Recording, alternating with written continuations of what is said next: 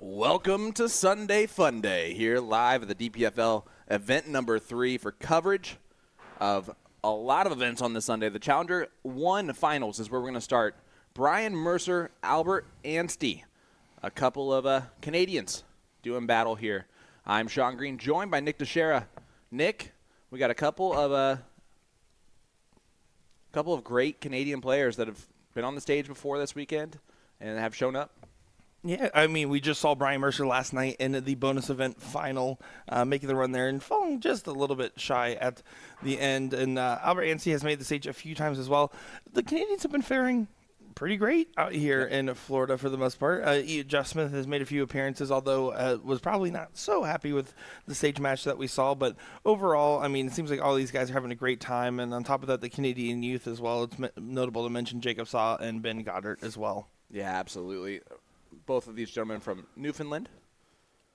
And I'm telling you, the travel for these guys to make is just, it's worse than most. It really is. So you gotta take 2 flights no matter what, automatically, pretty much, flying out of Newfie. Also, out of Newfoundland. And I also love to point out that they are on one of those random half time zones.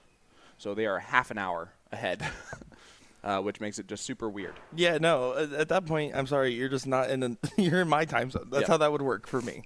Yeah, exactly. Like, I automatically will be on time if I get 30 extra minutes.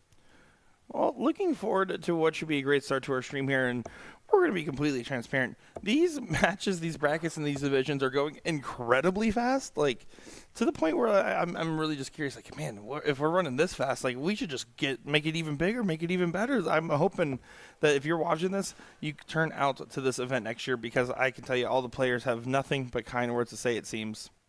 And for the first of many today, that's a 180 from Albert Anstey.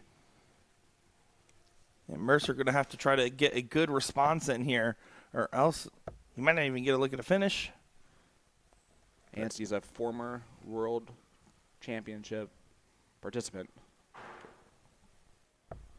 Very methodical player in his throw.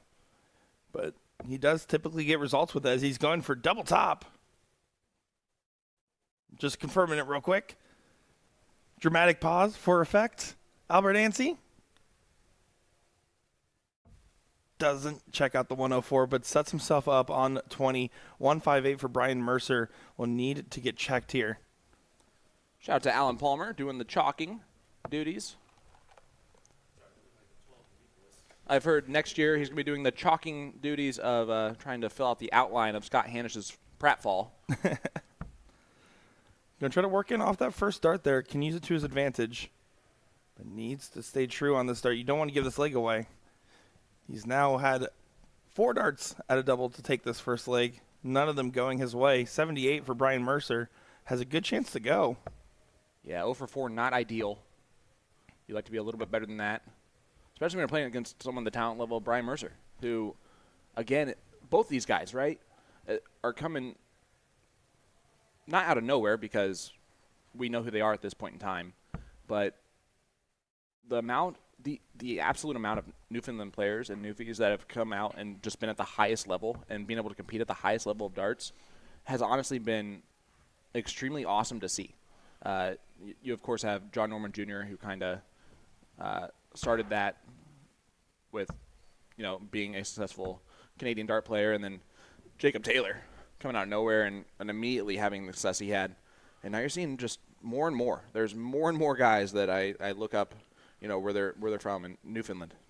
It's one of those hotbeds that doesn't give enough recognition for being a hotbed. It's amazing. For top-tier darts. And now to the madhouse we go for Anstey. Newfoundland is like the Wisconsin of Canada. Not a whole lot to do, so might as well drink and play some darts. I guess it is. That sounds about right. Working his way in. Needs to find this double 5. Some double trouble across the board here. Leg number 1 was starting off with some amazing scoring and just some nervy or hairy doubles here. I don't even know if I would call it nervy per se. Yeah, Tony Cullen giving us some great insight here. Brian's third final. Anstey was the 1989 Canadian champ, and then 2-time member of Team Newfoundland Labrador for Brian. The success is there. The doubles, though, are these guys are they're not ideal in their doubles finishing right now. Yeah, that's exactly the case. They're not going to be happy with this doubling percentage, and this first leg seems to be an outlier for what was otherwise some really strong runs so far for these gentlemen. All over the wire. Is there still room? There is. And boom goes the dynamite on that double 1 to get us started. The first double on the board. You are so welcome, Miss Amanda. All you have to do is ask. And please don't ask him to do it again, because we have to give him $1 every time he says boom goes the dynamite. Albert Anstey start off leg number 2 here.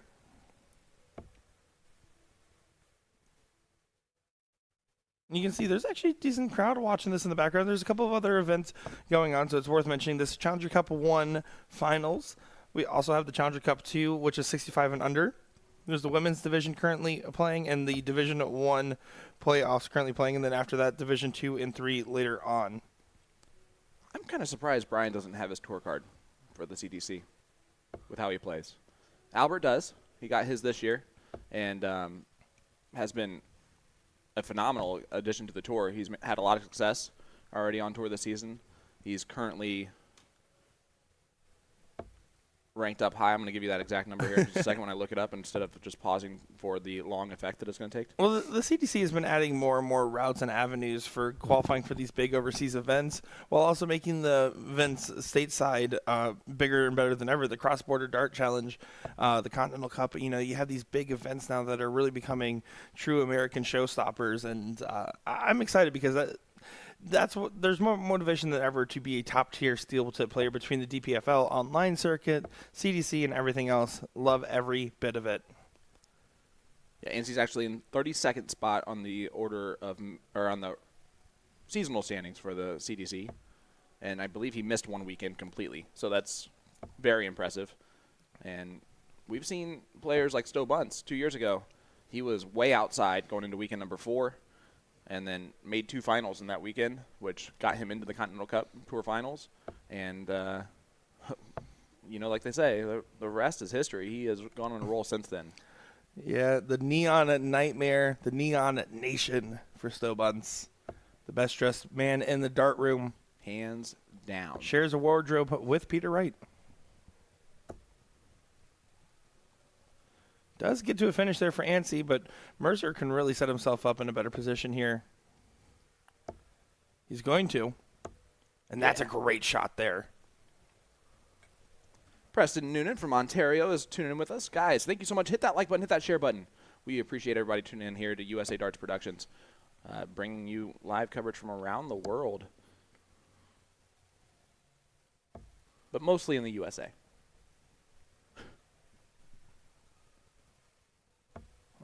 Double top. And pins it. Otherwise, there's no reason to walk forward. So 1-1 scoreline there.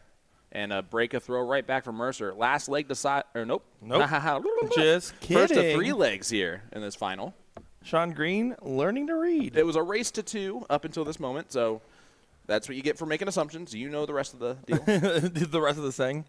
Anstey has such an interesting throw in the sense that, you can look at how much shoulder movement there is towards the back end. Once he brings his dart back, he almost pulls it straight forward to kind of line it up dead onto the board and then pushes forward. A lot of movement that typically could throw off some players, but because of how slow and methodical he moves it, he seems to be able to find those positions consistently.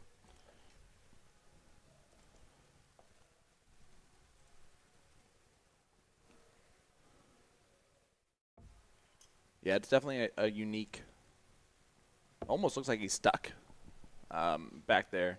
If you did not know that that's just his natural throw, you would think that it's the dreaded D word in darts. And the D word is not darts, by the way, for the record. And it's also not doubles. Mercer, on the other hand, pretty straightforward Smooth. there. Yeah, there's not much of note. Just it is a classic good dart throw, and both these throws are good for the record. It's just Anstey's found out a way that works for him, but would typically not be advised if I was showing a player what to do. Just because you want to keep that shoulder movement facing basically dead onto the board where you can. Usually line up with the bull at first until you find your exact preference. And then minimal movement from there. All your movement should just be moving your arm straight back and following straight on through. It's weird to have shoulder movement typically. I agree. And that side profile that our producer, Will Stewart's going to show us here the next time Albert throws, we'll start with Brian's, just to see that elbow, to see if there's any drop in it, if it stays perfectly smooth. Next leg, he'll get us a look at that.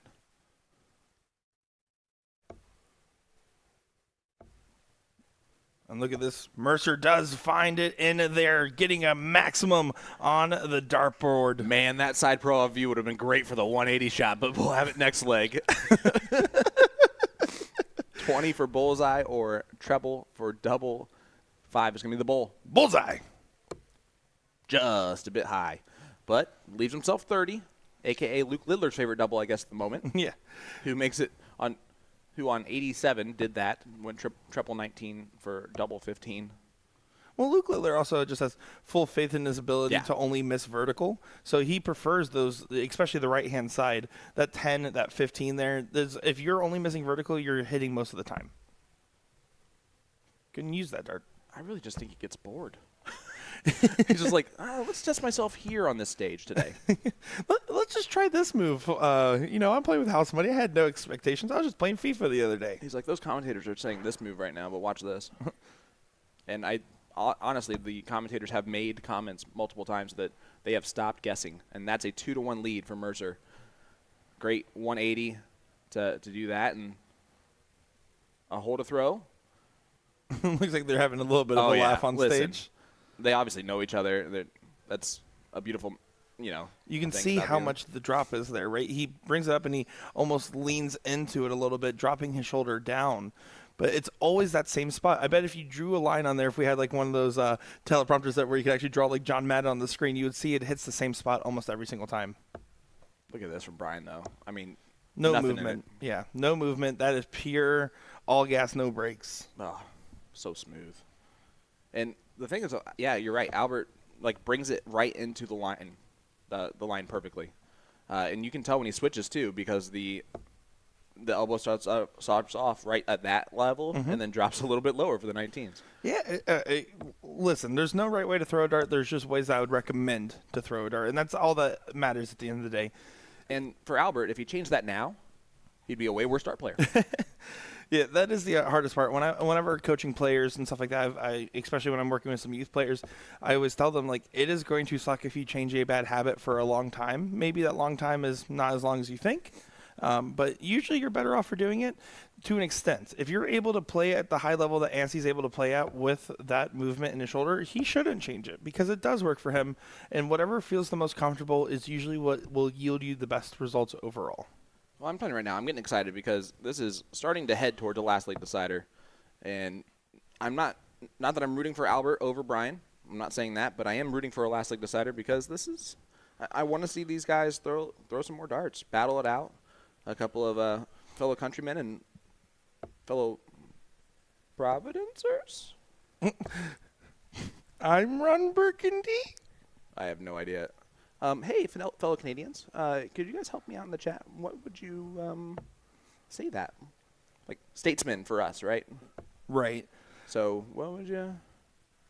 Providenceman? No, I don't know. No, that's probably stupid. It definitely is, but it's okay. Let me just admit right now, guys, stupid average American right here. Sean Green. Big darts. Nice 100 to leave the 124 and put a little pressure. Albert, maybe a must go. To put the fellow newfies into a last leg decider. Perfect first dart. Ooh, happy little accident if he hits the double 16. Doesn't quite get there, so chased it. Mercer does get an opportunity here for a 3-1 victory, and this final 1-2-4 will be the look. Can he get himself a dart? Not anymore. The math ain't mathin' with 2 darts remaining. 109. Which also isn't mathin'. Well, made a tough go of that. Yeah, not going to be happy with that visit, but it might be inconsequential now that the double 8 is all that Albert needs. The double 4 is all that Albert needs. Nobody misses double 4, Nick. And it's a 2-2 score line. We're going the distance. We're going for speed. We're all alone. The next line of the song. In this time of need. Brian Mercer gets the throw in the last leg decider here.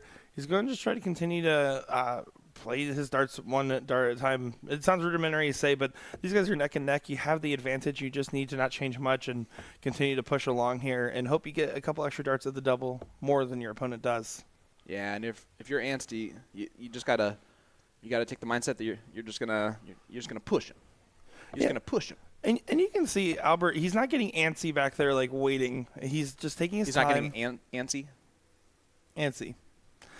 He's just trying to get himself settled in. He knows that he has his pace to play. And that's one of the things, when you have a little bit of a slower pace, you actually can dictate a lot of the dichotomy of the game. for the max. Does not go, but 140 does get him out in front. And he's now challenging the throw of Brian Mercer here. And Mercer is well aware of the situation, looking for a ton-plus rounds. Not going to find a ton-plus. Not even going to find the ton. Now Albert has gained control of this leg potentially and could be the first one at a finish. And in case anyone tuning in with us that's been with us all weekend is curious to understand and know, we are being serious. We're not lying. We haven't said that in a while. I just want to make sure that everybody knows. To be we're honest. Gonna be honest. We're going to be honest. Yeah. Mercer, 241, needs 2 trebles to really put a lot of pressure on. How about 3? That one is a smart dart. Gets rid of that 1 off the end of the number. He's going to have to do that eventually. And leaves himself Shanghai. And 164 is a hard shot to hit. Won't be able to go, but he can challenge the 120. 120 is a good shot, but it's not a gimme by any means. Mercer's going to get a shot for the match. 1 match dart incoming. That's my guess. He would like to agree with you.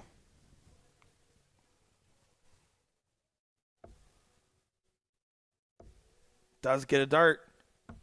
Does get the shot there. 120 checkout for Brian Mercer over Albert Ansey here.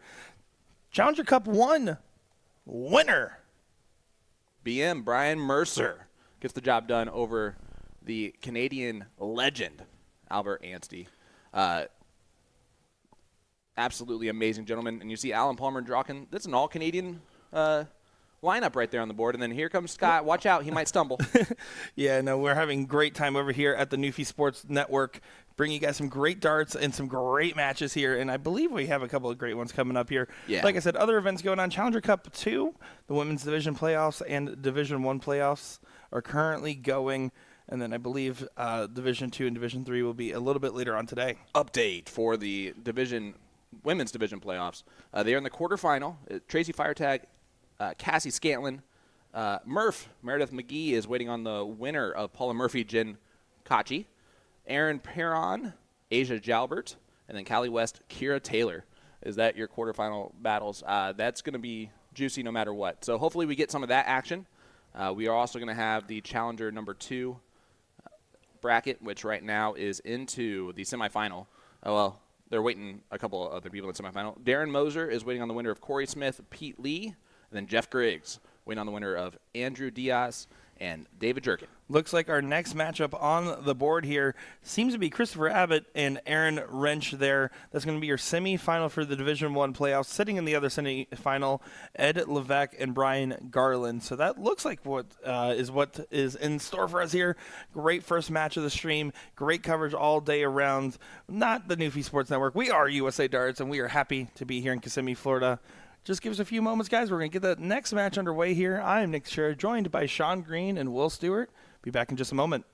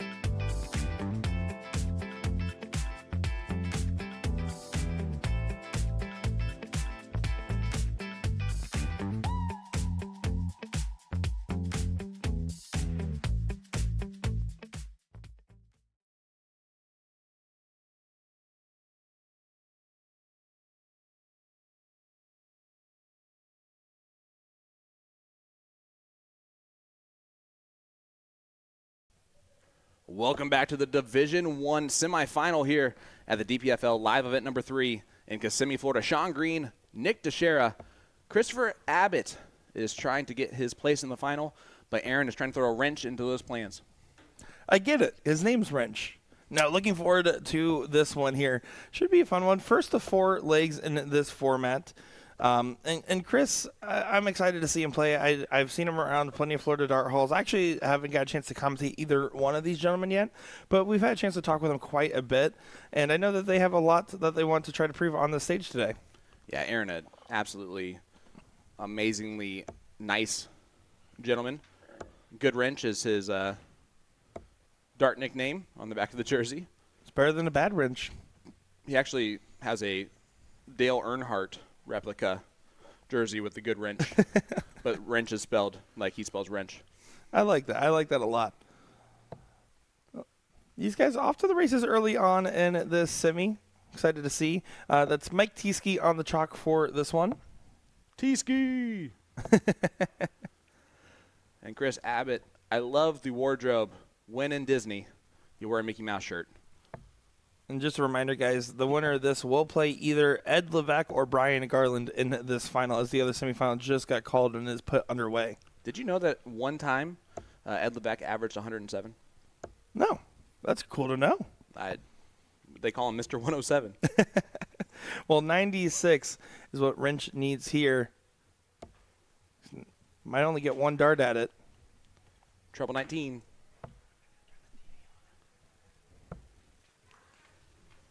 Abbott on 174 cannot check this out here. It is the wrench throw. First of 4 legs is a marathon, not a sprint. They've been used to it so far in this bracket, which has been the format. The run-through here for this playoffs. Playoffs? Oh, not going to be happy with that one. That's a whoopsie-doo. Yeah, at 37 now.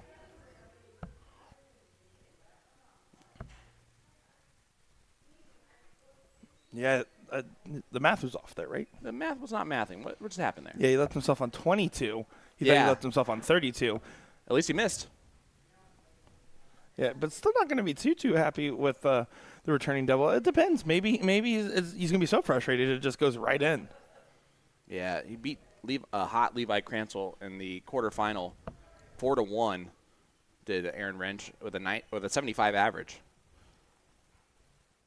69 average in the top 16. So playing very well and hits that double 11. It's a happy little accident at the end of the day because he pins it. Yeah, it works out just fine for him after it's all said and done. 1-0. Let's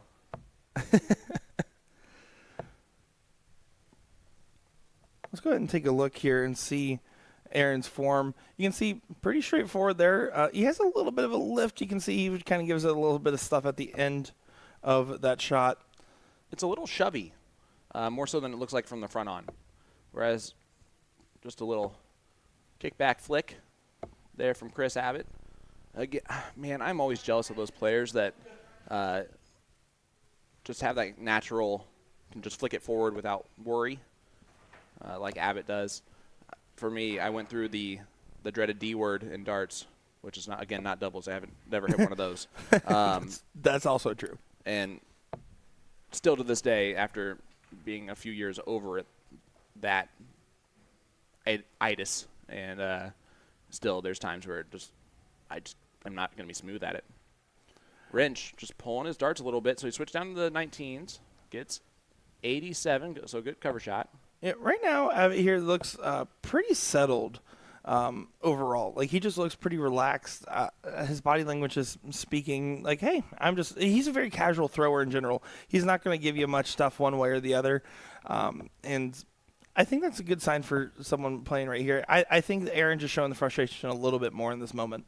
And he's currently up 1-0. Yeah, well, again, I rattle off the averages for Aaron. 75, 69, 69. So this is by far his worst performance up to this point. I would be frustrated too because I'm on the live stream shooting hot, and then I come over here and get a 26, and I'm after 15 darts shooting like Sean Green. Still not even after 300. But with this being first to 4, it does give enough room for them to be able to get settled, right? To really kind of get in stride and start really hanging and banging, as Will would say.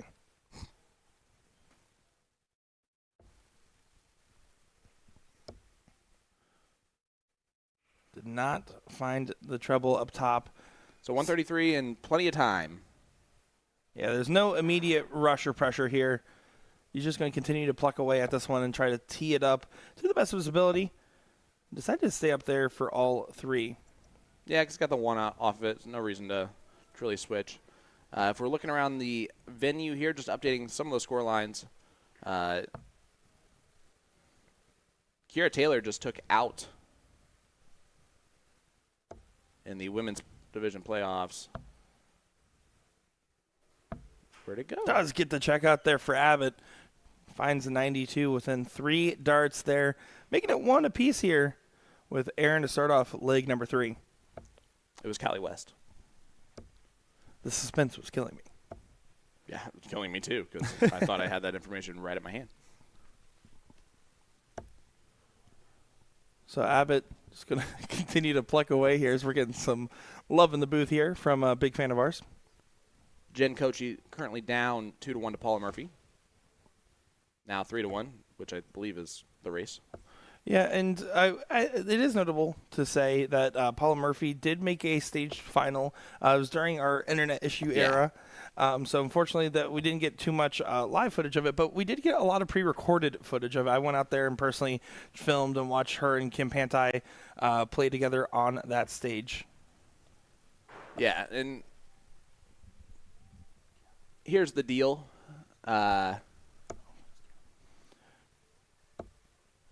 We know a lot of people would have the assumption oh, they just didn't want to show the ladies' finals. So we just want to make it perfectly clear that the internet did not want to show the ladies' finals, not us. We're sexist and chose not to do it. I'm just kidding. Well, just kidding. No, and then I do want to note that Callie West and Robin Curry did win the women's doubles as well. So good win there for the lovely couple. Also not filmed. 196 can get teed up pretty nicely here for Aaron. He just needs to be careful. Nice and tactful darts. Yeah, regrouping after that slack last leg. And see, when I say careful and tactful, right, I mean that last dart, if he just stays true, leaves himself a 2-dart checkout potentially versus the 111, which while is not is still a very doable checkout for him, is far from ideal, right?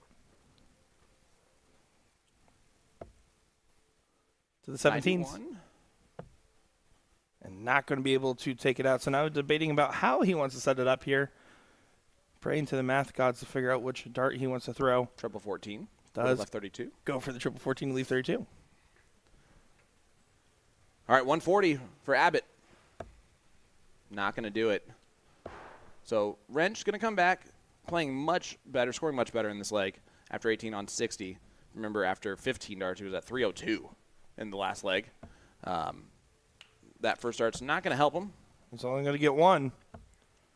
And will that be a costly from Wrench? It depends on what Abbott has in store for us here, and it looks like it won't come into play. That is true. Always it depends on what happens with their opponent. That's why the question is, will it be punished? Sunglasses drop from Will Stuart. Double 5. And not going to be able to go. Is he going to just, he's going to go ahead and just bust there. It just depends on what Abbott's going to do if Wrench is going to be able to return. To the double 10. Does get it there. 2-1 lead and a break a throw. And get himself halfway to where he wants to be in this first of 4. Yeah, and this is when you start thinking about, man, I just missed those doubles. That's annoying. I have all my friends and family watching along. I have been talking to these guys all weekend, and now they're talking about me. What are they saying? I'm averaging 57 when I've been averaging 75 in the last match. What the heck's going on? Sorry. Sunday. Where you can mention the word hell, and it means church-related. And put it on your Sunday best, Sean. Yeah, so I'm going to just stop my diatribe right now. But no, Wrench is in a little bit of trouble. He's got to really just get rid of all of the extra distractions and things like that going on in his mind currently, which I'm I'm sure it's understandable, but this is a mental game. Sheldon Lionel in chat point out a very great thing there. It looks like Wrench is starting to reach a little bit, and that does sound like a pun that I was not trying to make. Compared to we had took a brief look at the start rate, and we were watching his throw in particular. He's now kind of extending a little bit further than what we saw in that first round. He's trying to force the dart. It's almost in a pushing nature.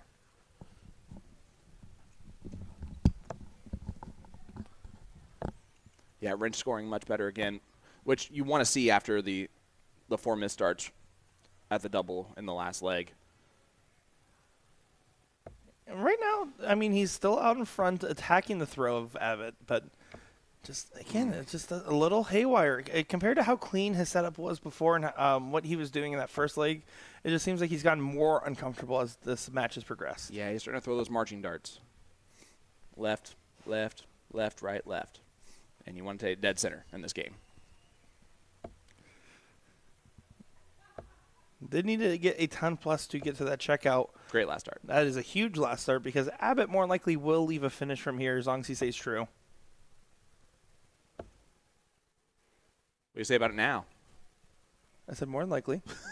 More than likely. All right, so Wrench with the opportunity. And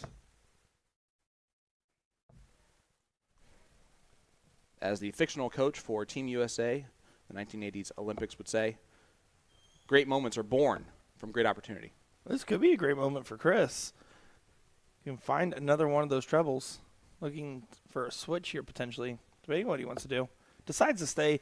85 there does get him into that 2-dart checkout range, and 150 is going to be under pressure here. I would like the 18 on the last start, personally, because that would have left the steady 100 if I miss into the single. The 98's a little bit more difficult. Well, no one misses double 19. I don't think that's how that phrase goes, typically. Just going to tee up tops. Oh, but it gets away from him a little bit. And see, these are some of these hairy darts that we're kind of seeing from these guys where if they were just taking that extra moment there to make sure they're getting the big single, Good dart. it changes a lot for them. Where's he looking? 32. Pins Pins it go. for the 103. So he misses 4 darts at a double in the last leg and then hits the 103 checkout in this one. Welcome back, Aaron Wrench. Yeah. Now he's back to Aaron Goodwrench. 2-2 score line. Was he like, what kind of wrench was he there? A bad wrench in the last leg. Oh, there we go. See, Chris Rabbit, sponsored by Disney. He is from the Florida area. He is. Seen him in plenty of dart holes over the years. Personally, we haven't had too many extended conversations, but always seems like a nice guy. And honestly, the dart community likes to talk a lot in Florida about who they like and who they don't. I've never heard a bad thing about him, so that's a good thing. That tells you a lot. Because you know me, I love me some dart gossip. Oh, yeah. Don't you know? You ask the tough questions. We all know that, Nick Chair. I do ask the tough questions. The same ones, but they're always tough. Yeah, if you ever listen to any of my interviews, you would also have a very similar sentiment. Only 17 from Yeah. Aaron Wrench. Up to Chris to punish that one, right? And just the 60 scored there. I mean, nothing fancy, but again, he's going against the darts here, starting to edge out a little bit of advantage one round at a time. In Fuego, Stephen Phillips tuning in. Guys, hit the like button, hit that share button. Aaron also has probably one of the greatest dart signatures of all time. And he knows it because he puts his actual dart signature on his jerseys. He doesn't put his name. That's his autograph is on that. My dad puts your signatures on his jerseys as well, by the way. Yeah, Did you know that? But it's not as good quality. Yeah, that's fair. Yeah. Oh, agreed there. But you get the best quality from DJD and Magic Wear. Yeah, dirty jersey darts. Maybe a lot cooler, though, if the signature was a brighter color that you could see a little bit more pop out of. Just giving notes for the designing team. Wherever they may be tuning in from. Aaron going to want to leave a finish here. Abbott is on a bogey. Oh, he's going to leave a finish here. How nice of a finish will it be? It might be a great one. Does find a maximum there. His second one of the match, I believe. Boom goes the dynamite there for Aaron Wrench. Leaves 28 in the exact right moment. We'll get 3 clear darts. Now, 28 is one of those numbers that can be a little bit shaky after the first dart if you go inside. Nobody likes 007. And he hits the double 14. Don't have to worry about it. And let's go to leg number 6. Abbott needs to win it to stay in this thing. And Aaron's throw definitely smoothed out. It went from the first leg where it looked like, okay, I can see where his throw's going. And then second and third leg, we were like, okay, he's kind of reaching out. Now he's found that rhythm. He's found that spot. I think he's getting a lot more comfortable, and his darts are showing that. Look, all I got to say is it takes a lot of talent to fade your beard like he does, too. That's glorious. Christopher Abbott really not showing any signs of worry. No. He's been pretty cool, calm, and collected this entire time. Just marching along. And it's been really interesting to see. This is the first time on stage for both these gentlemen, and their demeanor has been great. Certainly has. Even the Chalker T-Ski is doing great. Love you, Mike. It could be better. I'm just kidding. Got to meet Mike through your dad. He was, you know how your dad does that thing where he likes to walk me around and pretend he knows me? No, he doesn't pretend. It's parasocial. He's a big fan. And he's like, "Do you want me to introduce you to the local Florida players?" Just to show me off a little bit. He likes like a to toy, help out. like a toy. And he's just a little guy. And he went and I got to meet Mike and company there right away. Pleasant gentleman. Well, so far, Chris is well ahead in this leg. 130. He's going to get minimum 6 starts at this. Doesn't even need to go for the bull. Won't get an opportunity to do so now. 115 can still get brought down. He wants to try to clean this up as much as he can. Was going trip 19 to leave 38.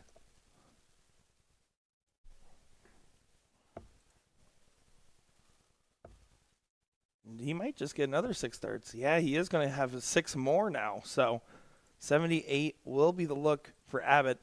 No real pressure on this one. 20 for tops. The red bit, please. Not quite.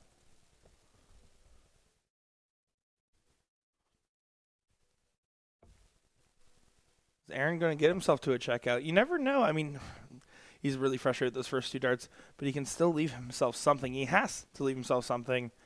And yeah, we're going to be going to a last leg decider more than likely here, as I speak so clearly. And see Abbott still struggling with the doubles a little bit here. Decides to just go ahead and split. I do love the split there. This is the exact situation you'd want to do something like that in. But this time it will be under pressure, and it might be under a lot of pressure. Tried to throw that last one up top to leave 36 there. Pulls it a little bit, but 51, good spot to be. Double 4 has to go. Double 2 must hit. And Aaron Wrench going to have match darts here. Match darts he probably would never expect to have. 2 darts at tops. Well, I hate to be the bearer of bad news here, but Mr. 107 did not average 107 in the last match. Lost 4-0. Oh, up to the madhouse. Abbott, he needs to save his run now. Oh, and this is a little bit of a travesty at the moment. He's going to be frustrated. There's too many missed starts at doubles in a leg where he was dominating early on. Aaron Wrench is going to try to punish for the chance to get into the finals. And Double he does 10 get it. for the win. Aaron Wrench is a finalist against Chris Abbott. Abbott threw great darts. Double trouble at the end cost him a last leg decider potential, and anything could have happened. He's going to be frustrated at the end. Yeah, I mean, it certainly should have been a last leg decider. And Abbott knows that. He's going to be a little bit frustrated, but he still immediately turned, gave the handshake to the opponent, walked off, and kept that cool, calm, collected nature about him going. Absolutely. So the final is going to be Brian Garland versus Aaron Wrench. I'm going to guess we're going to get that action up next. So don't go anywhere, guys. Sean Green, Nick Dichiria, Will Stewart, Dave Garfinkel, and anyone else that walks back here at any point in time. We'll be right back with more after this. Will Stewart.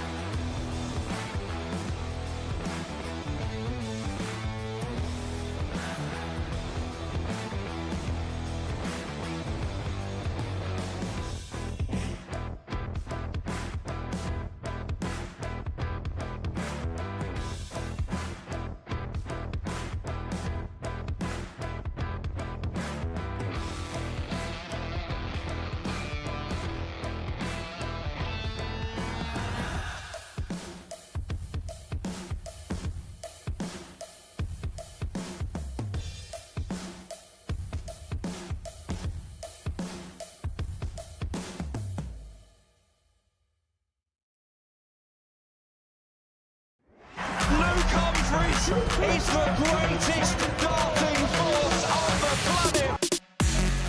Bullseye. Oh, we got one. Fish has been landed. We know he's too good. The world number 1, world champion. Incredible stuff. Let me tell you about A to Z Darts. We're a specialty dart store with over 10,000 different products. We create in-depth videos and blogs to help improve your game and showcase our products. We give helpful advice on how to practice darts, the fundamentals of form and mechanics, and how to make better decisions when purchasing your darting equipment. Whether you're brand new or a seasoned player, we try to provide fun and informative content. I'm Jen, the creative director for A to Z Darts. I've been playing for over 10 years and I've traveled the world competing in and promoting the sport. This is Will. He runs our live streaming company, USA Darts, and travels the globe as well to broadcast major darting events and interview PDC players alike. You'll find over 2,000 different sets of darts on our website. Guessing right now you're pretty interested in our resources? Learn about form, throwing mechanics, practice routines, scoring and grouping, checkout methods, cricket strategy, and much more. Visit a-zdarts.com to take advantage of our blog or follow us on social media at AZDarts today.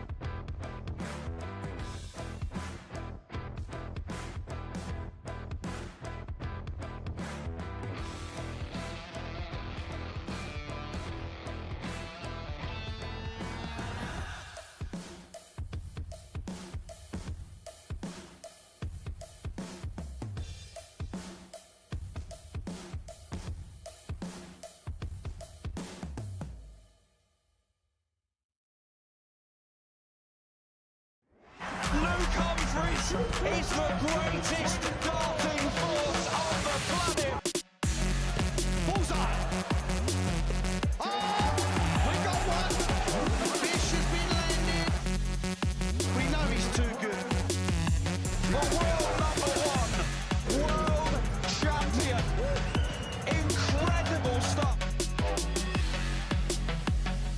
Let me tell you about A to Z Darts. We're a specialty dart store With over 10,000 different products, we create in-depth videos and blogs to help improve your game and showcase our products. We give helpful advice on how to practice darts, the fundamentals of form and mechanics, and how to make better decisions when purchasing your darting equipment. Whether you're brand new or a seasoned player, we try to provide fun and informative content. I'm Jen, the creative director for A to Z Darts. I've been playing for over 10 years, and I've traveled the world competing in and promoting the sport. This is Will. He runs our live streaming company, USA Darts, and travels the globe as well to broadcast major darting events and interview PDC players alike. You'll find over 2,000 different sets of darts on our website. Guessing right now you're pretty interested in our resources? Learn about form, throwing mechanics, practice routines, scoring and grouping, checkout methods, cricket strategy, and much more. Visit a-zdarts.com to take advantage of our blog or follow us on social media at AZDarts today.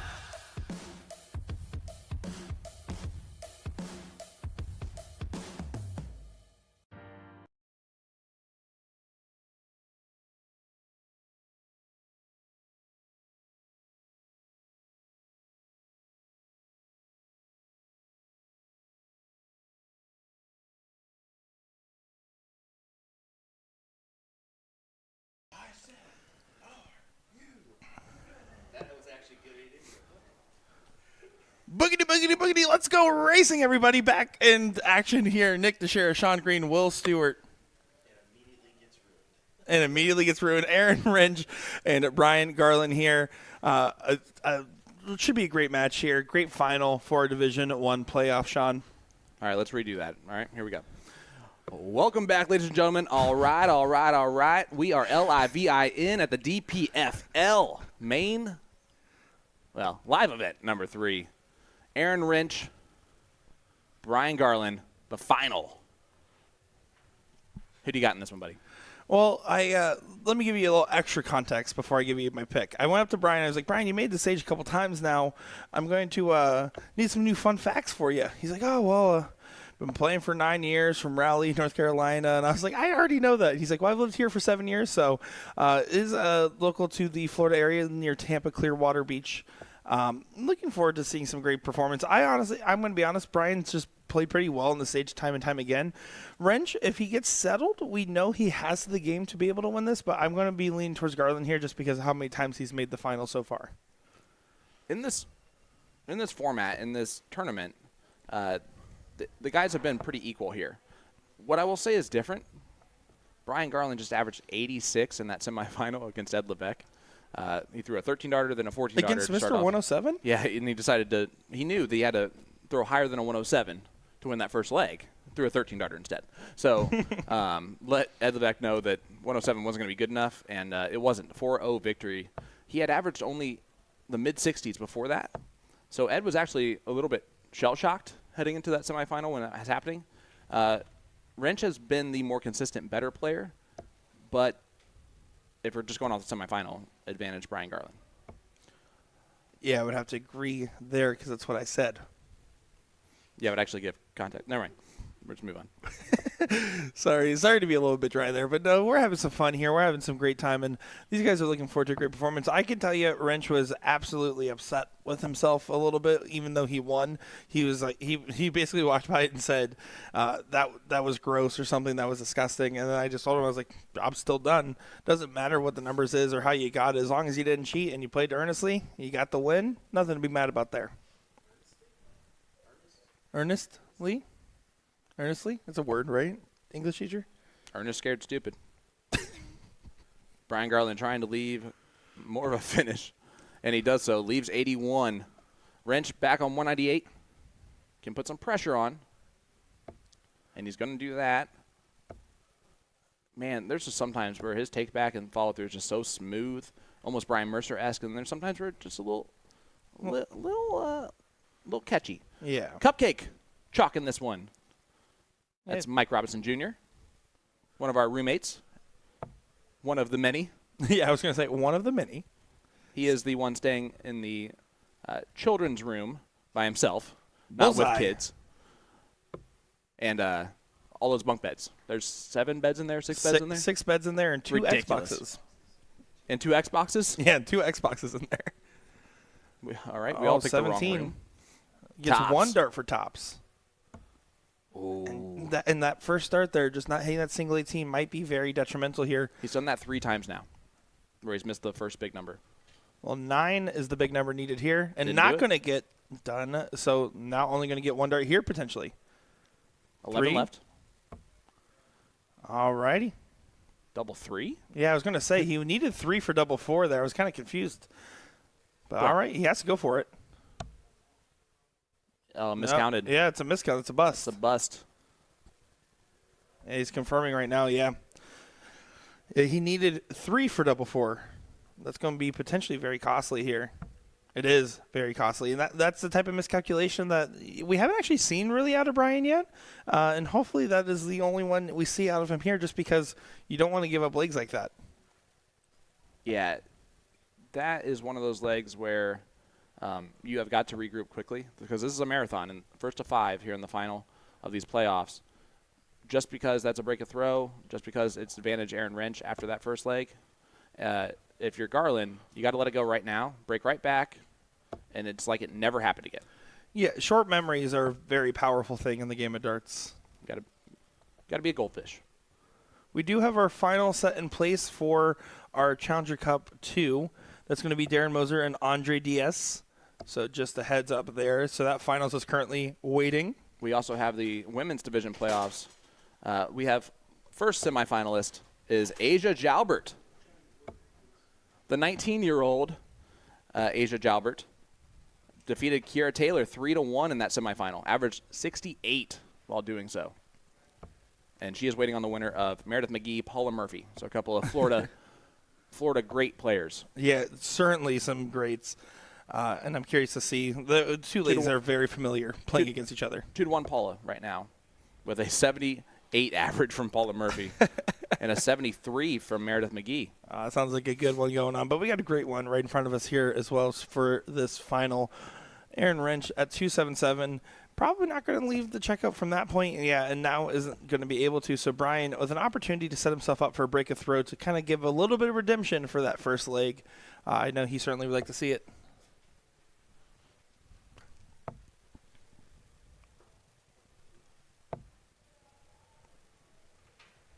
All right, 96 scored from Garland. Sorry. Yeah, that's right. Wrench back on 234. Again, he's throwing nice and smooth right now. Leaves the 151. I knew the answer there. Thank you. 132 is my favorite checkout, but not going to be able to get the green bit of the bowl, so won't get a look here. 151 for Aaron Wrench on his return. Will it go for him? He hit a ton plus checkout. He hit the 103 earlier. This one's a bit harder. By a certain margin. An amount, if you will. Touche. Well, he put a wrench in that plan. Garland's going to come back. 58 left. Should get 2 darts clear to double, but again, these gentlemen have struggled with that first dart. Yeah, it's the big single that really can make the difference here, especially in this one. And that's okay. Double 2. Over to the Madhouse. No longer okay.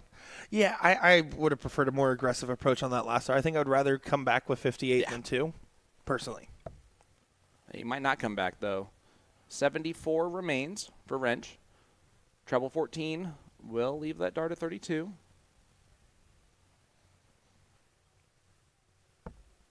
Not going to do it. Single 20 to leave tops. There you go. See, another big single that's just kind of getting pulled a little bit. Sorry about that natural reaction from me. Yeah, no, that was actually my horse I let out of the stable. All right, double 1. And that's why I think I would have rather he stopped himself. Well, but that is exactly how he feels. I would feel and how any dart player would feel in this moment. He's punted it twice. You hate to do that. Should have won leg number 1. And let's see if he can settle back in. Yeah, big moment here for Garland. He has to capitalize on this and take advantage, and just pulls it down. It's really hard because you're trying to tell yourself, throw it high, work it in, and then you float the dart, and it just drops right out of your hand. And pins the dart number 2. So Aaron Wrench just accepts that gift, like you should do. 2-0 lead. How about this comment here? Brian Mercer, heard of him, BM. saying, I have to say you guys put on a very nice and clear stream. Keep it up. You will need it to brand out to Canada, in reference to earlier when I said we're called USA Darts, not USA in Canada. Oh, funny stuff. No, we would love to. Coming we would soon, love to. North American Darts. NA Darts. NA Darts. Not applicable darts. Who knows? USA Darts might be going on world tour here soon enough. We might see us overseas. Might see us across north of the border. Non-alcoholic darts does not sound fun, Will.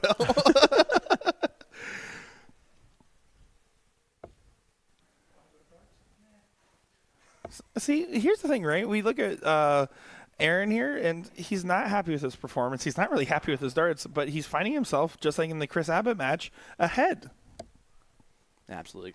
Good morning, everyone joining us here. Ego Chip, Mike Redmond, Brian Mercer. Again, thank you so much, buddy. Really appreciate that. Blake Hafner in the chat saying rooting for Aaron Wrench. There's a lot of Aaron Wrench fans. Guys, let us know who you're rooting for in this one. And if it's Aaron Wrench, just say that. And Mike Redmond. Hi, Mike Redmond. I already did that. I didn't hear that one. Well, I tune you out. I would tune me out, too, if I were you. Well, Wrench, the smart first start to get rid of the 1. Full-on disgust, by the way, in his first start. He threw that. He looked to the side, and he was thinking only bad words that I can't say on the microphone. I can. He was saying, no. That would have been great. Both these guys are using expletive deleteds right now. This is why we never mic up these players. Aaron Jalbert in there. Let's get my little girl up there to do her thing. Aaron, if we can, we're going to. Yeah, absolutely. Any chance I get to watch Asia Jalbert play with how smooth and fantastic her throw is, it's my favorite throw in darts. It's a treat. It really is a treat. I had fun calling her games over at Cherry Bomb this year as well. A very talented player. Look at this from Brian. Big moment here. Needs to find some mojo on the board. We'll get a first look at it, check out the 1-4-2, and Aaron's on the outside looking in, but in legs where he's on the outside looking in, he seems to perform the best somehow. Again, just the smoothest of the throw from him. Garland on 1-4-2. It doesn't need to go, but it's one of those things where if you've had double trouble, this can really spark not having that anymore. Was going for trip 14 to leave tops, but that's okay. Again, well out in front, just going to tee up on this last start here. Deciding what he wants to do. Does just go ahead and hit the 94 there. See, Cupcake's doing exactly what we were doing at the screen. Is that in? And the razor-thin wires, it was not. But he's in a pole position to get a leg on the board here. And really, he's thinking to himself, man, this could be a 2-1 my advantage. Instead, this is going to be just to get 1-2 with Wrench still in advantage. No, I disagree. It should be 3-0 Brian if he hits this. It should easily be 3-0 Brian. He has punted the first 2 legs. Missing a lot of doubles. Not going to disagree with you there. Wrench. Would have been a lot cooler if it would have gone bullseye, bullseye, bullseye, but that's fine. Probably would have the same results. Yeah, he's just going to have to recompose from the start here. Well, and if you're Wrench, it doesn't matter if Garland's on 16 or not. There's been some nervy darts at the end of legs. Yeah, exactly. Which is uncharacteristic from what we've seen out of Garland overall. And Again, this time, not going to happen. Yeah, pins it, and that's going to lift the weight right off the shoulders from him. Because I know in moments like that, you think to yourself, there's no way I'm going to hit a double this entire match. Well, the first legs blues is just absolutely a thing. Until you get that first one on the board, you're like, oh, man, come on, just give it to me. Give me an edge. Give me something. But once you get that first leg, you realize that the Giants can bleed.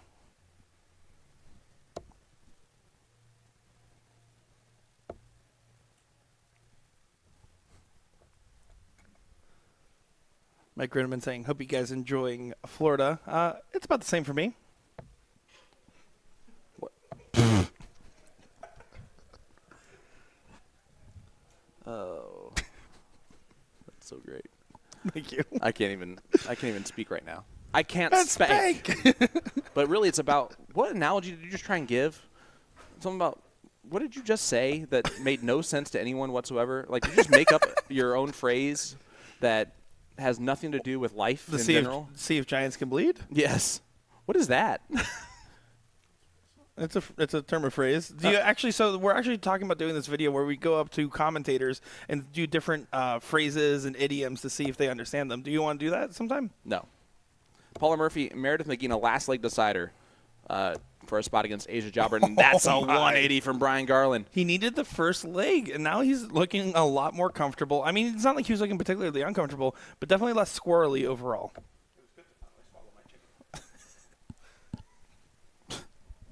Again, he averaged 85 in the last leg, or in last match, did Brian Garland. It shows you exactly why this sport can be very frustrating. Because anyone not named Sean Green can average 75 for a leg. And then go right back and just not do any of that again. And it goes literally dart by dart because it's a game of millimeters. And a potential 15 darter here, which is a great course correction. Gonna need to work in to find the trip. Not gonna go, so he's just gonna have to tee up here. Gonna hit the double. No, he goes right to the trip, leaving 20. Confident dart, well executed.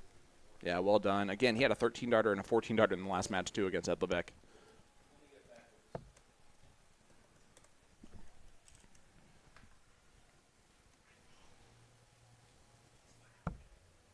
Double 5.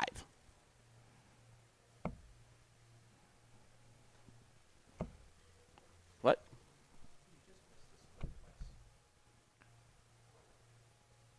One 6-7. Not going to be able to go for Aaron. We've seen, again, that double trouble from Garland. He didn't have it in the last leg. He's not going to want to have it in this leg here. And 55, really not teed up enough for where Aaron would want to be. Double 4. Over to double 2. Doesn't go. And so, yeah, Aaron, 112, I mean, Another it's one. doable, but not the ideal shot that he wants. Well, it's still on. It's a happy little accident. Treble 20 for tops. I couldn't clean up that first miss. Will Garland take out this 4? Yeah, I understood the trying to split there at the last second. I just don't really get it on the last start, if that makes sense. That's fair. I can understand what you're saying there, which is something I can't always say. I say 9 times out of 10 you can't say that. Double 2. Can he get it in there? He's covered. Oh, actually, That was a beautiful dart. yeah, That didn't so go. unlucky. That was a beautiful. 70 now the shot. Oh, great dart. Double 8. Doesn't get settled on it at all. Double's a little bit haywire. Does tee it up, but Garland can only miss so many darts at double before they go in. Yeah, that first double opportunity from Wrench is going to make the DRA look at you a little bit closer, if you know what I'm saying. I do. Double 2. Doesn't go again. 3 on the outside. That is frustrating to do. Frustrating to see. Double 8. He has to walk it in. Clicks right off the metal bit and doesn't go. These guys are just, again, the scoring's fine. It's just the doubles that aren't quite going their direction right now, and I blame the chalker. We don't ever blame Cupcake. How can you blame anyone with a nickname Cupcake? Double 1. Play it aggressive. You don't want to float over top here. He has snatched on that double 1 multiple times. And to no fault of anyone doing that, it's why it's called the Madhouse. Does get a leg here. Aaron Wrench up 3-1 now. And Brian Garland just going to be having some frustrations. You can see Cupcake getting a little stretch in there. Yeah, Brian put his darts in timeout for a good 5 seconds or so. And just regrouping. Again, I'm okay with him doing that. Yeah, this is such a roller coaster of emotions, right? 3-1 scoreline. Brian gets a clear advantage and then comes out firing with a 180 in the last leg, and again, right back to double trouble. And the moment those course correct is the moment the player can run away with this, right? I expect one of these guys to kind of almost get that splash of water on the face and start to snap out of it. update on the last leg decider of the ladies. Meredith McGee has 80 left. Paula Murphy on tops. So Murph pretty much has to hit this, or else it might be Paula Murphy versus Asia Jalbert in the final. This would be a big victory for Murph as a soft tip player. Last time she played steel tip was a year ago. At this event? Yep. And she does take it out. 3 darts needed. Meredith McGee into the final. So it's going to be 19-year-old Asia Jalbert taking on Meredith McGee. Woo. In the ladies division. And that's to get into the semifinal, by the way, not the final. So that's actually going against Casey Scatlin, just to clarify there. Asia is sitting in the final, though. We'll get the winner of the Meredith Casey match. Wow, that was a crazy assumption by me. Casey's going to take that one personally, by the way. Well, I just want you to know that. I'm just saying, overall, it just seemed like Meredith McGee, Paula Murphy would be a great semifinal. And since Asia was already in the final, I just made an assumption there that was the other semifinal. I apologize. Casey? Is that correct how you pronounce it? Or is it Cassie? Cassie. I can't read. Perfect. Now she's really going to be upset at you. At least I have dyslexia, so I can kind of own that one. I believe it's spelled differently than that. 64 on the lead for Brian. 140 from Wrench? That's a huge shot from Wrench because he knows that he has to pursue Brian here, and that nothing's been guaranteed. He will get a shot at double 8 here. Going working from there, taking that extra moment to compose, lining up with the Aki, looking at the target, trying to execute. Does not go his way here, so 1-3-4 for Aaron Wrench. Outside shot, but honestly, for him, with the way the doubles have been not falling, I would say that Aaron has to just think about setting up now and thinking he's going to come back. Yeah, and that last start there is an excellent moment of focus from him in a tough position. Brian Garland's going to need to punish right here, though, and get the doubles to go his way. Is that to the point where it's starting to have that snowball effect? He's starting to think about it. He does get that one in there. He barely pins it in. But he's thinking to himself, man, I can hit doubles better than this. What is going on? It's one of those things, it eats at your mind a little bit while you're throwing. At this point, he's throwing those darts and just living on a prayer. You saw that last dart. It went in, and immediately, instead of like being happy at all, excited, it was devastation of a shaking of the head, like thank the Lord of the darts for that dart going in. Yeah, living on a prayer, I can tell you we're already over halfway there. Whoa. That was good. Thank you. I also avoided saying that because I usually sing it, and I did not want to do it. I appreciate you not singing too much there. All right, Garland. Trying to just take a little bit of momentum. This has been a slogfest overall for both these gentlemen, and they would agree with it.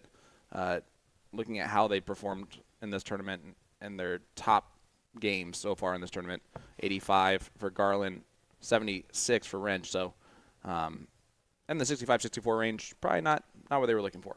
However, what they are looking for is being in this final and having a chance to battle it out. And Brian Garland, that's a 140. That is, and getting himself down to 201 here, putting pressure on Aaron.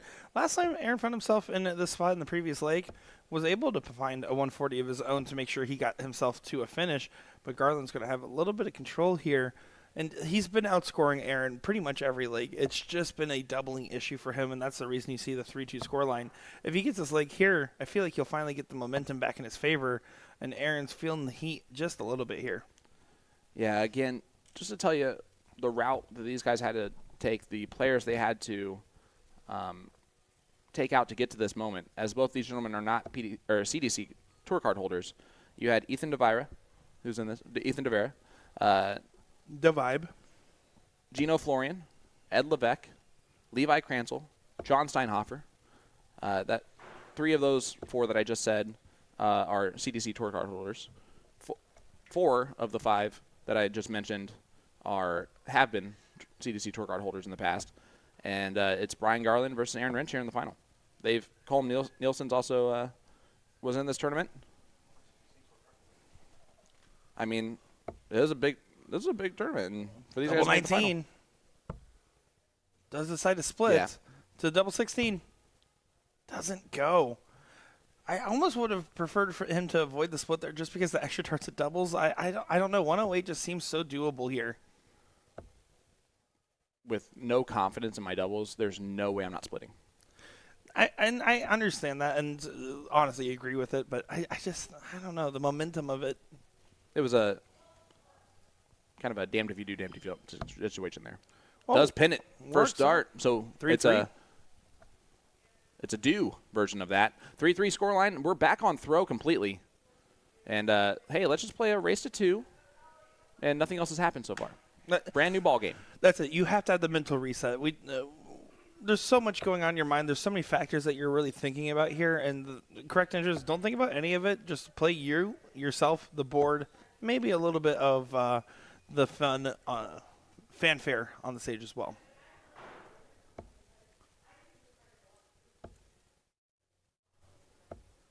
All right, so reminder, the women's is in the semifinal. Meredith McGee,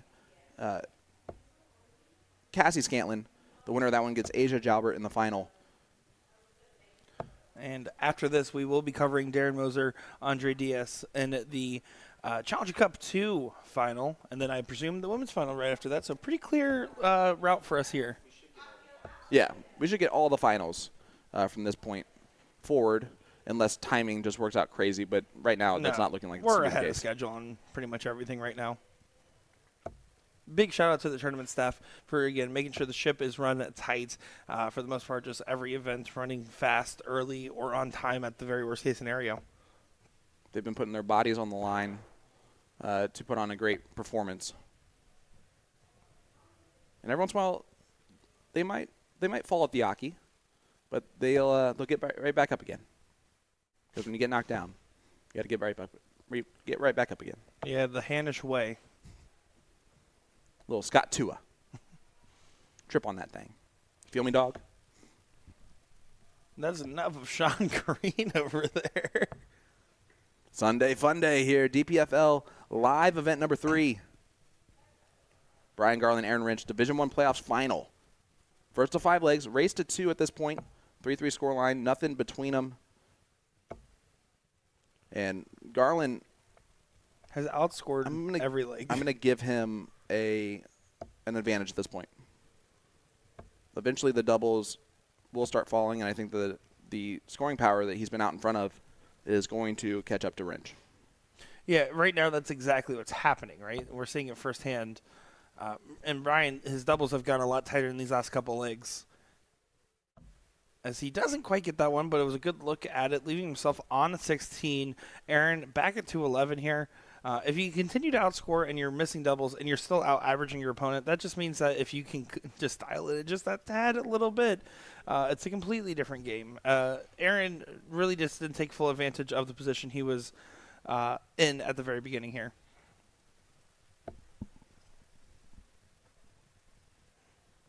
Double 8 to get himself to match points. 4-3.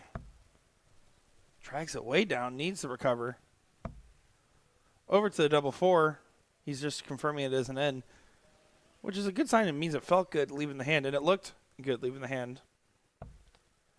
And just that one was a little bit snatchy there. So 1-3-1. Aaron Wrench will get a look at a finish here.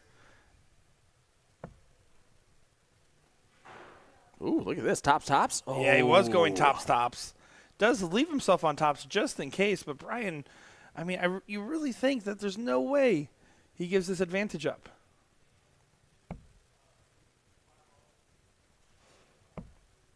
He has to find this.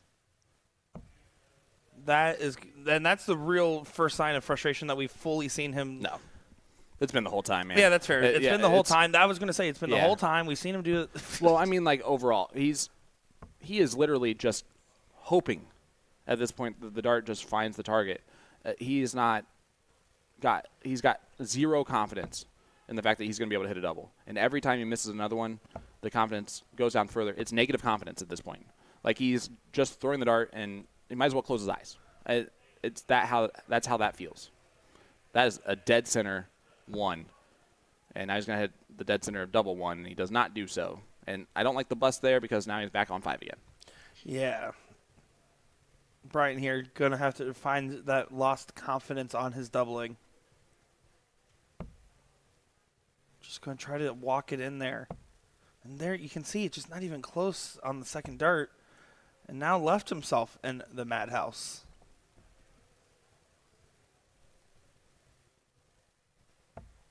Aaron's going to get a shot again for double two. Yep.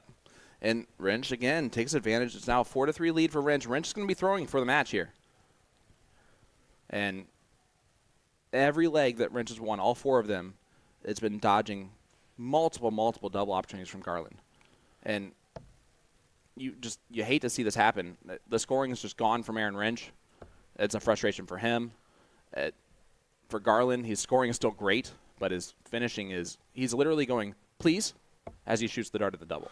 Yeah, and that's the thing. If Aaron ends up winning this, he won't even be happy. No, this is. I mean, he'll be like, whatever, I guess. Thank you. Well, but we can also definitively say that because of how he reacted to a semifinal win. It was a very similar reaction. And this is honestly, debatably a worst case just because of what's going on here. Because of how he's winning these legs. He's not happy with it. He wants to be proud of the darts he's throwing. And at the end of the day, he should still be. He's still 4-3 up in a tough final. His opponent's feeling the same heat. He's just scoring incredible. Brian, look at this. This is unbelievable. This is such an interesting dichotomy of a matchup here. I need everyone to know that the trebles are smaller than the doubles. I also need to let everybody know that I have never hit a double on my own live stream. And I played in 3 different matches. So I feel them very much so. You don't have to, tell people that. It's from personal experience. That's why I'm letting everybody know. I know how they're feeling because been there, done that, do that. That's why I'm back here. I mean, I only hit 1 winning double on your live stream, 8-1 loss. I lost 8-0. I'm definitively infinitely better by that. Infinitely higher win percentage. 100%. More than that. All right. Garland on 201. Wrench on 299. This book has been writing itself the entire this is the match. 8th leg where we've seen this. Garland's out in front. He's on 101 after 12. He's averaging over 100 in this leg. The amount of legs that could be 15 darters or 16 darters from Brian that just aren't is insane. His average is getting only affected by his way of finishing. His scoring has been incredible. 81, treble 19. 62 left. Just going to try and tee it up here. Trip 10 for double 16.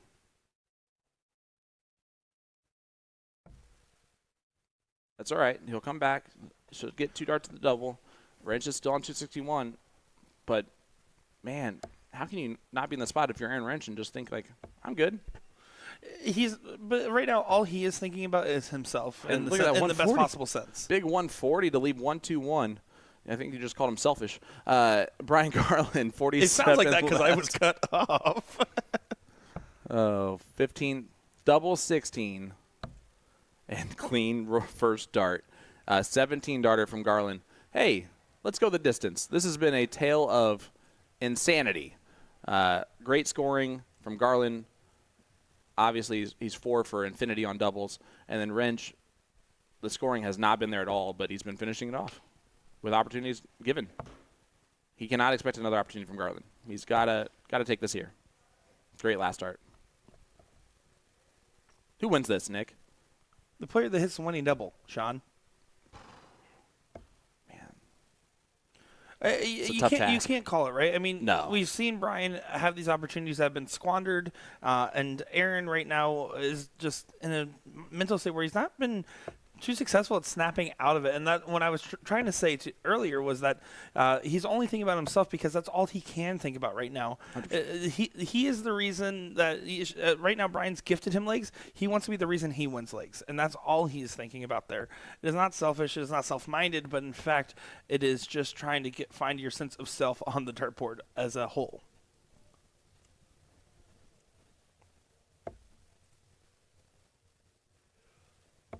A reminder, we do have the Challenger Cup 2 final coming up next. Darren Moser, Andre Diaz. So that will be coming up your way, so don't go anywhere. after this match is over. Aaron's scoring improving significantly here. Finds a 140 again. Right when he needs it. And that was a beautiful shot there. He's going to try to get himself into position and put pressure under Brian, which has not really been behind in scoring at all in this final. Look at this. And what a time for this, by the way, by both gentlemen. They're after 9. Now after 12 for Garland, he's on a finish. Wrench at 176 after 9. This is by far his best scoring leg.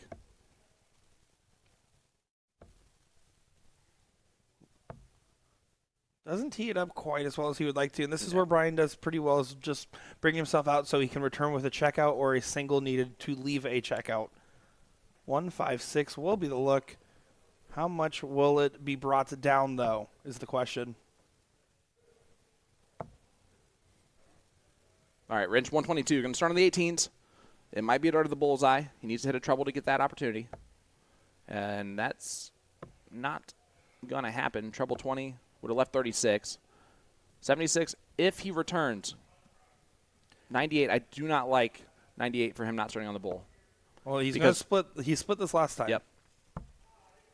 Which is a gutsy move. But he pins it. Wow. What a check out there for Brian. Brian Garland, hats off, man. The last 2 legs, 1 for 1 on a double in both of those after just a gut-wrenching doubles performance earlier. There's a lot of people out there giving them some love. I can hear a lot of claps out there right now. And hats off to Aaron Wrench, too. Finally found his scoring there in the last leg decider. It just happened that Garland did not give him any opportunities. Aaron's going to be kicking himself, and debatably rightfully so. But at the end of the day, he still earned a spot in the final. He still got himself to a match point situation. You can't really be too upset about it at the end of the day. Aaron Wrench, hold yourself up high, as you did well. They both averaged well over 60, which in the way that they finished and in the way that they scored, that might have been the best average they could have come up with in that moment. Yeah. Based on all that. So Brian Garland, you're champion. And we'll be right back with the final of the Challenger Cup 2 under 65. Darren Moser, Andre Diaz, Sean Green, Will Stewart, Nick Dichiria. We'll be right back after this.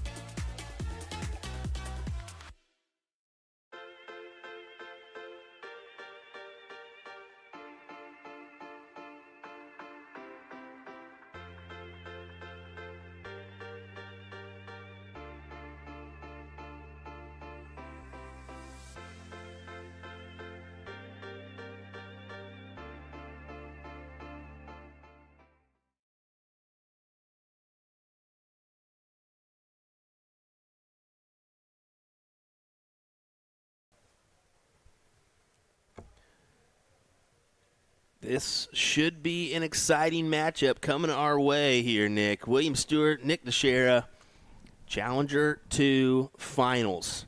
Darren Mosier, Andre Diaz? Diaz, yep, that's correct.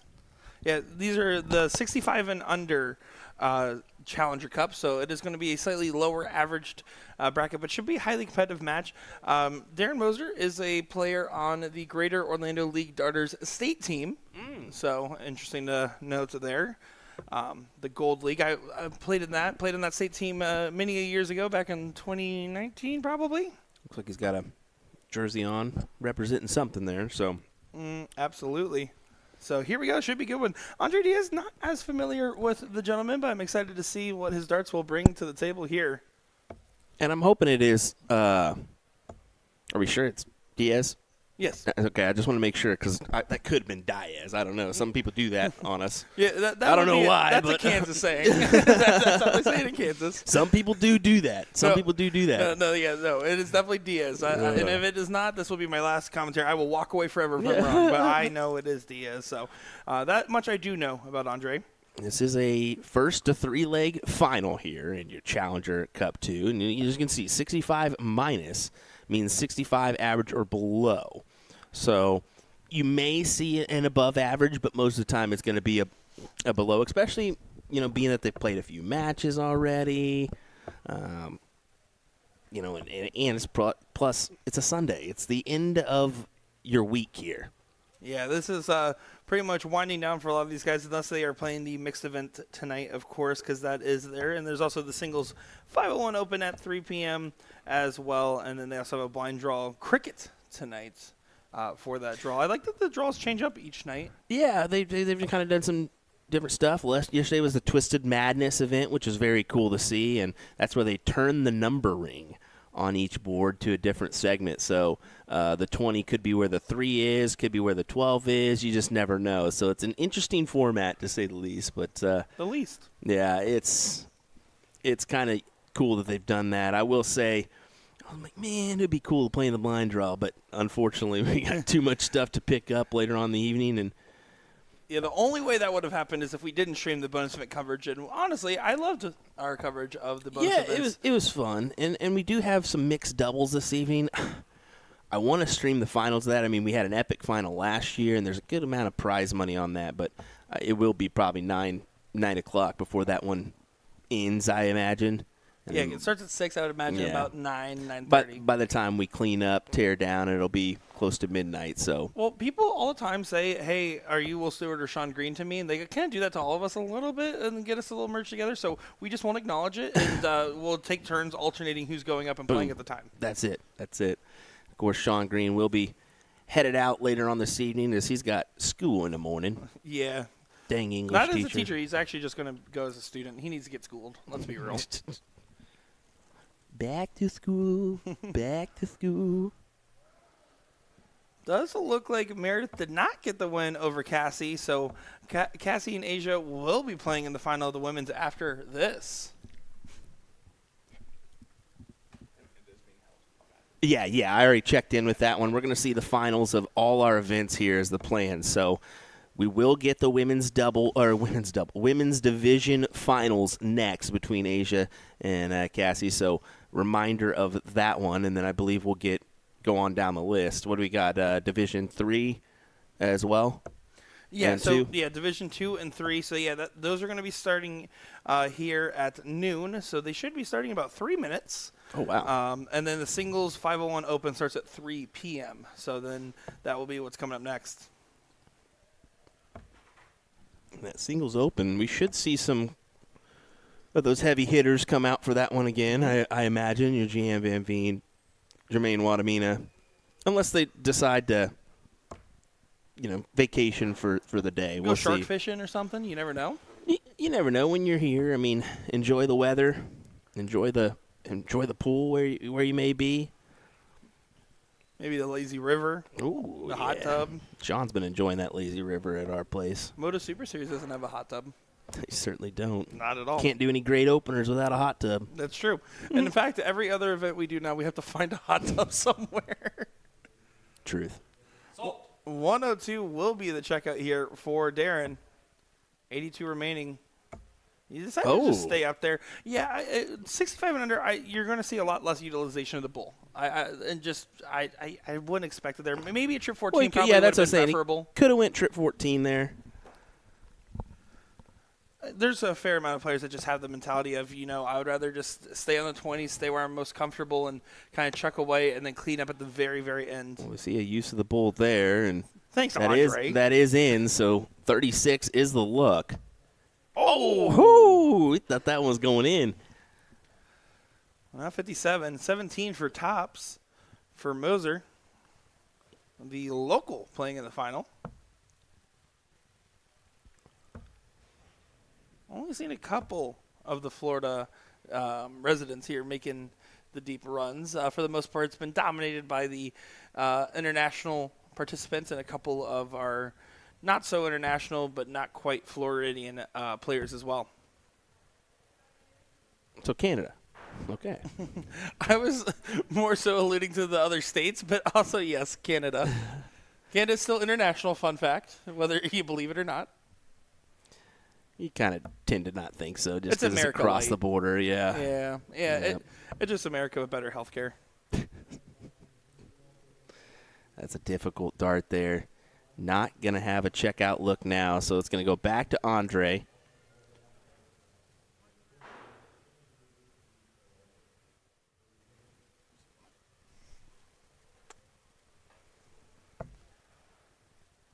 And Andre's going to want to capitalize on this. Again, 65 and under here.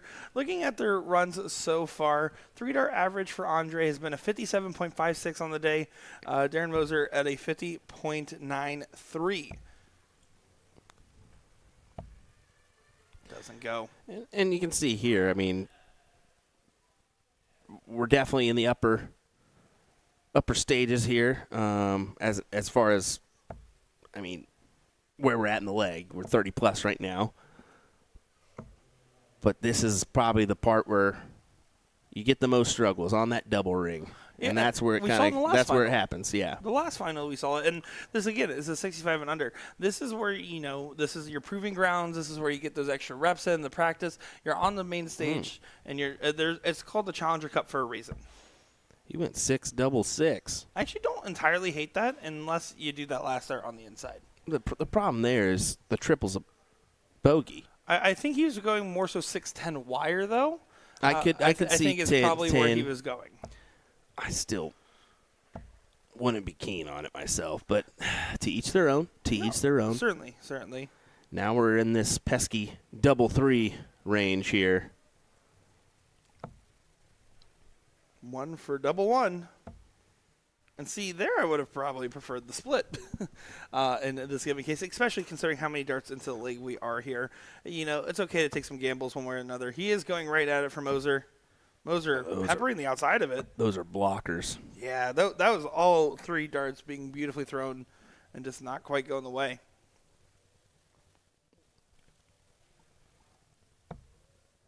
Now option 2. Yeah, he chose a split this time. You can just barely see Sean Green in the background here. He creeps on these guys nonchalantly. You can see his head just over the table. Glutton for the broadcast, let me tell you.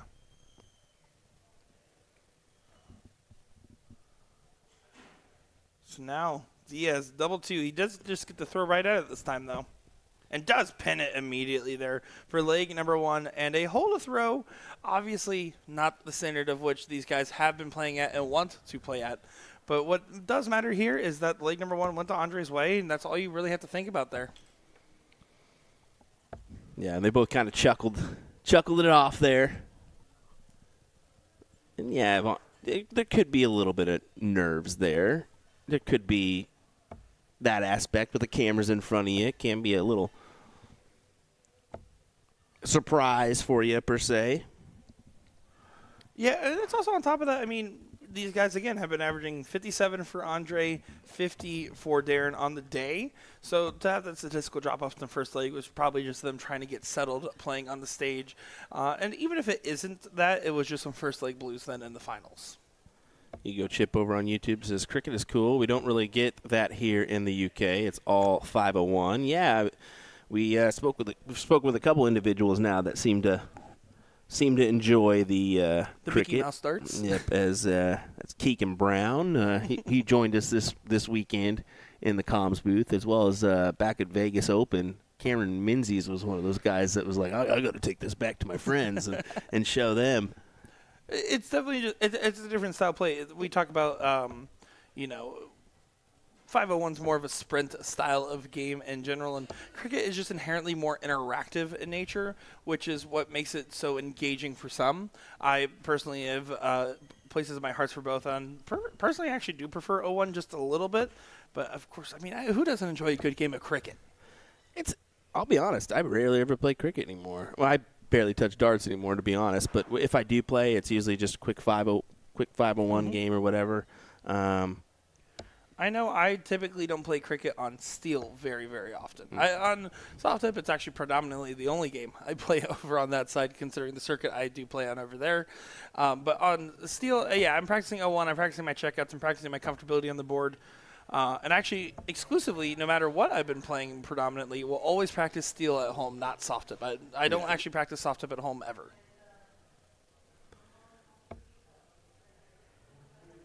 A lot of my logic behind that being that steel darts just reward to have a more clear and defined follow-through in general. And it's easier to get into some bad habits if you play predominantly soft tip, in my opinion, just because of the nature of the scoring and how the game is. You can get rewarded for darts that aren't necessarily darts that would hit otherwise. Yeah. 118 the look here for Andre.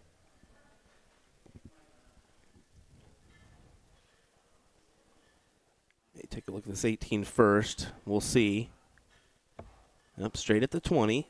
He's just going to probably stay on it, try to find it, does not find it, and then switches to 18 but pulls down into the 4.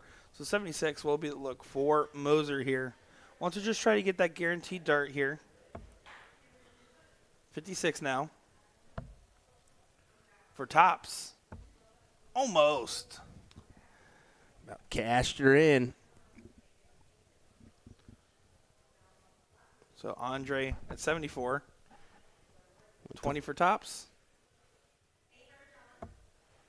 Ooh. Will blow his intended target there as it'll go back to Darren for the tops. And now over to the 15s. And pulls it in, and that was well inside too. Yeah, that was. I don't think he took enough time on that adjustment for. He obviously wasn't expecting the double 5, and then he kind of just chucked that last one a little bit quicker than he probably should have. If he'd taken that extra moment of composure, I wonder what would have happened. Look at the grip, by the way. I just noticed this from Andre. Look how he grabs the dart. He has his whole fist on there. I mean, I can't even see the tip of his dart when he throws. Yep.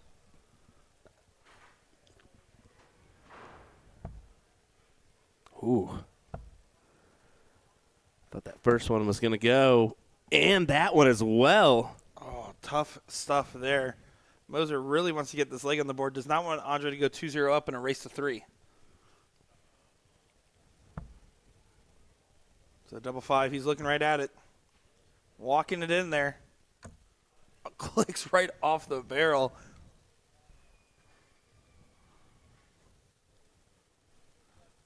Scott Lightler in the chat saying, hey, he came back and said hi to us yesterday and actually told us the entirety of the point of the trip was that they were at Disney and really wanted to come by and say meet us over here, actually. So Scott came by and sat here and talked with us.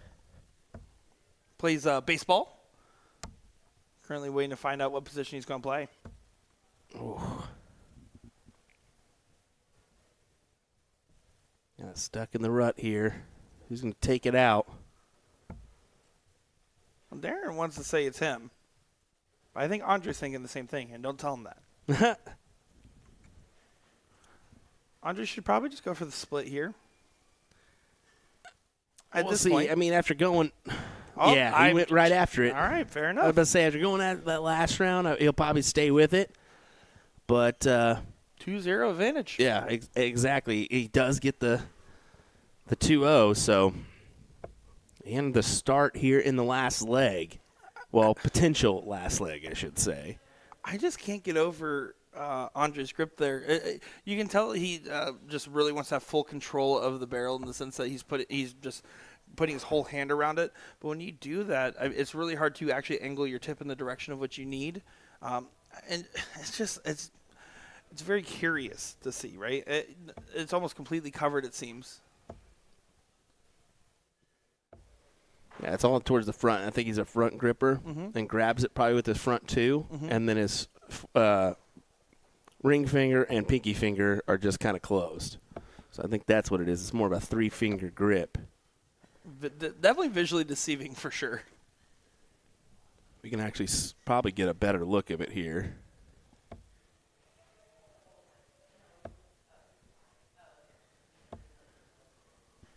Let me see if we can potentially cue something in. And Darren has more of just a traditional.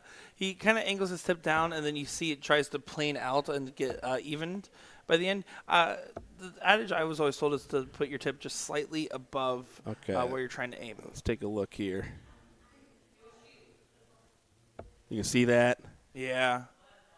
Closed. This is the first two. The middle finger and forefinger are on the dart there for sure, with the thumb being your main finger there on the barrel. Yeah, it looks like it. And that's one of the things you'll see different players, especially when you look at something like a Challenger Cup 2, where you'll see different styles of grips and angles, positions. I mean, these guys definitely have very different approaches to how they hold and throw the dart here. Because you can also see Andre just kind of holds it at his eye line for an extra second or two, and then kind of throws almost like he's kind of stuck, I guess would be the term I would use. Overall, a smoother action for Darren, a little snatchy at the end. He's not really fully following through with his dart. I think for him, if he angles his tip just a little bit higher up and then has a little bit more of a sort of follow through, he would have great results. Otherwise, his action definitely looks a lot more comfortable. 151 for Darren. Needs to find a leg here. That's a great dart. Getting himself out in front here. With how the doubles have been going for these guys, it is just so paramount to wanting to get these extra darts, and especially because these guys are starting to get more and more comfortable here overall, it seems.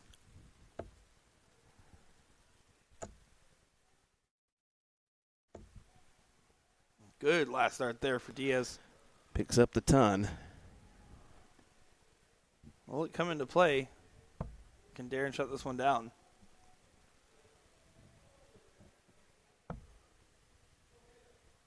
Double top.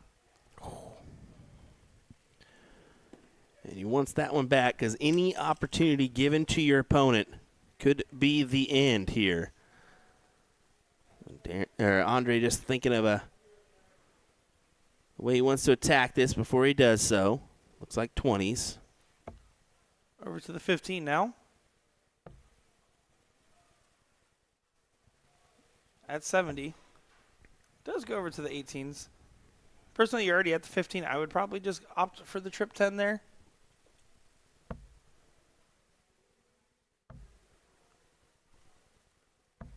Well, what do you feel about that split? Can you talk? What do you feel about that? What are you doing, bud?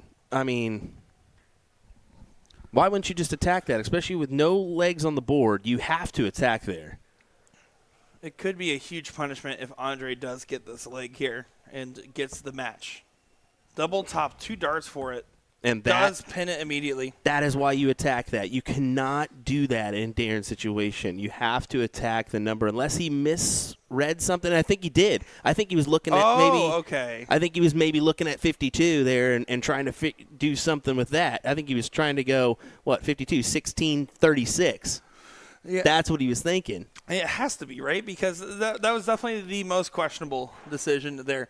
Don't think he was intentionally trying to throw the match by any means, though. I can tell you that much. Well, But thankfully, no DRA is going to come after him here, okay? Andre Diaz there does get the win. 3-0 win, and honestly, well earned. It was a fight in the trenches there to get the winning doubles, and he's happened to find 3 of them. That he did. Folks, we'll be back with more coverage, including your women's division finals coming up next.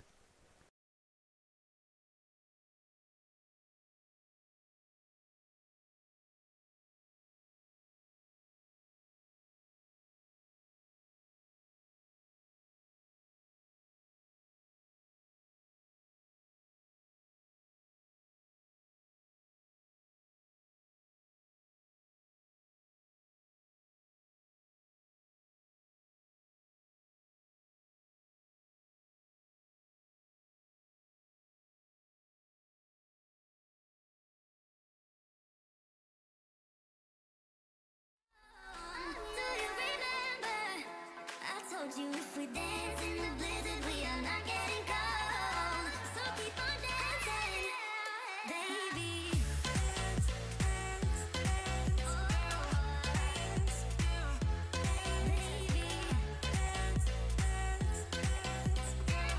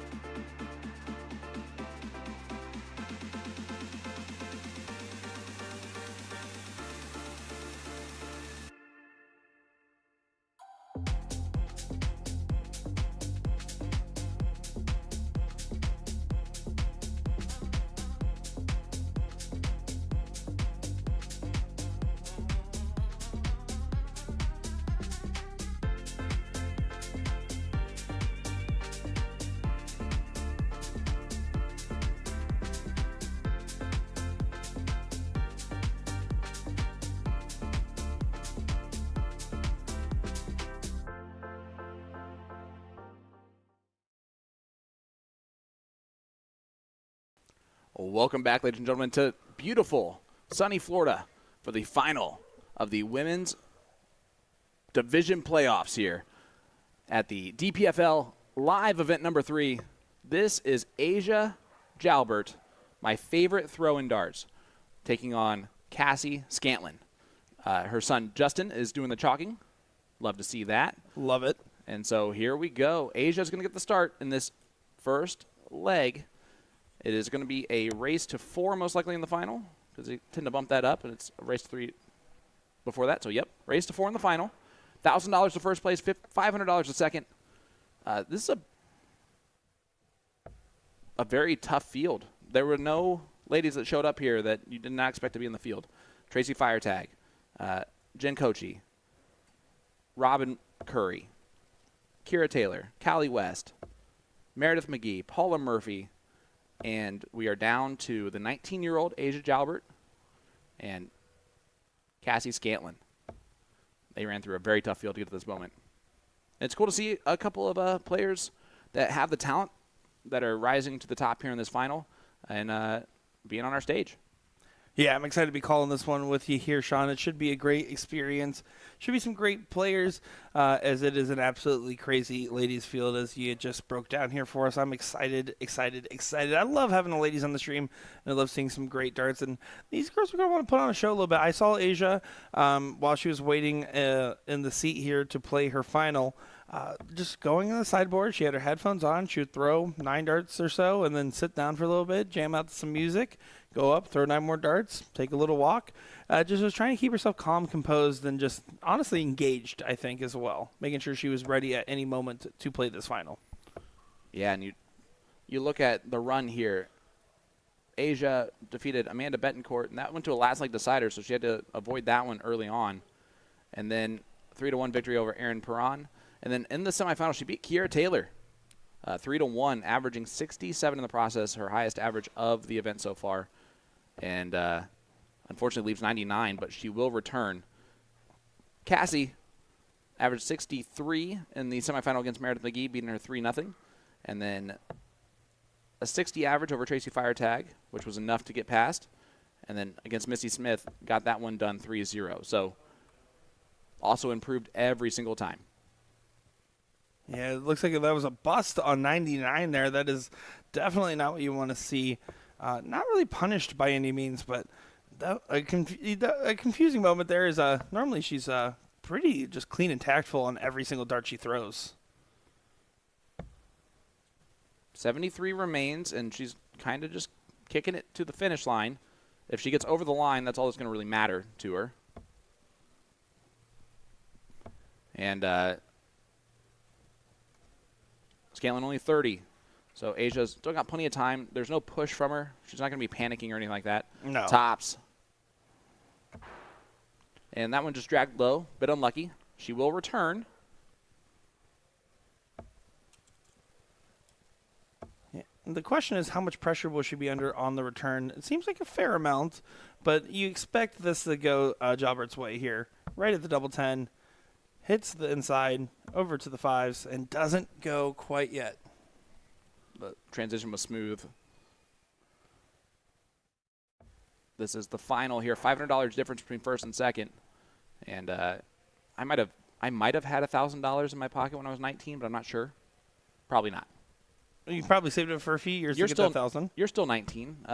Do you have $1,000 to your name? I can promise you with this job, I don't.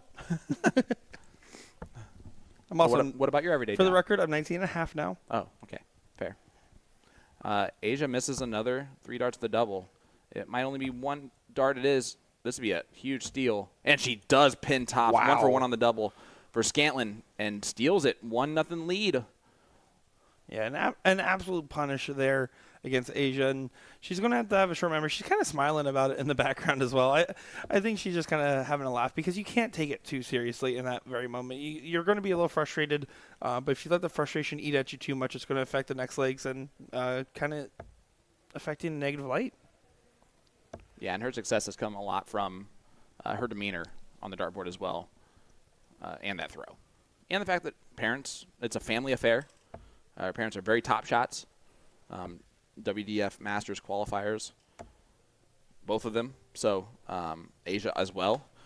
So that can also be a great family trip. Think about a family trip just to Budapest. Wouldn't that be nice?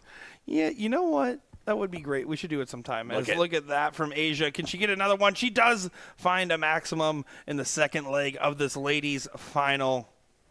Great recovery from her. Big 180. Boom goes the dynamite, Asia Jalbert. And then great answer there from Cassie. I mean, not really just going to bat an eye too much. Knows that there's still a job to be done every dart of this leg. Doesn't matter if Asia hits perfection or not. She knows she has to do her job as well. 100 answers, 100 there.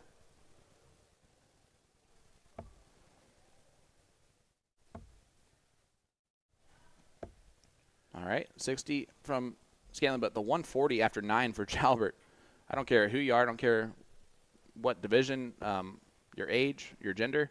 Leaving 140 after 9, nothing to sneeze at. No, absolutely. And, you know, that's a testament to Aaron teaching her everything Asia knows. And just a correction, Melissa is not her mom.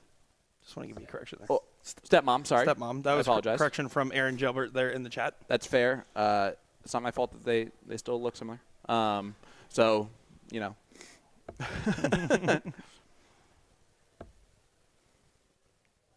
Aaron's just trying to point out that those are all his genes, okay?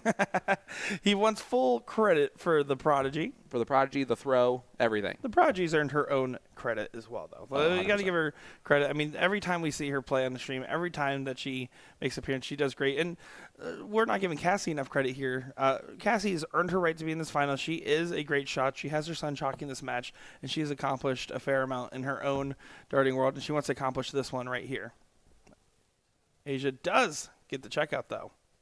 1-1. Made that one look easy and clean, and you have to do that after the double trouble that she had in the last leg, just to kind of settle yourself back in. Yeah, it's a great mental reset there. But so far, breaks across the board, which means that really anything can happen when you see something like that in the final.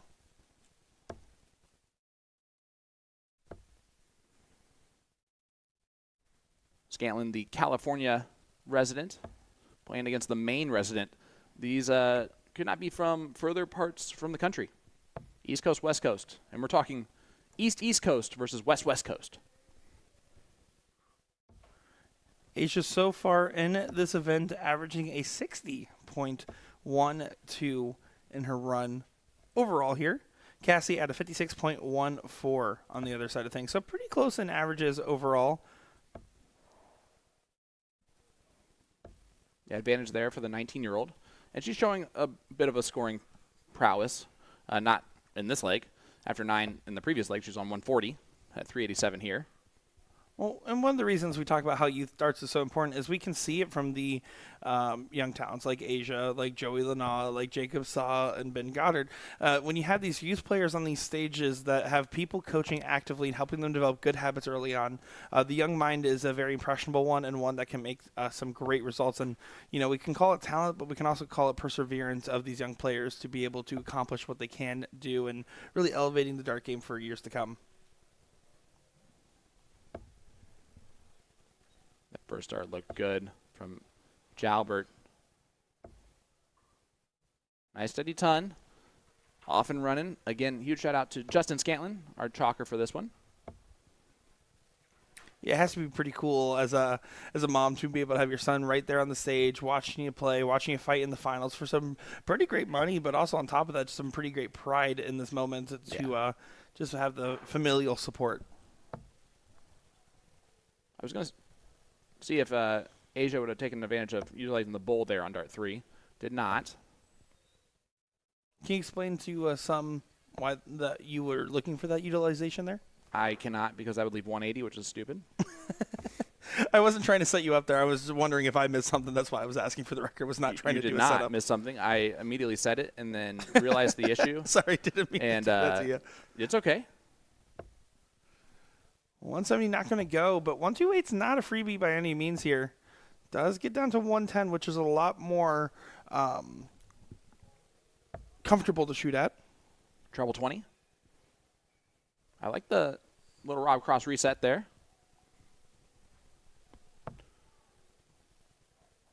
Scantlin's been really good at finishing. That's what's gotten her to this point in this tournament. Made it to the final. She's always just very clean on those checkouts. And the setup play needs to be a little bit better right here. Yeah, and that's not – the last dart was not helpful. 10 scored. Potentially very costly. Yes, 2-dart checkout, but far from it. As right now, 2 darts. Look at that perfect marker there. Potentially doesn't quite go. Now 100 is what Cassie left herself on. Will she be able to check this? Tops. Oh, what a shot that would have been. I mean, you get the first one in there over the top, and all Asia's thinking is, oh, great, here we go. Double 4. Must hit dart now. An opportunity handed to Cassie to continue the streaks of breaks potentially. And Cassie's been great on these opportunities throughout this tournament. Needs to stay that way. And opportunity giveth, opportunity taketh away. But Asia still has to cross that checker line herself for this leg. Up to the madhouse we go. Does play it aggressive there, drops it low. Cassie would now get the look once again. Sean Green, Nick Dichiria as a bust there from Cassie. Give the opportunity right back to Asia, who pins double 4, because nobody misses double 4 eventually. Not anybody I can think of. 2-1 lead for Miss Jalbert. Halfway there for Asia, but Cassie not going really bad night. She's had shots at doubles in pretty much every one of these legs. She's really looking like she's hanging right in the same wheelhouse, and you're right. The finishing is what gets her across the checkered line here, because Asia's scoring has been incredible so far. Yeah, Asia averaging under her average for the tournament right now in this leg, or in this match. 60 it was coming into this, and Scantlin the same way. 48 right now was a 56 heading in, and a little bit of just a scrappy affair on the doubles is really the difference right now in the averages compared to where they played earlier. The scoring at times has been brilliant. And again, I think you guys can all see why Asia's throw is my favorite in darts. I mean in darts. The mechanics is just great with it, right? The fundamentals are there, and it looks comfortable. It's easy to watch. It's easy to, for her, it must feel almost easy to perform. Look at a this. Sense. Just look at that. I mean, there is absolutely zero mechanical issues, flaws, anything. Elbow's dead perfect. It's a great, perfect hinge. The follow-through is textbook every single time with an extended follow-through and flick of the wrist. Guys, Yeah. if you want to be good at darts, just watch this right here for, 5-10 minutes and just replicate it as best you can over and over again. You're going to eventually be good. Yeah, absolutely love every bit of that throw. And Casey, on the other hand, when you take a look at hers, for the most part, it's pretty much she lifts her elbow up just a little bit as she's doing her drawback, but then keeps it in that same spot, which is where her consistency does derive from. Look at this. Smart switch. I would have gone for the 180, but I'm stupid. And Jalbert leaves 70 with an opportunity to take a 3-1 lead and break the throw of Scantlin. Yeah, she is playing incredible. Again, her scoring has been phenomenal from Asia. Treble Trip 10 over to the double top. Taking on the barrel. Can she write it in there? And she does get the double. 3-1 advantage and on match point for Jalbert. East Coast, the main native, 3-1, one leg away from this title. Wow. Can the Californian battle back? You can see PJ Stewart looking extra grumpy in the background. He was just he's just mean mugging the screen. He's just watching this feed right now. He's just in the zone. Yeah, he's zoned out right the second. Looking at his phone. There you go. PJ has been a huge supporter of Asia this entire time. They're both 19 and kind of got into the game kind of at the same time. They're both East Coasters, and they've been warming each other up, playing together when they can. It's a good friendship and partnership that they have, and it's great to have in that dart community, especially similar age. It's tough to be a 19-year-old at a dart tournament, so it's great to have others. As someone that was a 19-year-old at a dart tournament, I can absolutely agree there. And PJ, of course, welcome addition to the Florida darting community. I actually got to call a couple Steel Tip games with him over at Cherry Bomb. There you go. So great to see. The soon-to-be commercial pilot, who has already told us that he will have his license for commercial flying by the age of 20. insane. In the membrane. You can see Cassie right in range here. She can attack the throw of Asia. She needs to find just one of those rounds that can separate her from the pack here a little bit, because right now, if she doesn't, Asia will have a chance at a double first for the match. Great last 2 shots on the cover. Could not have been done more brilliantly after the first dart. Leaves the 137. But look at this from Cassie. 140, needed 140. And to attack the throw a little bit. Great way to match. Treble 19 for tops there for Asia was the route. If Cassie's finishing has been the reason that she's gotten to this point, this would be a heck of a time for it to rear its head. She's going to set it up just in case. As she should. We always talk about the fact that the hardest double to hit is the last one. Asia should get 1 match dart, at least. It will only be 1. Double top for the win in the women's finals. Instead, Cassie has a chance to save her run right here. 3 clear for a double. And this is a break of throw for Cassie Scantlin. Not over with yet. Asia now back to 501 points away from the title. She will not go quietly into the night here. And just picking up her game across the board overall.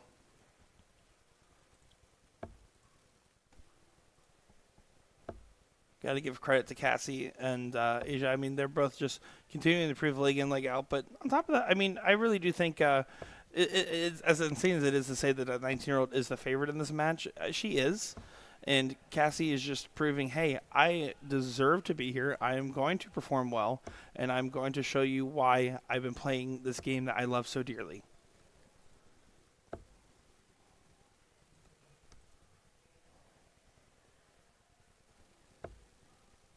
Drops that first dart. Needs to do a correction here, and this is unfortunately a very tough moment. Does find the trip in the lesser, and that's a huge find, but now the throw has effectively been taken by Asia. And again, just finds that treble first dart. Another steady ton.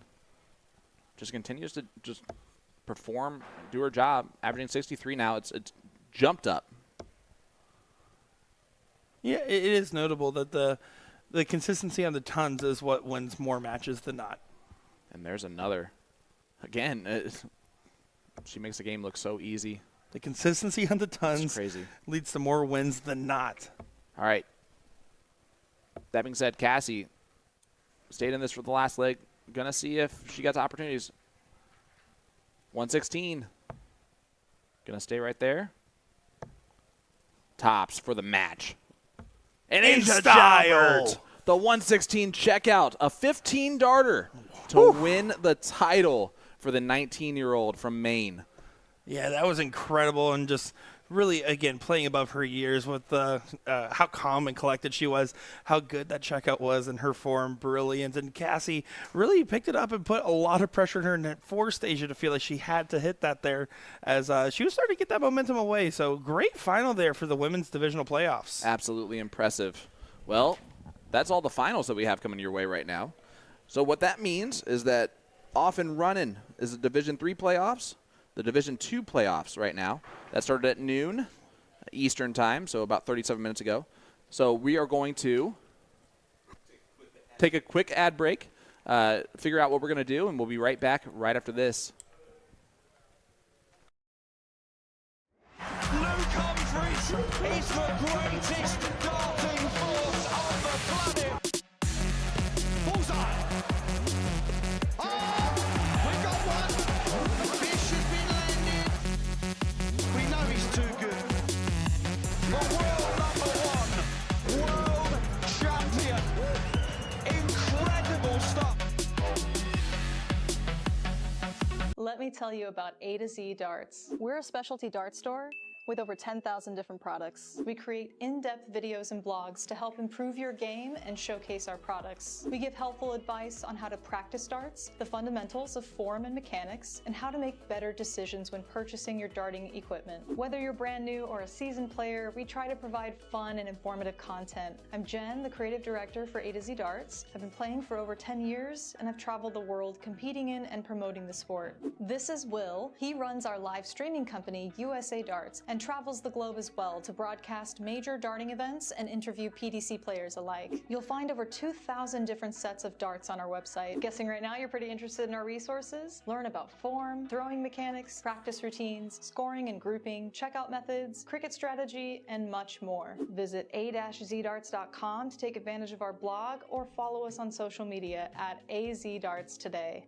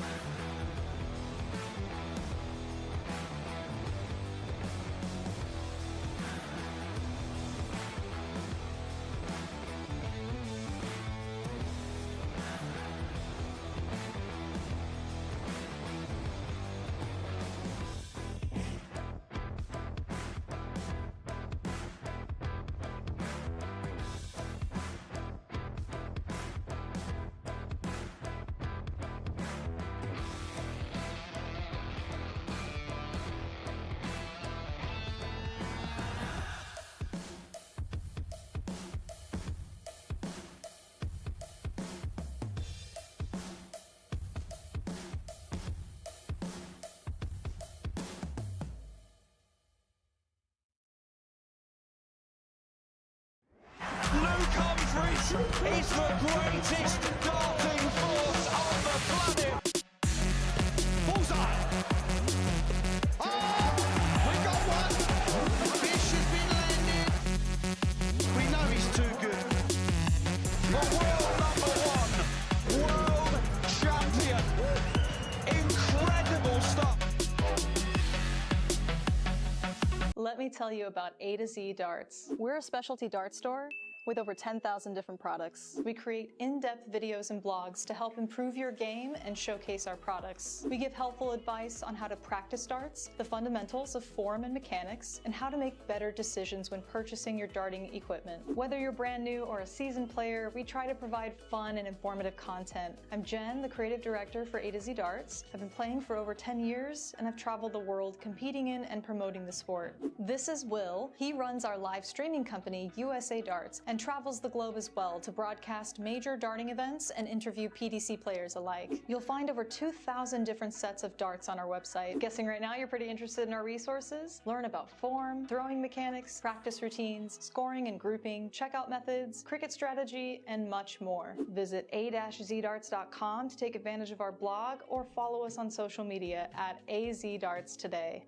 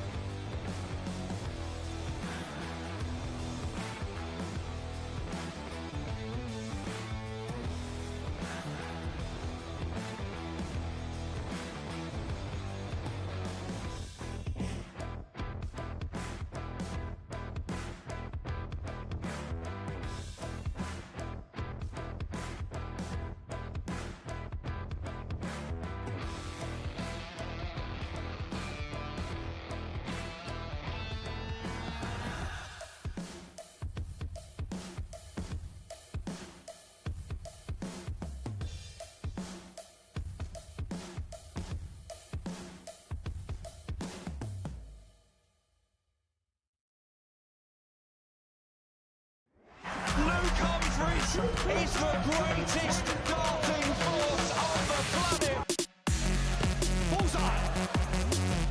Oh, we've got one. Fish has been landed. We know he's too good. The world number 1, world champion. Incredible stuff. Let me tell you about A to Z.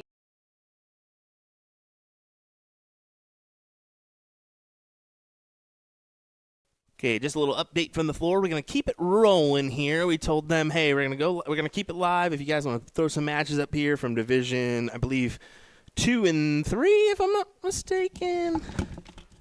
There it is. Sean's hoarding the flyer over here. Okay. Yep, Division 3, Division 2 starts at noon.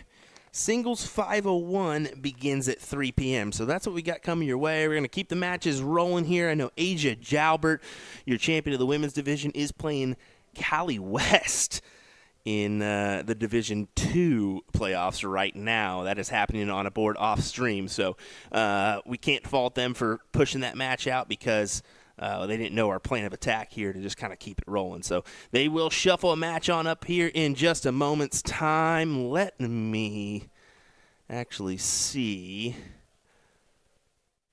what their plan is here. Let's look at board calls. By the way, all this information provided by Dart Connect. So you can head on over to dartconnect.com and get all the information. Looks like we're going to get a Division III playoffs match. It's going to be Lisa Brazel taking on a TBD opponent. So we'll have a Division III playoff match coming your way here in just a moment's time. We'll figure out how long it's actually going to be. I want to figure out where this match is, too. Looks like they are in... They had a preliminary stage. They do have a round one beginning in the top 32. Matches are taking place there now. But it looks like our first match will be from the top 32 in Division number 3 as Lisa Brazel will take on... make sure I get this one right. Chip Dick or Rich Staker in the next round. So hang tight. We'll have that one for you in just a moment. Appreciate you joining us for our coverage of the DPFL Live Event number 3 here in Kissimmee, Florida. We'll be back momentarily.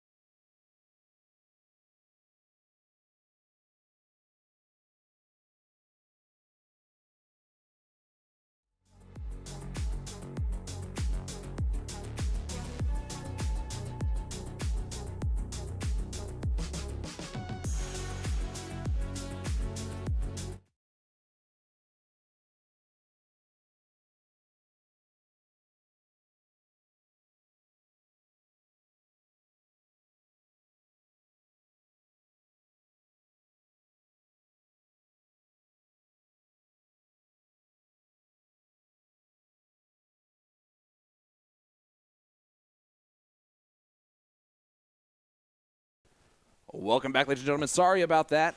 We have lost most of our other viewership. Not viewership, commentary team.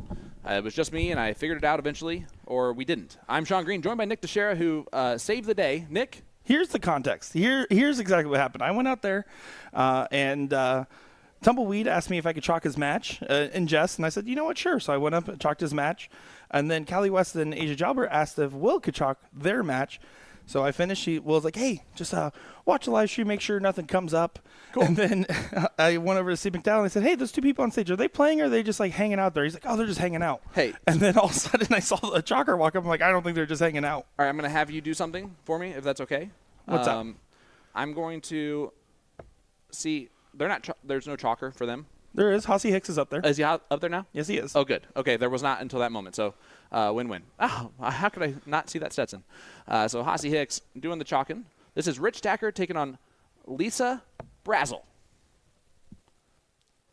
Yeah, this is going to be the Division 3. So, we have a range of events that we are looking at over here. And we saw Division 1 earlier. We saw the Challenger Cups as well. I'm excited to see Divisions 2 and 3. It's just going to give us a wide range of players that are all trying to show us their promise. Yeah, absolutely. And it's awesome to see this. Brazel on 1-2-3 after 21. Again, I need to point out that this is Division 3 playoffs. I wouldn't have made them. Would not have been involved in these Division 3 playoffs. Would have. You would have been stuck in the round robin, probably. No, never would have made the round robin. That's. I might have won a leg of darts. I can't make the round robin. I didn't even sign up. You see these averages well above where I currently stand in that. However, so I'm telling you, the insider information I'm going to have on these players is going to be endless, and I don't really know too much about them, but I know how darts work in this type of level. And they are, let's just say, great at times, and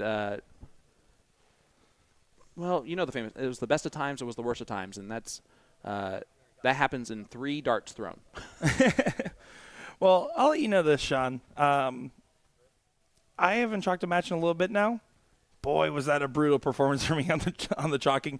Was going against a 20s versus 19s shooter, and I was like, all right, perfect. I got my 20s mat down, and then I saw the first 3 darts were at 19. I'm like, oh, great, here we go. Time to have some fun with my rusty math. And the difference is I can sit here and call games and call shots, and I honestly don't even think about it. But when you're in front of the players, you don't want to jeopardize the integrity of their match, and so I feel like it's actually more stressful than calling the math in front of hundreds, if not thousands, of people for some reason. Yeah, absolutely. And let's look at the Division 2 playoffs. They are starting to get to those quarterfinal matches. Nick, Mitchell Taylor is sitting there. That is, of course, the better half or worse half of Kiara Taylor. And, of course, we know that because they were in the same tournament last night that Kiara won. Yeah, that is true. He is waiting on the winner of Justin Ellie and Paul Tierney. Dwayne Trotter taking on Billy Greek, or Billy the Greek out there. Michael Tieske taking on Tracy Firetag. And then Josh Letson is waiting on the winner of Callie West, who got past the ladies division champion, Asia Jalbert, and Brennan Faust. So those are your updates there for Division 2. Division 3, a little bit further back. Still, this Stacker gets that first leg underway there. That was a stack attack from Stacker. Stacked it away. I ran out of stacks. It's rich of you to say. Yeah, very Lisa of you to respond with. Wait, that didn't work either. You got to bring that razzle razzle. Having fun calling some great games here in Division 3, let me tell you. Our commentary might be bad, but the dart players are not. No, that's not bad. It's a round 1 matchup between Brazel and Stacker here, last 32 in the Division 3 playoffs. I like this jersey. I like the juxtaposition of everything American for about a quarter of Americans. Yeah. I have never gone hunting in my life. How about you? I have not gone hunting either, no. Garfinkel? Well, that's coming from Florida, New Jersey, and Indiana. I probably have the best opportunity to hunt out of the 3 of those. Actually, I take that back. I have hunted deer before. Just I use a car. Did it work? Did not. Thankfully, Good. I missed my shot. My brother-in-law, though, did not miss a shot. He hit that deer. Actually, the deer hit him. Oh, The deer dear. ran in front of the car. The deer started the fight there. Yeah. It was over life. You can see, Lisa, they're pretty clean action overall. I mean, again, minimal body movement for the most part. You see that Rich has a little bit of a lunge in there, right? That flick is Look at the flick of nice. the wrist. Yeah. I love it. Hossie Hicks, our chalker, champion of one of the events yesterday. I'd have to. There were so many, they all ran together. I was going to say, he also had a couple stage. Listen, Hossie. Hossie Hicks also was the best response ever to the Scott Hanish Exactly. tumble. That is going to be the most notable thing, and he won an event. Yep. Scott Hanish, in case you didn't know, he is the most popular guy in darts. Currently. Just continues to go viral. Stumbled into that one. He really has, in true Hanish fashion. All right, 1-0 lead here for Stacker. It's the first of 3 legs in this last 32. Taking on Lisa Brazel. And Razzle Brazel trying to bring some energy. Does let a little bit beyond there. It's some Sunday darts, folks. I mean, we've been going at it for a little bit here.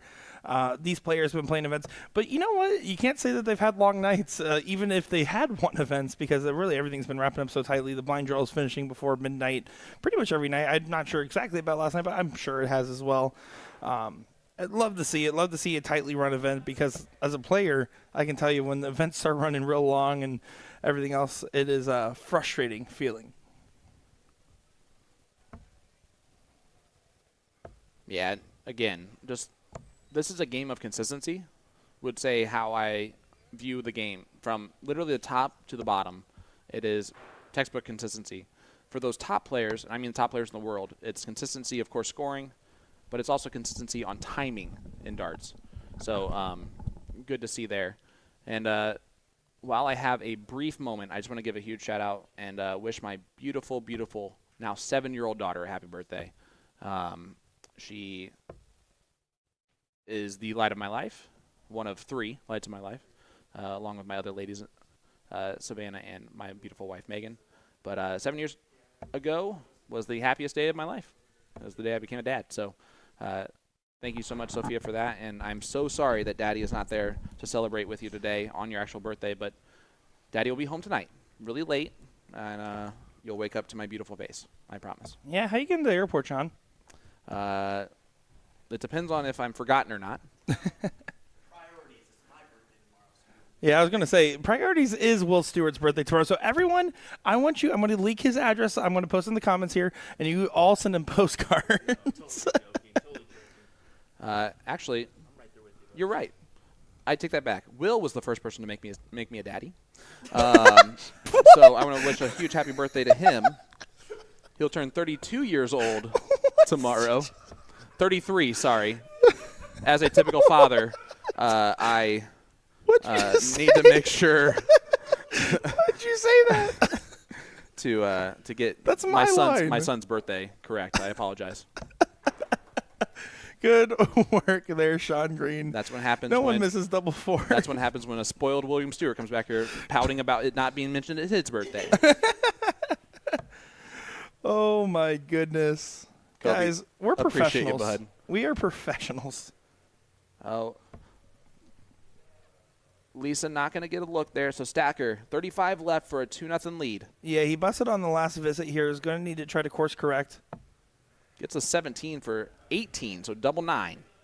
Which, I mean, obviously not happy about it, but still gets a dart. Now he won't. Does leave 8. Yeah, cleans it up. Will he return? Or will Lisa Brazel throw in a big score of her own? 72 left. Debating on what she wants to do here. Try to go for the treble 12. Yeah, I would have to imagine there. Now Rich gets a chance for a 2-0 lead here in our Division III playoffs. Yeah, double 4. Big moments.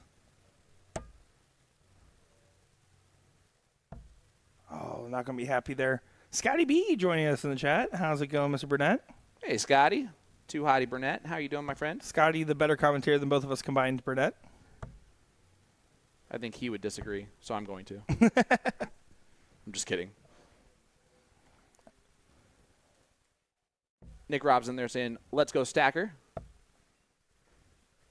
Needs to find this double two.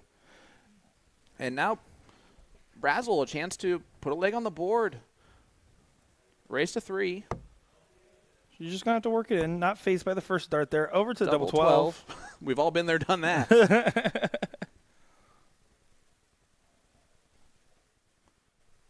Thanks, son. Double 1. Left for Stacker. Oh, All right. man. Brazel, 24 left. Double 12. Oh, my goodness. I'm sorry. That was just a lot for me to hear. Double 6. And Down to not fun territory. I'd rather shoot at double 1 than double 3 every single time. Dudley from Southern Louisiana tuning in from us. We're actually going to be there in about a month and a half, mid-November. That's going to be mid-November, yeah, for the EDC finals. Yeah, we're in New Orleans. New Orleans. That's Nolans. Nolans. And Stacker cuts his score in half. Not ideal. And unfortunately, listen, Brazel, don't worry about that, Lisa. Everyone hates double 3. Everyone does. I'm not a fan of splitting when your opponent's on a double, but double 3 is just so annoyingly tough to hit and so punishing for the miss. If you go inside, you're leaving yourself 1 for double 1. If you go to the bottom of the board, I mean, it just doesn't feel good to shoot at. I think we remove double 3 from the dartboard. I'm going to start a new petition here. Especially because, and this is why I hate double 3, right? You miss into the single 3, and now you got Madhouse left after you hit the single 1. And if you don't, guess what? You missed. Yep. Good call. Just like that. You don't even get a dart at a double, and it's frustration. This literally could be a 1 dart throw for the next 4 or 5 turns where they're at, which is never fun. No, but it's part of the game, right? With the highs, there does come the lows. For every leg where I've missed 100 darts, it feels like at double 1, there's legs where I've hit checkouts I should have never typically hit. So that's going to apply to these players here. You have to make sure, no matter what happens, whoever wins this leg, that it just doesn't carry over into the next leg. That's what really separates everybody. We've all been in these matches right here, and let me tell you what. Tell me what. You're hoping your opponent hits at this point. Mm-hmm. You just want this leg to be over. Yeah. Again, it doesn't matter who wins. It matters how you respond in the next leg, as they're even having a laugh about it themselves. Well, Lisa tried to throw a little razzle-brazzle in there, hit the trip 1 to hit that 3 score line. She said, master out. Is this master out? I don't know. Let's just give it to Lisa. She technically hit 3. These players want to earn it regardless. Oh, that's in. Stay high. And that's fine. That is okay, because now she will get a clean approach if she gets an approach, of course. Ladies and gentlemen, if you've ever wondered why double 1 is called the Madhouse, just sit back and enjoy yourself for the next. A great use of that Next first 2 dart darts. there as he throws his hands up in the air. Oh, my goodness. Lisa's like, I finally got to the 3 down to 2, and, of course, Stacker stacks it. I'm surprised Lisa didn't throw up her hands in celebration, too, when that went in. I would have, and I'm not joking. I would have absolutely done that. I'd be like, I'm tired of shooting at the 1 number. Now, let's see how it affects or doesn't affect this leg for these players, right? It's about keeping your mentality clear. Rich is now at match point. The pressure is on Lisa here to perform. Rich just needs to focus on getting true darts, just staying. If you're averaging a 30 right now, right? You had a very tough last leg. Focus on getting some of the big segment. Just aim top wire. If it goes high, that's great. If it goes low, you're in the trip. That's how you try to settle yourself in these moments. You don't need every dart to be perfect in a situation like this, especially with where they're at. And right now, these guys are scoring way better. I now have realized my problem. What's your problem? I would never think that way that you just told me about. I mean, it's hard to think that way because you don't want to go against your... Perfection is key, okay? Always and everywhere. And if I'm not perfect, no matter if my average is 32 or not, I am so mad at every single one of those darts. No, and it's counterintuitive, and I'm talking about it specifically in like a Division 3 type playoff. When you're playing at the upper echelon levels, you're not going to be thinking, "Oh, I should probably just go ahead and try to aim fat." And I'm not saying to aim fat either. I'm just saying start thinking top of the wire. Start thinking just get your misses more vertical, less horizontal. Because right now, if all 3 darts were hitting single 20s every round, the average would double for the players. I'm pretty positive that Nick is telling me that she is Mrs. Stacker. It's either that or it is his really, really close friend that makes it so you don't have to have enemies. Putting that comment in the chat, talking about him. Listen, I leave all familial relations up to Sean Green to decide. Nope. Never doing that again. So, Stacker on 201. As Anthony Bass chimes in, says, I think if Lisa would follow through just a little bit more, she'd be more accurate. She seems to stop her follow through a little bit. And yeah, that's a little bit of just consistency in general. If you're not following through all the way, it's tough to follow through to where you follow through every time the exact same. And I think that's what is meant by that. However, there are players that have made an absolute living out of not following through all the way. No, certainly. And it's funny you're talking about that one. I'm looking at Sacker. I'm thinking he kind of reminds me of like a Richie Burnett almost with the way he twists his body at the very end of the throw. You can almost see a little bit of that there, but not the full kick to the dart that you would see from Burnett there. Nick says, really his wife, happy birthday to you, to your beautiful baby girl. I assume he means Will Stewart. He walked away, so that's super funny. Well, Nick, I really appreciate that. Thank you so much. You're welcome. And it's cool to see you in the chat rooting for your better half. Or your worse half, sorry. You are the better half. Well said, Sean Green. It's coming 105. from someone who's married. 105 is the look here for Stacker. Again, just focusing on bringing it down with Lisa not on a checkout here. Tops. He was going treble there, but I do appreciate the tops call. And that's a great hit there. I would have gone tops. That's why I'm You would have sitting back missed here. tops. Yep. That's what would have happened there, Sean. But guess what? What? My opponent's still back on 186, so it would have been a lot cooler if I would have hit it, though. Well, 3 darts clear for the win here. To complete the stack attack. Can work in with that dart. That's okay. And there we does. go. 2 darts needed, 2 darts hit. And Rich Stacker wins 3-0 over Lisa Brazel. Also, it's always great to bring you this Division III coverage, guys. I understand that at times you're very used to seeing the best of the best make this game look extremely easy. It's not. And it's nice to show just how great those players are by showing the backbone of darts in the dart community that is trying to approach that level. The 95% of the rest of the dart community that is just scrounging along trying to make the best of their game. And I started a sentence, didn't know where it was going. I don't think I found it along the way, but we'll see. Guys, that'll do it for this match. We'll be right back with more right after this.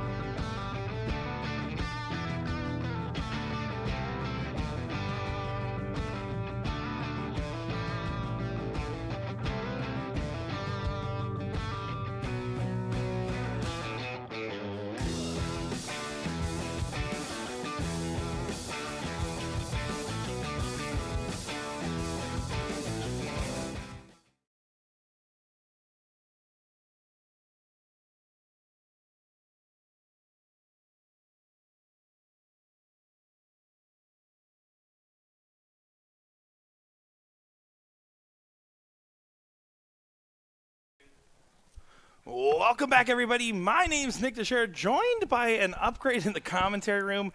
David Garfunkel, how's it going, buddy? Garfinkel. We needed the upgrade in the commentary room. Covering some more great actions here at DPFL Live Event 3, and I already butchered it. I already ruined this. It's all right. Garfunkel, Garfinkel, same. Garfield, you know. Well, taking a look at the match here, Mitchell Taylor and Paul Tierney is going at it here, and the second best of the Taylors, as Kira Taylor we saw on our stage play against Ben Goddard in a final already. Curious to see how this will develop in our Division II playoffs, a quarterfinal matchup here.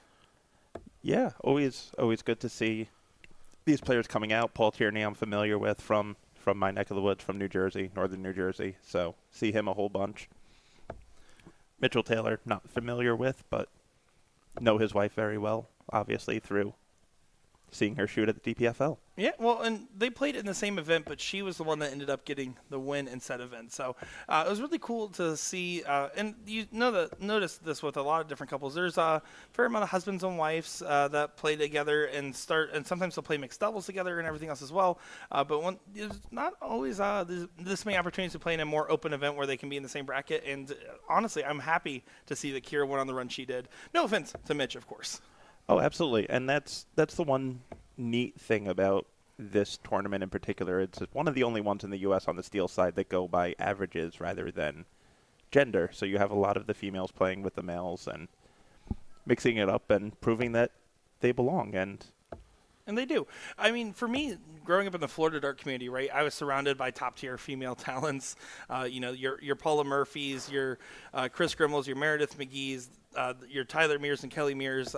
So for me, it was always impactful to be surrounded by top-tier female talents. And honestly, darts is one of the sports that doesn't show no bias one way or the other, and it's just simply competitor going against competitor, if you ask me. Oh, 100%. I mean, we, at one of our DPNY events, had 3-man teams, and our favorite team, and they ended up finishing, I believe, third that year, was Robin Curry, Callie West, and Tracy Firetag. Pretty good team right there, I'll tell you that much. And looking at this right now, Paul's currently at 1-4-5, so out in front on this first leg. Not going to be able to check it here, but he might be able to set himself up pretty keenly. 105 should look bowl. Does not. Decides to stay up. Sets it up very nicely. Yeah, not into quite the one dart checkout range, but with Mitch kind of on the outside looking in, is going to need to leave himself a finish and is in danger of not doing so and will not leave himself a finish here. So 6 darts for 45, a good spot to find yourself in. Absolutely. 5 for tops.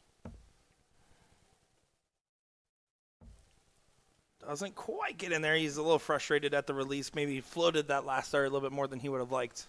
A little bit high. I believe this is his first match on this stage this weekend, so naturally you want that first double to go in, ease the nerves a little bit, ease that stage adrenaline. Yeah, it's tough, right? And when you go up there, you're playing on the bright lights, you're playing in front of everybody, and on top of that, you know that everybody at home is watching as well. So it looks like he does take that leg over there and gets it. Hey, I will say we got upgraded commentary and a downgrade in spotter. As you were spotting that last match there, I do want to say, celebrity spotter. I was trying. I was trying. It's not easy, folks, to do the spotting, especially also, and we'll be honest, it's easier to spot when everybody's throwing 90 plus, 100 plus averages. It's a lot more predictable, and it's hard to do. I don't envy the position. In fact, if you ever see me spot, it is atrocious. Absolutely, it is tough, and especially because as a shooter, you have your own mentality of how somebody should go, and trying to get in the head of a different shooter and figure out what route they're going to go. Because at the end of the day, obviously there's optimal routes, but the best route for you to personally throw is the one you feel most comfortable with at the end of the day. When you're in match play. When you're in practice play, try to optimize those routes. But when you're in match, do what you're most comfortable with. 100%. And, the simple at 51. Are you going 11 or are you going 19? Yeah. And that's just where you choose to go your route, if it's the 20s or the 16s. Now, I have a question for you. Absolutely. So you have a pretty close relation with a lot of these different players, obviously with DJD in general and stuff like that. I do. What's it like watching these players' careers that you sponsor and stuff like that, and just following along with them event after event? It's incredible, and it's one of the reasons why I don't play anymore. And people, I constantly get asked the question of, Dave, you don't play. And I realized it a couple of years ago when I was at Virginia Beach, and I was playing in doubles, and Connor Martin and Joey Lenoir were playing together. And they got called to a board, and I was in the middle of the match, and the only thing that popped in my mind was, I want to go watch them shoot. I don't want to be here shooting. Yeah, no, and that's great to see because it is so important for these players, and we'll see it more and more. I think if you looked 10, 15 years ago, sponsorships were kind of a rarity for players, and now more and more players are getting picked up by bigger and bigger companies, including your own there. So I love it because I think it's just showing that the game is continuing to legitimize here in the States. Absolutely. And it's, all of my players I consider friends, and obviously I'm super close with a whole bunch of them. And, the last 4 years, seeing Joey Lenoir's growth and seeing how he's developed as not only a dart player but a human being. And, I consider him my baby brother that I've never had, and I torture him the same way and give him a hard time the same way. And, Stowe Bunce has pretty much become the older brother that I never wanted and wish that I don't have. But That's funny. I love it. I love it. You can see Paul was a little annoyed at his last start. He wanted the bowl to leave 40, but 46, not a bad spot to find himself in. Will get a chance for it here. Yep, still in nice control of this leg. That 39 doesn't put a ton of pressure on him. 10-6 wedge, 6 for tops, 10s. Does not get it, and he really wants that break of throw. To put yourself 2-0 up in a race of 3 is just such an advantageous position, especially with alternating start throughout the entirety of it. Absolutely, and I would put him up the break also, which means he'd had 3 legs, 2 of them with the throw, and only needing to win 1 of them. 79 here, a little bit of a tricky spot because it's not going to get a guaranteed dart, and yeah, that's going to be frustrating. Now it's 61 remaining, just going to have to tee up. You have to be so careful when you're at like an 85 or something, right? Because if you drop into the 2, you're in a lot of trouble, no matter if it's a trip or a single. 100%, and even at 79, 10 is not a give me of an out. So it's one of those things that you could argue that maybe you should go 19s and not the 13 route, because even then, because he went the 13 route, he doesn't guarantee himself to leave himself on an out after his turn. So now he's at 46, so he still has to burn a dart rather than having 3 at the double if he went 19-20. There, that one just got away from him altogether. So 46 will be looking. This will be a huge moment for Mitch to be able to kind of punish some lackluster darts in the last couple there for Paul. Absolutely. It's missed doubles will catch up with you a lot of the time. And there it is, first start of the double. And we are all squared up.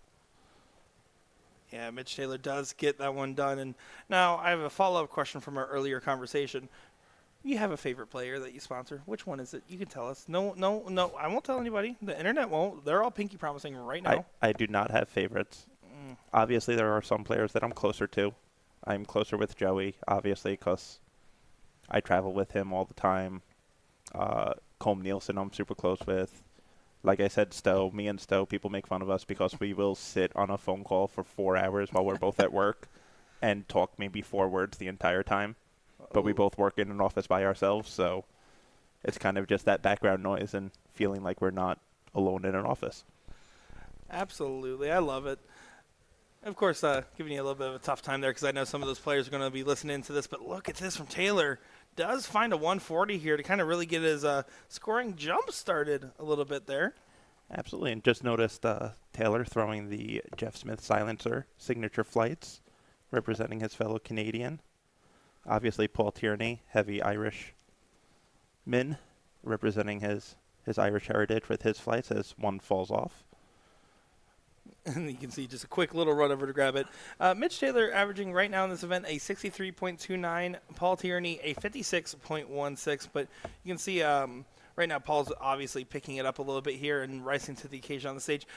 If you could just go by top averages in this event so far, and of course we're in the quarterfinals, so we're a decent ways in. The leading average, Harry Carter, at a 66. So that's kind of your target line, is right around that 65, 66 range. That means that you're absolutely right in the thick of it. Yeah, which is, what this average event capped at was 65. So, it's good to see people throwing right around their averages. Mm-hmm. It doesn't give that whole, sandbag mentality that you get to a lot with handicapped events. And Yeah, and personally, I love the fact that they offer avenues for players of every skill level for this event. It's easy to be intimidated by some steel competitions every now and again if you're not as comfortable being like, oh no, there's just a pro shoot or an open. Here, having some caps and using the Dart Connect average, I think really fully utilizing the Dart Connect system. Oh, 100%. I mean, last year I shot in the 55 and under. I made it out of the round robin, luckily. This year I was kind of planning on it, but the way that the schedule worked out, the Premier Division playoffs were the same time as the round robin. Yep. So I kind of said it that if Joey made it out of the round robin, I wasn't going to play because I knew my mind wouldn't be in playing for the same reasons we discussed earlier. So Yeah, and I absolutely respect that. And Joey, of course, making a finals appearance against Leonard Gates in the cricket singles as well. So we did get the chance to see that there, and a great final that was. unbelievable final. It was a massive shot by Leonard to take that deciding leg as Joey gave him everything that he had, and He certainly did. I mean, played great the whole way through. Certainly did, indeed. Well, right now, 74 needs to get in line here. 41, double 19 for a 2-1 lead, and he pins Get it. Wow. What a recovery after a first start that was far from ideal. And a second dart that was far from ideal. Yeah, honestly. To be able to still persevere and focus in on the double. So, I want you guys to know, whenever I'm with Will at any event, or even just talk to him for all of 5 seconds, I start calling everything deal. What's that deal over there? Hey, that deal. Can you give me that deal? It's a Kansas thing, is what it is. It's a Will Stewartism. Got it. Yeah, everyone has their own idiosyncrasies. For me, I usually have 1 or 2 choice phrases that continue to get repeated. Yep. For me, it's been a lot of, to be honest, I've been hitting with one of those. I tend to lean towards the to be fair. To be fair. To be fair. I love it. Right now, Mitch on a breakaway here with the throw. I mean, this is a good spot for him to find himself in. Yep, starting to pull away. Paul, no slouch. He's been in these situations before. Currently top of the order of the merit for the Dart Players New Jersey Tour. Won 1 tour stop, finished in second in another tour stop to Connor Martin. So he is battle tested. He plays against some of the best in our area. Yeah, and when you look at any of these players, the average is such a fickle thing in the sense that you can also just have these days where you're shooting well above your guard, and the more you challenge yourself with higher level talent, the more often you'll find yourself in the situations where you're batting up, not down. I know for a fact that if you're actively playing on whether it be the CDC tour or any tour in general, it just is helpful because you're challenging yourself over and over again. 100%. And that's the one thing with averages is the better players you play, the better your average is going to be. And that's a conversation I had with one of our players the first year that he was going over to CDC. And we're driving to the airport, and he turns to me and he goes, Dave, I'm not good enough for this. I'm a mid-70s, low-80s average. That is where I cap out. And I turned right to him and I said, no, you're a mid-70s, low-80s when you're playing against 50s.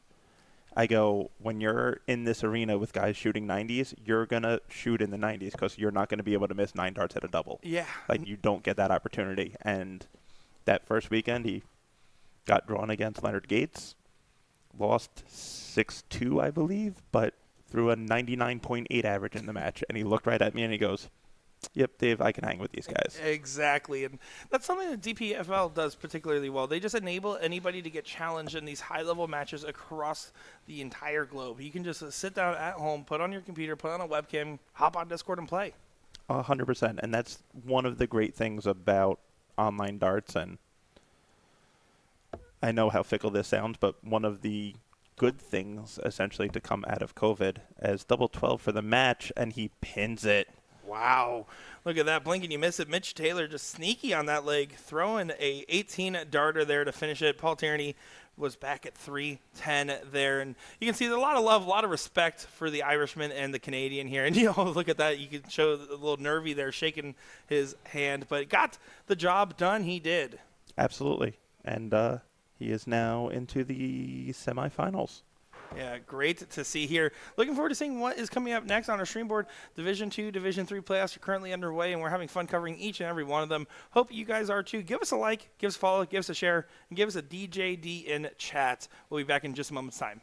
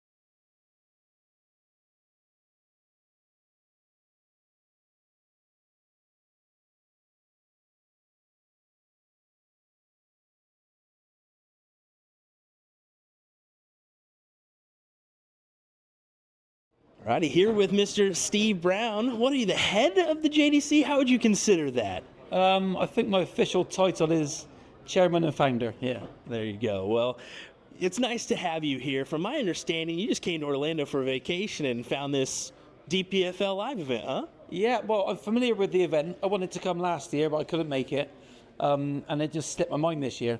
So we booked a family vacation, and as it happened, a day before we left, I seen the flyer on Facebook. I thought, oh, I bet we just miss it. Just be my luck. And I looked at the flyer, read the dates, and I couldn't believe it. So, yeah, so here we are. There you go. How do you like it here at this event? It's unbelievable. It's exceeded all expectations. Yeah, even just pulling up to the gatehouse at the front is an amazing venue. It's really well ran. Lots of events, I think 21 events over the whole weekend. No, it's been fantastic, and players from all over the world. So yeah, it's a great event. Yeah, we had a good showing from some of the professional players, Jan Van Veen, Jermaine Wadamina, and so many more. It's kind of cool to see that over here on our front. It was pretty cool. I walked in the room yesterday. I come with my son John, who's a ex-PDC pro himself, and we walked in the room. We weren't expecting to see Jelle Klassen and Jan Van Veen, and they weren't expecting to see us. So we sort of crossed eyes across the room, and it was like, hi, but what are you doing here? Dang it, you came to take our money. Exactly that. But no, it's great, and there's great camaraderie in the room. Everybody and people just get on so well over here. And I've been coming to the States since 2006 through the PDC, and it's just for me is really warming to see it grow and grow and grow. And I think darts in North America is in a great place. Yeah, it really is. And talk about that from 2006 to now. How has that growth been? If I'm completely honest, when we first came in 2006, 2007, if you drew an American player or North American player, it was almost a buy. And that's me being very honest. Mm-hmm. And sorry, guys, if that was the truth back then. And to see it grow and grow. And I've always, had a lot of time, I owe a great deal of gratitude to an American sponsor of mine back in the day. It was Laser Darts and Horizon Darts, and Terry Manis was the first ever sponsor of me. So I'm sure you're familiar with Terry. Yeah. So she backed me back then, and gave me the opportunity to travel the world and make a name for myself back in those days. So I've always got North America has always got a big place in my heart. So since those days, and to see where it's come now, for me, I had a real goosebump moment at MSG, going back in a couple of months ago, and I was fortunate enough to be late. It's typically me. To the event, but as I walked down the steps, they were doing the first walk on, and it was a packed house, and the crowd, the atmosphere was unbelievable. I had goosebumps walking down. I just thought to myself, I can remember back in 2006, 2007, or the Desert Classic in Vegas, when literally we had to pay people to come in to watch, and to see a packed Madison Square Garden. For me, I've got goosebumps now thinking about it. But how far it's coming in the US is fantastic. You never know. Maybe we'll see another World Series event or more come in the future. Now, okay, your darts for you. Where's your game at? Where's your focus at these days? I think I'm still competitive. I don't take it as seriously, but still, I still fancy my chances against anybody. But I'm not very consistent these days. Maybe play once, twice a week. I don't practice. My practice are my matches, but still, I'll play anybody. Do you think you'll ever try your hand at a PDC Tour card again, or maybe just let John go at it? What do you think? I can see the future, obviously being the chairman of the JDC and how good these kids are coming through. I don't think I'll ever be up to their standard, and I think there's been a big shift, and it's becoming a young person's sport these days. So for me to dedicate the time against these kids with no responsibilities, I just don't think. I think it's an unfair fight. Yeah. Timing's kind of worked out for the JDC. We'll get into that now. Yes, ma'am. Started out, you developed the program, you saw your players go through, you still have your players going through it, but then you got the Luke Littler effect, and he was a part of your program. What did that mean to you, having that player doing what he's doing now, be involved in the JDC, and what can it do for the program? Well, I think before Luke, there's been many players that are on the tour now, your Keen Barrys, and I can go on and on. The players, I think 5 of our last 6 world champions have gone on to become pro tour card holders. That doesn't get given to you. You have to earn that. So it's a real sort of badge of honour to win a JDC World Championship. Luke is flying the flag for not just the junior game, but for the game as a whole. We kind of knew the day would come where some kid would come through and do that. I'm just really thankful that it was Luke, because I think he's done an admirable job of just the way he conducts himself on and off the hockey. He could have been a brat. I mean, he could have let money and fame go to his head, but he seems to have his feet firmly on the ground, and I think that's just what the sport needs. But again, I think there's going to be a bit of a lag now between the next superstar coming through, maybe 2 or 3 years. There's some great players coming through, but nobody stood out as much as Luke at the moment. However, there are players on the same trajectory as Luke, or even more advanced than Luke when he was 12 or 13. So I think 2 or 3 years' time, you're going to have 10 Luke Litters on your hands. And you never know. We're starting to establish JC here in North America. One could be in a North American. You never know. Well, absolutely. So every country, it's very important for any country that sort of invests in their youth structure. That so each country wants to champion their own kid or their own world, their own champion. So it's very important. I think as a lifeblood for any organisation, it's very, very important that they have this structure in place, because nobody wants a house built on sand. Definitely. Well, I can tell everybody, and I'm sure you're going to double down on this. Follow the JDC Junior Darts Corporation Facebook pages and so much more. Get that info, get involved, because the growth in the game is right there. Well, the future is now. It really is. It is. Thank you, Steve, for sitting down and chatting with us here at the DPFL Live Event in Kissimmee, Florida. Appreciate you, sir, and good luck in the future. Thank you, Will. Thank you very much.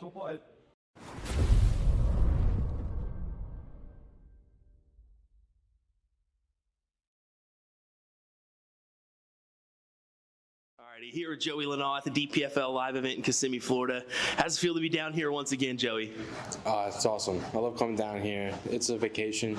I also get a tournament out of it, stay an extra day, do some parks. I like being down here for a week, so it's nice. Yeah, it's a good vacation spot. I mean, a couple golf courses if you fancy that, but even better, some great darts, some great competitors here this weekend too. Oh yeah, you got some PDC players here. You got people that aren't PDC players, but they come overseas. It's good competition here. Yeah, definitely. You got some incredible Dutch players here, including one of your new teammates, Jan Van Veen. Good to see him in person, I'm sure. Yeah, I played him in the development tour a year ago around now, and he wasn't nice to me. He beat me pretty nice on the board, but good guy. I like seeing him. Well, let's talk about darts here recently. You've been, of course, doing the CDC tour and just kind of the circuit in general. Where do you think your game's at right now? It's like a roller coaster, up and down, but I feel like I'm on the upswing right now.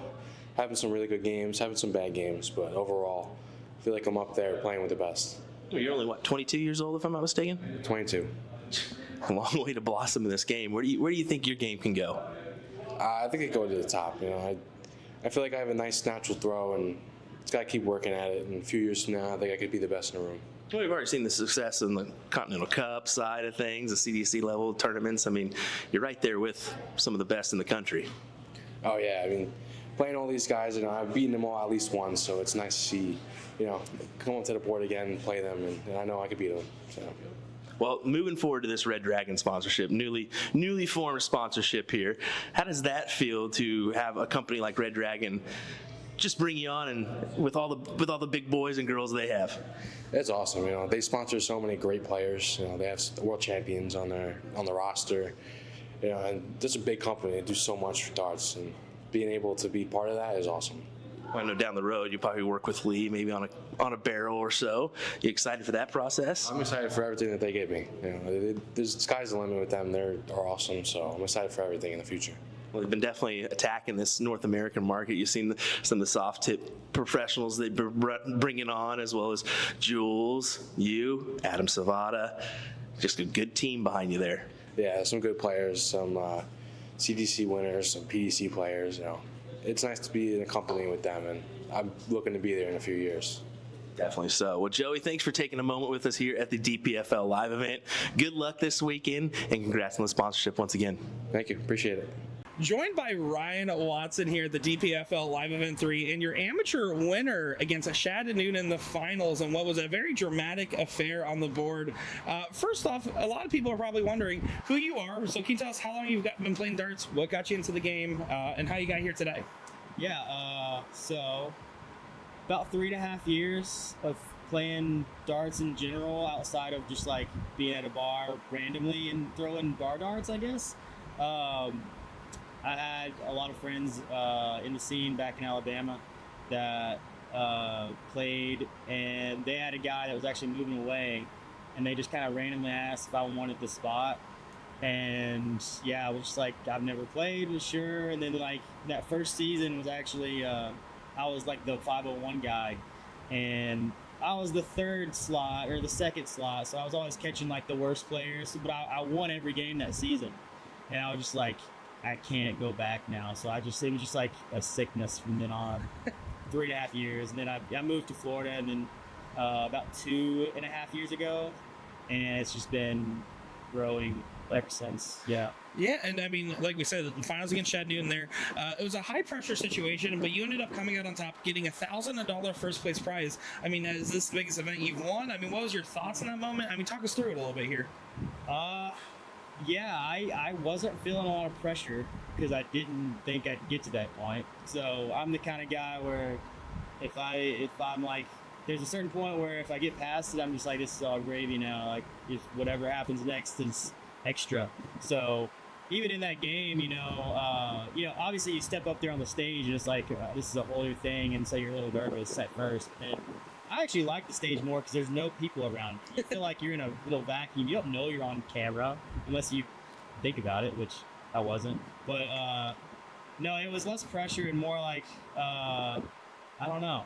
I took the pressure off myself a little bit. It didn't seem like he was feeling the pressure either. It was just like maybe the missing some doubles got to him, and I wasn't missing that many. So, it wasn't a great game, but like it was a grinder. It's just you got to win those. Like I think, yeah. Well, you did win it, in fact, and Yeah. I mean, to be able to go into an event hall like this where there's PDC Tour card holders, CDC Tour card holders, people that have done amazing things at the top of the dart game for a very long time, what does it feel like to be competing in the same room as them, get a chance to meet a lot of these darting idols? Imposter. But it's just really cool. Like it doesn't feel real. Like there's no other sport where you can just like, you can't just like go play basketball with LeBron, like that's not to say that's exactly what this is, but when you walk into a space and there's like Jim Van Veen and Matt Campbell and then Jermaine Watamena over there, these are guys that I watch every day. Like not every day, but when they play, I watch them. Like some of my favorite players.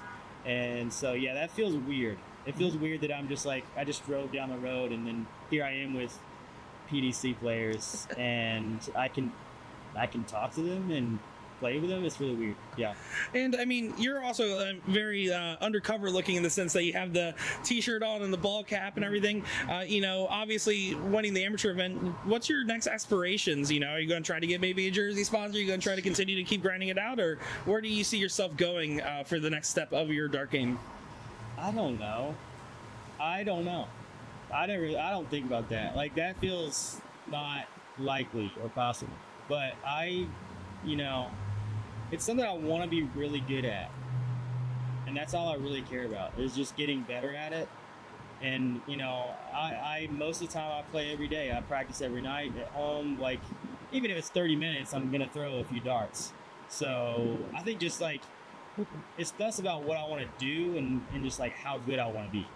I want to be one of those guys that's up there, averaging 80s, I want to have those 100 average games. I don't know. I want to see what's possible, I guess, is all I really care about. Well, we're excited to see what's possible as well, and we appreciate you taking the time to chat with us here. Again, you gave us a great performance on the stage, and it's looking bright for the future of Florida darts, with Ryan Watson being a welcomed addition to it, and we wish you nothing but the best of luck.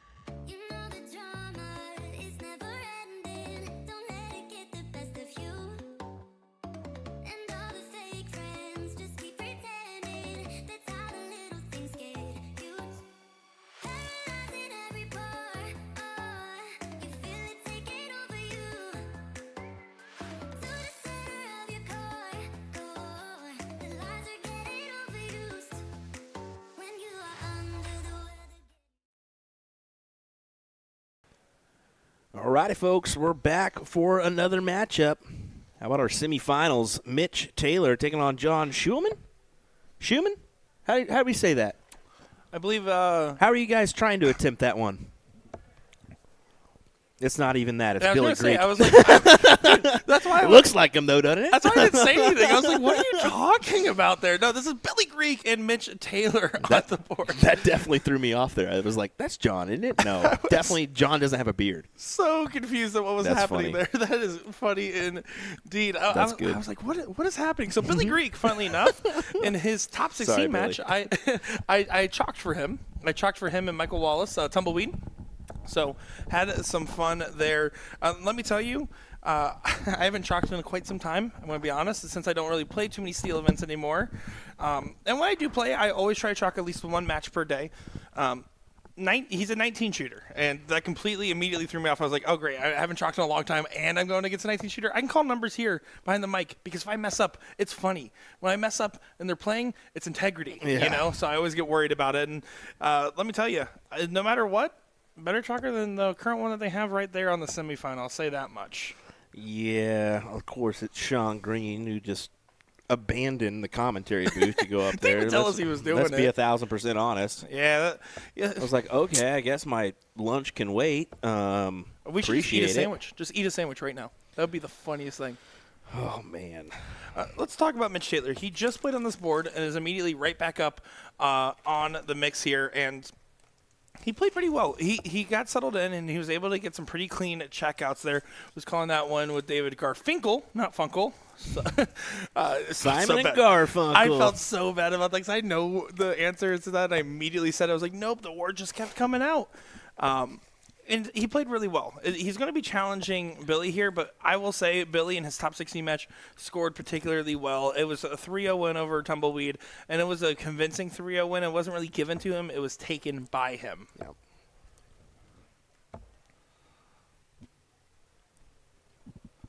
The winner of this match will go ahead to play either Brandon Faust or Michael Tieske. Mike Tieske, very great to see. Good friend of mine. Yeah, he did just mention to me on my way there. He was like, I'm trying to make my way back up there so you can see me again. I said, well, do it. No, the first time was actually a round one match where we weren't live yet. And when he told me, he's like, yeah, I embarrassed myself against Norman Madu anyways, and I'm glad it wasn't live then. So he's looking for redemption for the thing that hasn't even been on air. I'm going downstairs once again. Yeah, pretty consistent. He will stay down there unless the optimal checkout dart requires him to go ahead and move around and set up a little bit cleaner. Billy, great on his math there. I mean, he said he actually went over to Europe for a while and ended up just chalking a couple of different random floor matches for years and years and years and years ago. And he said that they told him if he wanted to do it, he could be the guy. And he's like, I like playing. Very smart with his math. I hate it. I absolutely hate it. Tell us Why would you go 19s? That 3 is 99. What the are you doing? That's my mentality. Go 16s there. Yeah, again, I think it's a comfortability thing. Not that But- it's an but- excuse. But my idea is if you like the bottom of the board, shift up to the 16s. You hit a triple. You got 54 remaining. You don't hit a triple. You hit 16. You still have something. Anything around there is good, other than the 3. Yeah, and you can see Mitch going to be frustrated because he hit the first dart on the 110 and then sinks it right into that 15 there. Not able to set himself up on 40 like he was initially envisioning here.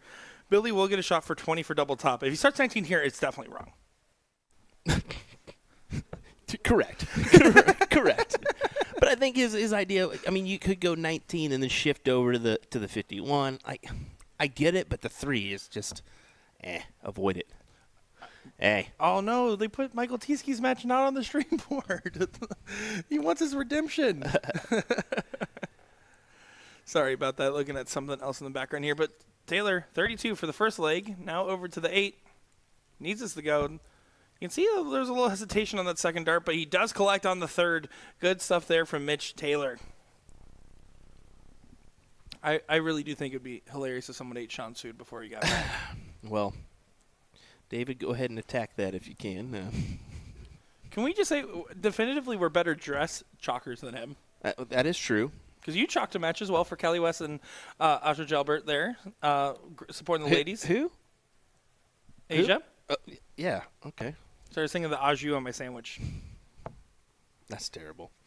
No, but it is nice to get on the floor every once in a while and kind of do the old dart thing again. So, yeah, you can see Sean there. He is rocking the USA Dart stuff, so he's not terribly. Yeah, looking. I am unbranded today. I decided to wear just a normal button-up. Well, that's because I put on a little pounds and those jerseys are fitting a little tighter than they should be as of late. Might need to go to DJD and get some good ones. Just kidding. Love our Magic Wear jerseys, of course, as well. And then he goes upstairs. He's just a switcher, man. Yeah, he doesn't like to stay on the same bed. So imagine me not chalking in almost 2 years going up to chalk that Jeez one. Louise. That would definitely throw me off. You can see how much he's moving already. I mean, there's nothing wrong with moving. I explained that yesterday, how it's actually smart for a player to play a few legs in warm-ups where they're just moving around the board, 20s, 19s, 18s, 19s, 20s, 8, just kind of get that feel of the transition. You see a lot of those upper echelon players, they'll go 20 blocked, 19 blocked, over the 18. We saw that numerous times in the Premier Division playoffs yesterday. Yeah, and honestly, right now, Billy's probably thinking to himself, man, I played really good earlier, and right now I'm not showing the darts that I just was having. I think it's a little bit of that's, I wouldn't say stage anxiety by any means, but you're definitely conscientious of the fact that you're on the big stage in the middle of the room, and it's something that might be affecting his darts just a tad bit.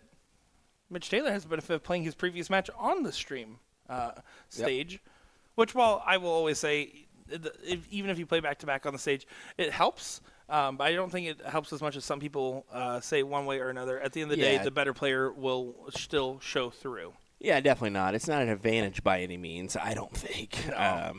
Some tournaments will consider that where they have the separate boards for purposely that reason. It's like, no, guys. Like, if the board's open, play on it. Use it, because a board's a board at the end of the day.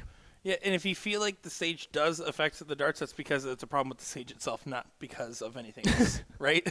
And this stage is a good stage here. Scott Hanish really kind of found the one kink in it and tripped over it and made sure we were good. I will say, you will see occasional shakes or whatever. That's going to happen with any stage, such as the ones that we have, but they've done a good job of bracing it properly to where we haven't got as significant bounces as we would without that. So exactly, and you can see it there when they walk a little bit. But that just, again, comes with the fact of traveling tournaments, building and setting up stuff, especially for DPFL. They only do like 1 or 2 live events a year. Mm-hmm. Or this is the main live event, but they also usually do a secondary event as well sometimes. So good second dart there from Taylor. 68 on the score there. Leaves himself tops.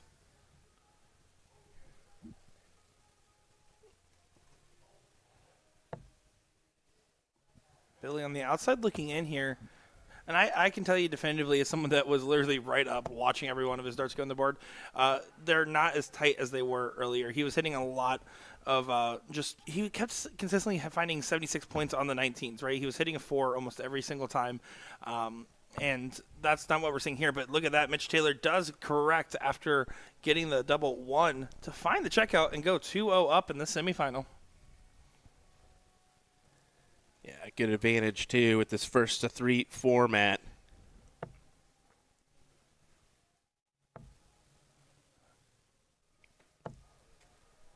Yeah, frustrations there, as Taylor will have an opportunity to attack the throw here, make a finals appearance like the misses did, Kiera Taylor, and like we mentioned earlier, against Ben Goddard in a final. I believe that was one of the Super Cups. Super Cup 2, I believe.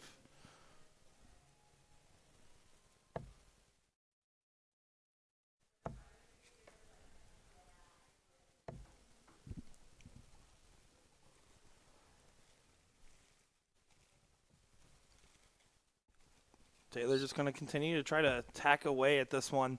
Yeah. Basically has hit the throw now, just about. I would agree with that one.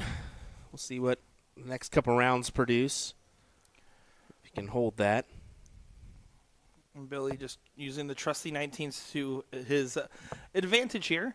And right there, I mean, that's a perfectly fine round. If you're consistently finding 97, you're finding a treble and a single on the 19s on the switch, it's worth it for you. I know for a fact that if you have an alternative shooting style and you decide to change it because you're playing on a stage, you're playing in front of more people, don't. Just play your game. Play it how you prefer to play it. Comfortability comes first. And look at that. Now that 19s are going in with ease. Not a bad visit. Pulling himself out in front here and picking up his scoring. Taylor continuing the attack. Trying to find some magic here. Won't be able to leave a finish, but just staying true. Trying to find at least a single there. Get himself into range so he can make sure to set up on this next visit. Billy going to try to make sure he gets a good setup himself as well. First start trip 19 and last 3 throws now. 95 on the score there. Will do a good job of setting himself up. Lewis Carter saying, let's go, Billy. Do it for the Redwood team, brother.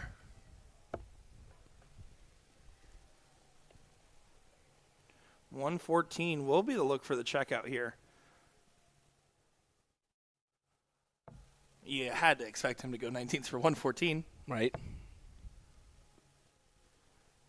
Needed to find the trip for double 19. Now going to have to try to clean up here.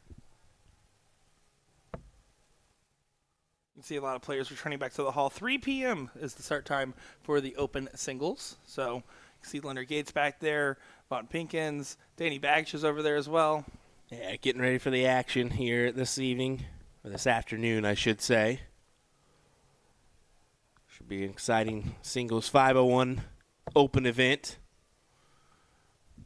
See Taylor kind of short-arming that dart a little bit.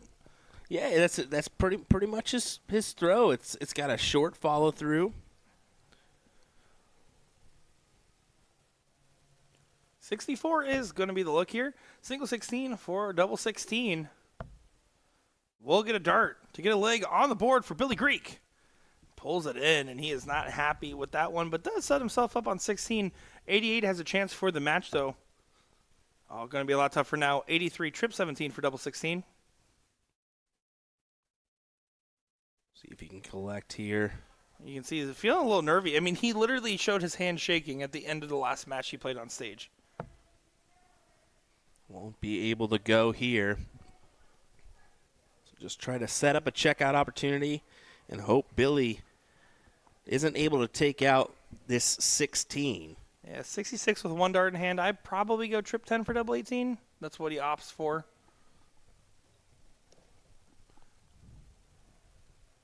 But double 8 will be the look.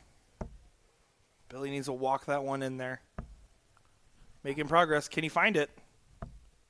Not quite. And 3 missed darts at doubles to get a leg on the board might be costly. Mitch Taylor will get 2 darts for the win in 3-0 style for this semi-final here. Composure is key. Over to the double 10. Doesn't go.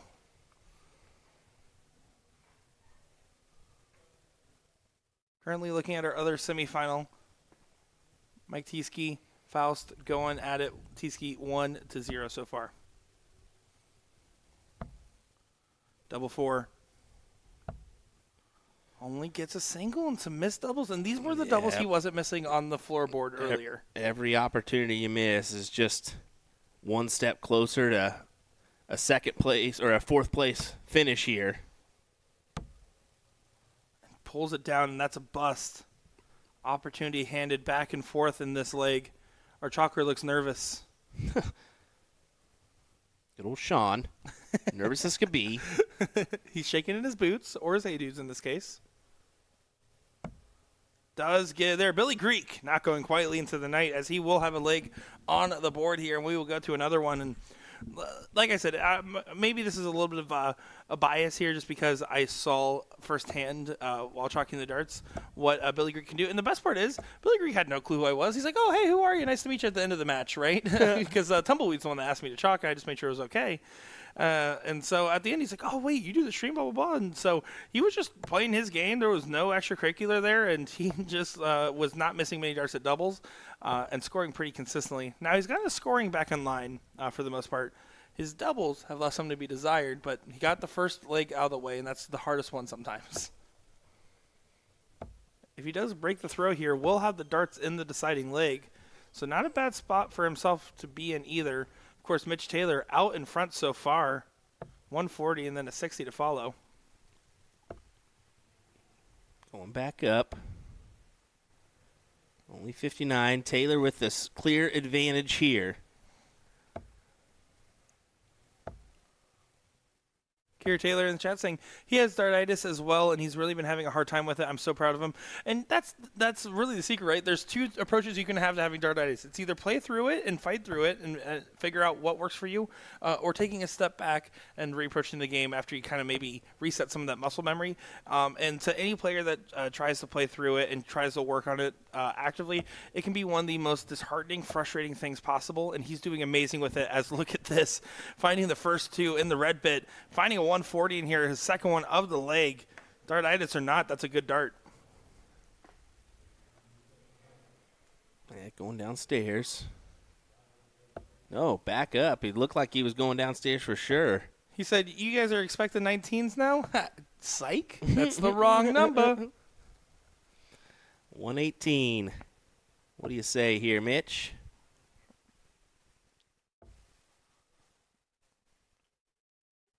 In our other semifinal match right now, T-Ski Faust 1-1. T-Ski averaging a 69, Faust averaging a 63 in what is really a back and forth affair.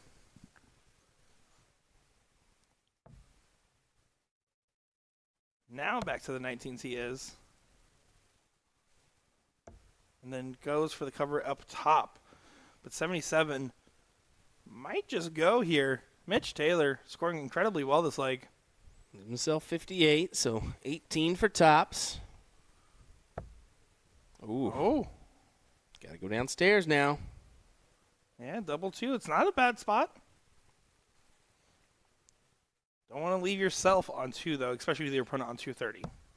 And that's exactly what he did. That's the dangerous part there. You can't leave yourself on two if your opponent's not on a checkout. You can take that either extra conservatively. I wouldn't go for a bust to go back to 77 per se, but yeah, you have to be very, very careful on that last start. That's difficult. Yeah, Billy's going to also be on the run here, potentially. 85 on the score.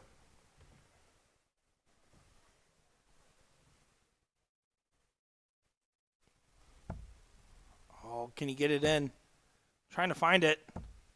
Doesn't go. 145 might be the only look Billy gets. Yeah, we'll see. I mean, it's hard to know with the Madhouse, yeah, right? double one, so treacherous.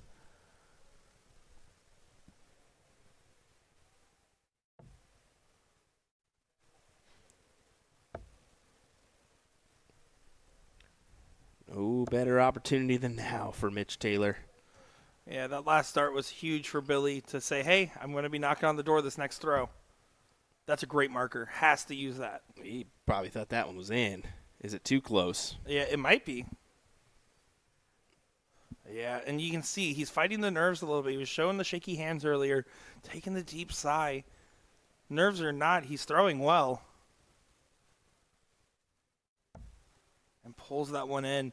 Not going to be happy with it. 63 has a chance to get the break a throw and have the throw in the finals. Billy Greek would be ecstatic at the opportunity, but will he be able to manifest it into reality?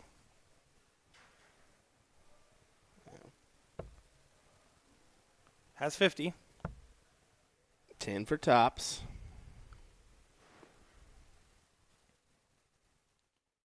Must hit dart for Billy Greek. Can't mess around with it. Doesn't go. Who wants it more here? The answer is both. They both want it just as much. But look at Mitch Taylor finding the madhouse and saying, I'm not scared of it, getting the job done, and Sean Green giving a very flimsy handshake. Not a good handshake. Not very good at all. Let's be honest. Flimsy. Terrible. Looks like they're having a little bit of a laugh there. And Billy Greek, I appreciate that he's still all smiles. I saw him play significantly above where he was there in that final. So to be able to kind of shake it off and just enjoy the game for the game itself, you got to give him credit for that. You definitely do. Folks, don't go anywhere. We'll be back in a moment with more action from the DPFL Live Event in Kissimmee, Florida. DPFL.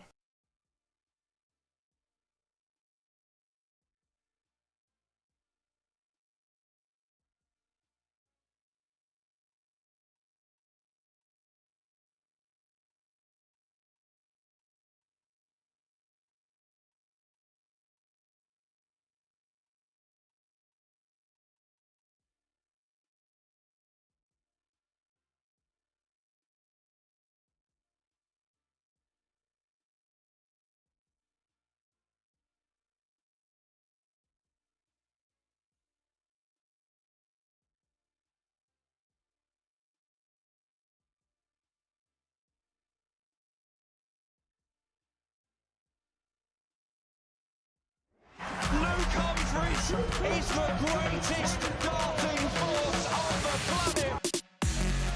Bullseye. Oh, we got one. The fish has been landed. We know he's too good. The world number 1, world champion. Incredible stuff.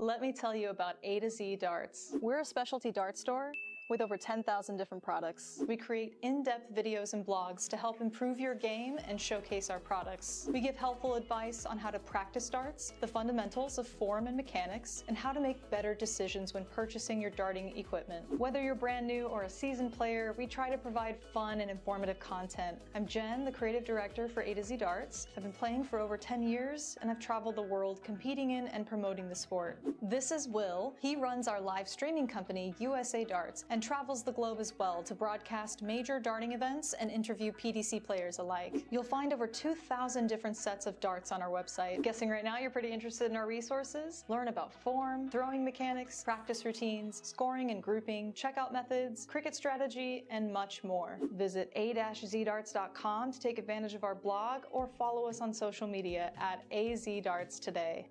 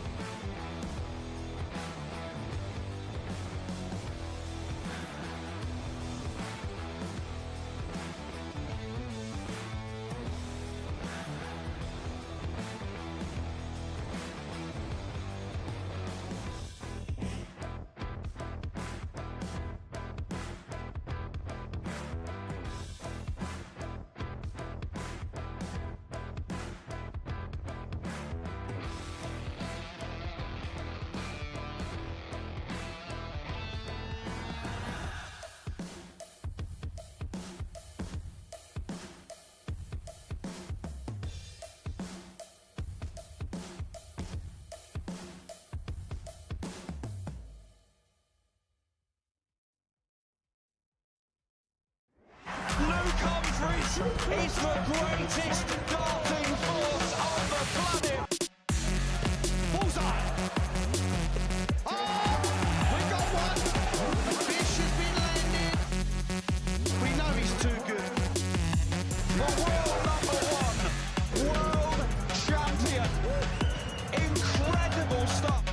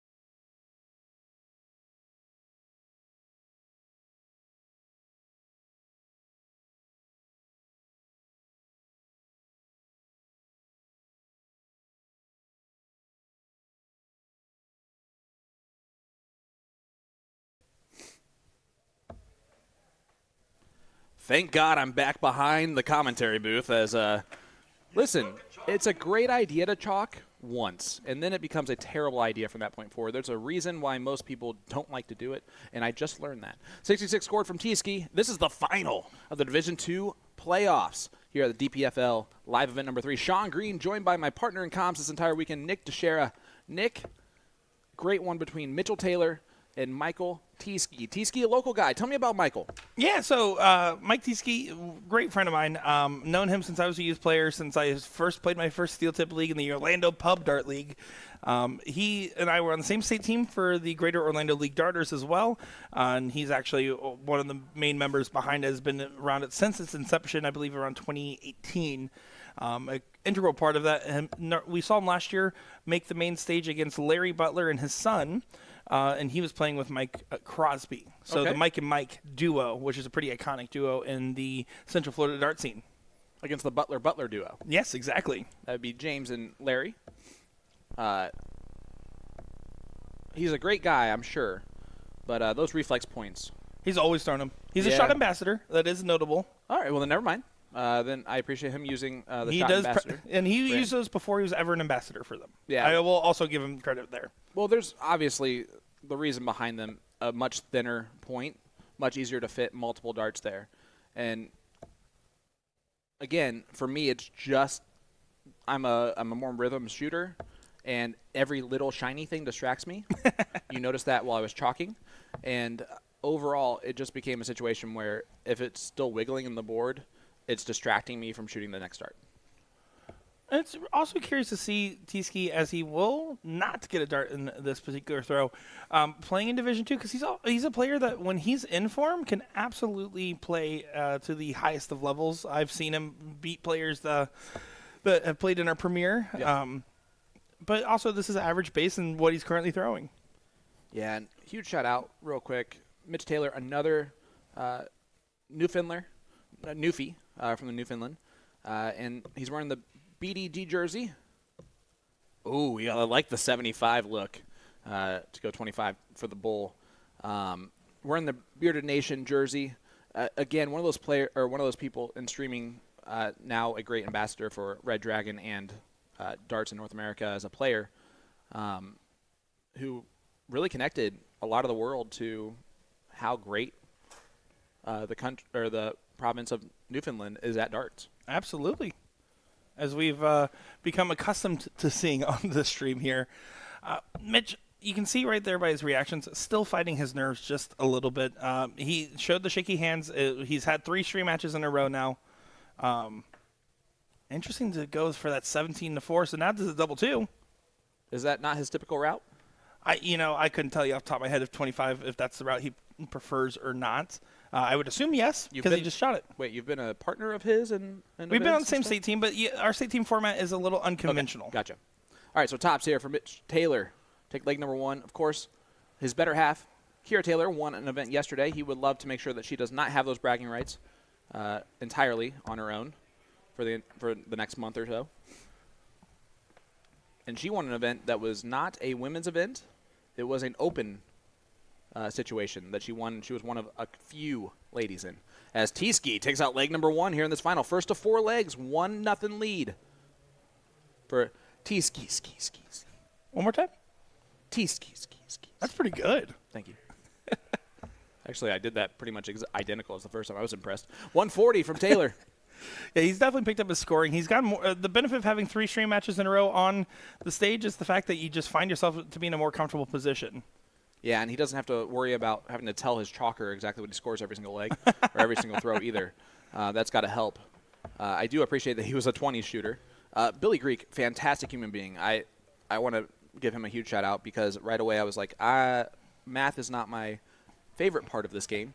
And he goes, I'll tell you exactly what I hit. He does it every time. Like he chalk. didn't know who I was when I chalked his match, and he just immediately started telling me numbers, which was wonderful. great because I honestly thank the Lord. Doesn't matter who I am, I couldn't keep up with the math. God bless that human being for doing that for me because otherwise I would have looked a lot dumber than I did already.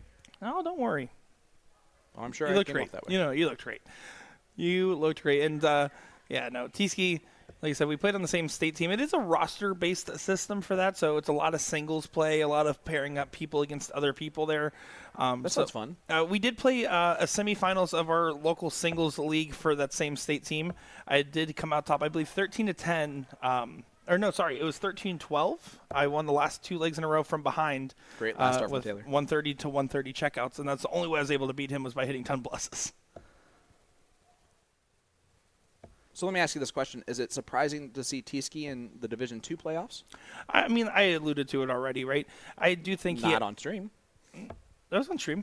Was it? I'm No. pretty sure it was. It was when you were Pretty sure talking it to No, pretty sure it was. Uncle. Definitely was on stream. I thought we had 2 different conversations, one with him and one on here. I wasn't listening. I know. It's okay. You're only sitting next to me having a conversation. It's okay, brother. Just giving you a hard time. No, yeah, I truly do believe he's a guy that can play with the Division Ones. I've seen him beat the Premier Division players. But the benefit of this is that you can actually play in the multiple round robins, right? We saw the women do that. Yep. That also applied to the Premier Division. He probably played in that one on top of playing the other round robins.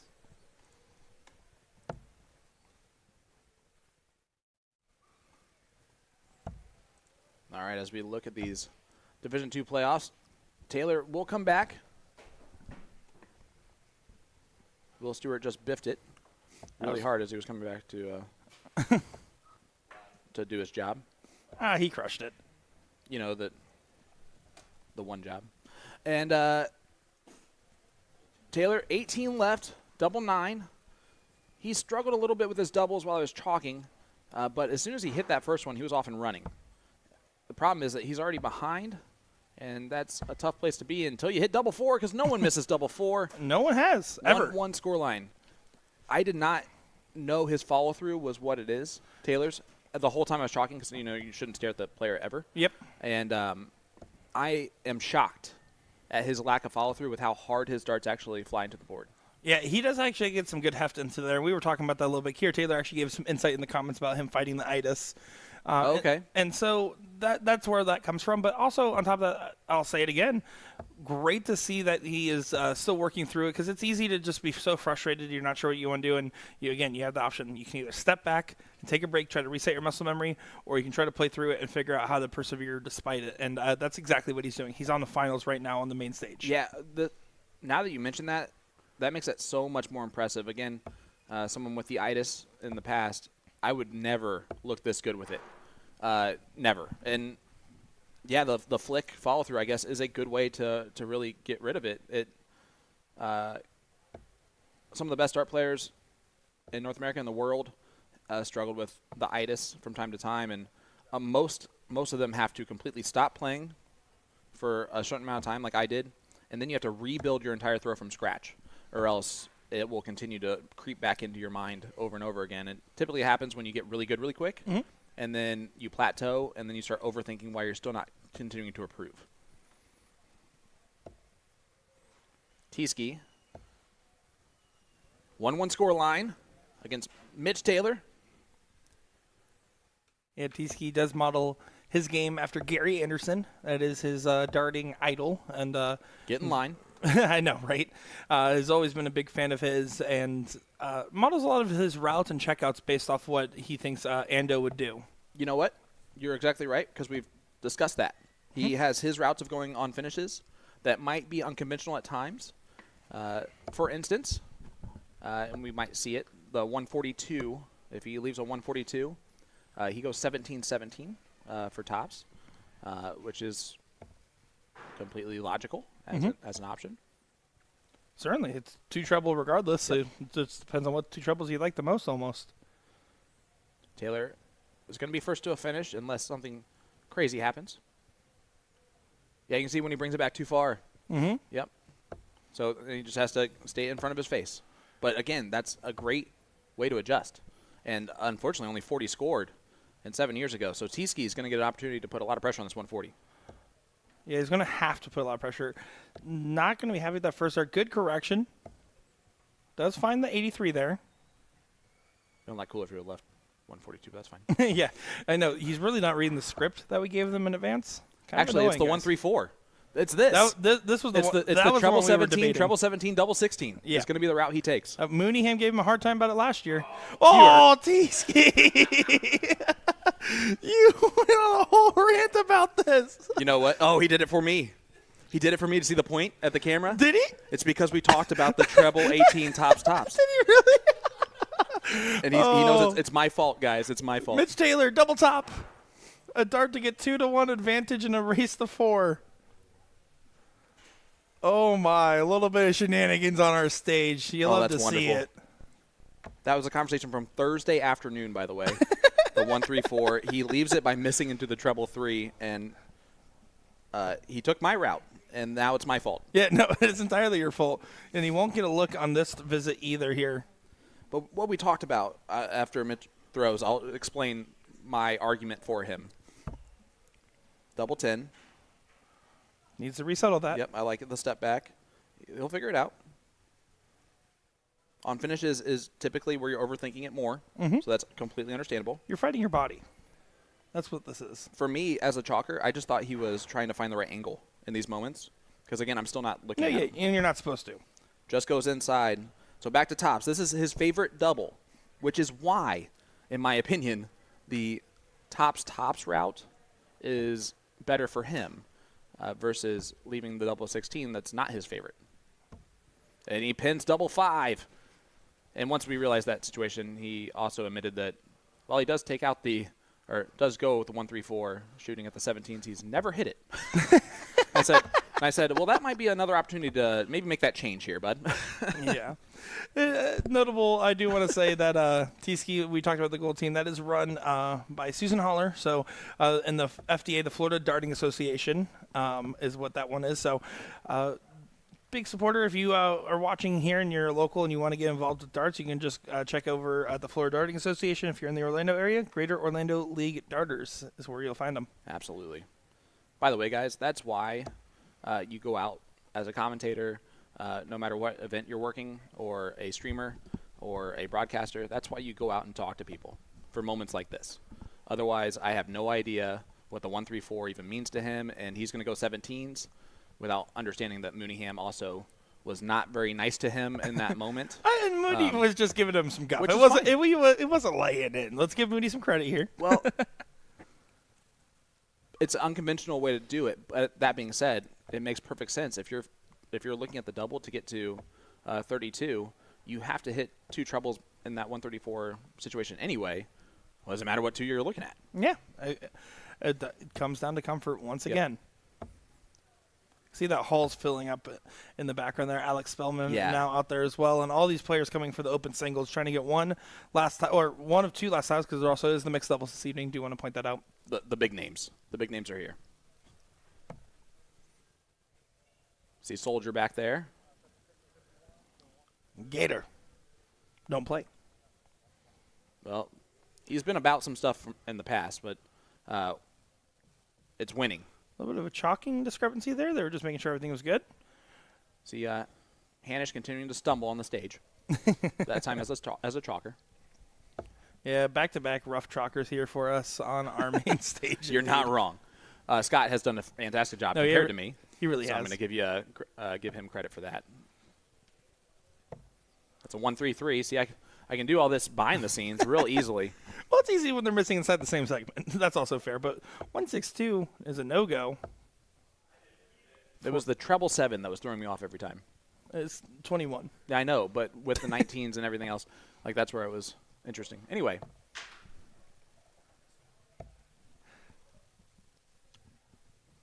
Now Taylor going to have to go ahead and get his number in line here if he wants to try to bring this to a 2-2 chalk setup. It is race to 4 instead of 3 now, so notable to mention there. How about notable situation? Division III playoffs currently still going on, right? It's an open Division III playoffs. Uh-huh. We have 3 semifinalists, 3 ladies I love it. are in the semifinals. As Meredith McGee takes on Jen Kochi, and then Jacqueline Abergel will take on the winner of Misty Smith, which would be our 4th lady, or Garth Smithson. I'm going to guess Garth is a man. I've never... Double 16 for Taylor. See in the background there, Mike Crosby trying to support his partner on stage. And Does pins get it. 2-2 score line. Taylor Tieske. Is it true that Tieske used to have much more letters in his name and just has throughout the time Yes. whittled it down? Tieske is an abbreviation of which is a much longer, I believe, Greek last name. That is still pronounced Tieske. So he just made it as easy as possible. Tomaszowski, I believe, is actually the Really? I believe it's something along those lines. And Well. he's going to hate that I tried to even attempt that. Tieske it is. I also may have made that up. I know for sure it's a long. You definitely made up Tomaszowski. We know that. All right. Everybody in the world knows that you made up that non-Greek name.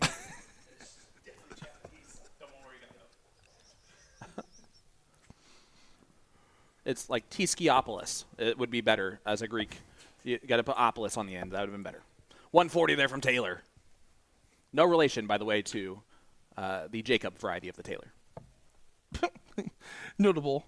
Not to the Phil variety either. But there is relation to the Kira Taylor. That is the better half. Nice steady ton from Taylor. 2-2 scoreline. Attacking the throw of Tieske. Good. Continue to just try to pluck away here. Not going to be particularly happy with that visit. His scoring has definitely fallen off from the first two legs that we really saw. Not having any favorable wires and then kind of getting frustrated from them. Yep, and again, just taking a step back. He's really handling the itis easily.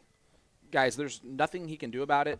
There's really, it's so, if you've never been there before, you look insane to the people that have never had that happen.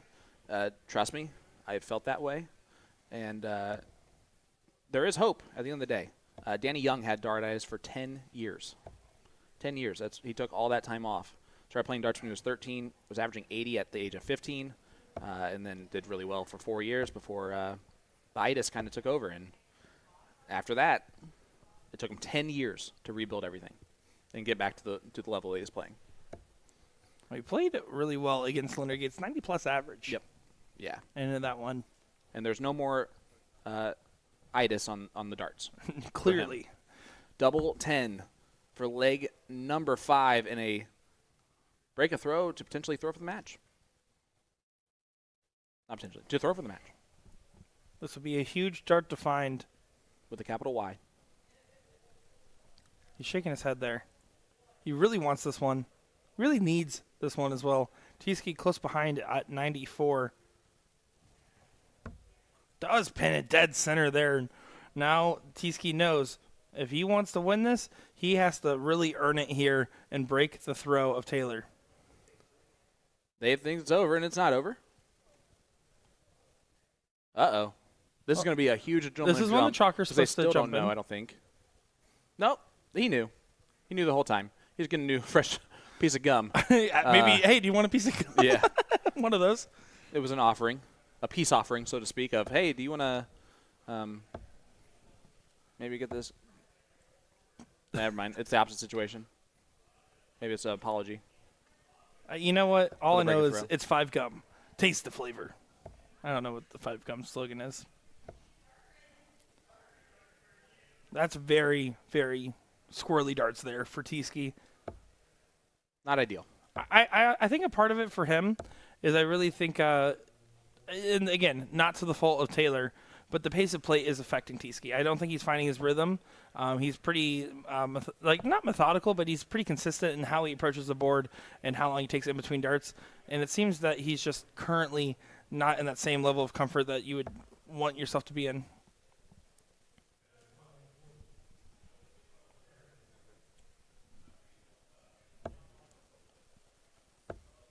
Only 45 from Taylor. Tieske, obviously the 7 start is never going to help the after 6 look, but must win, and he's got to start attacking.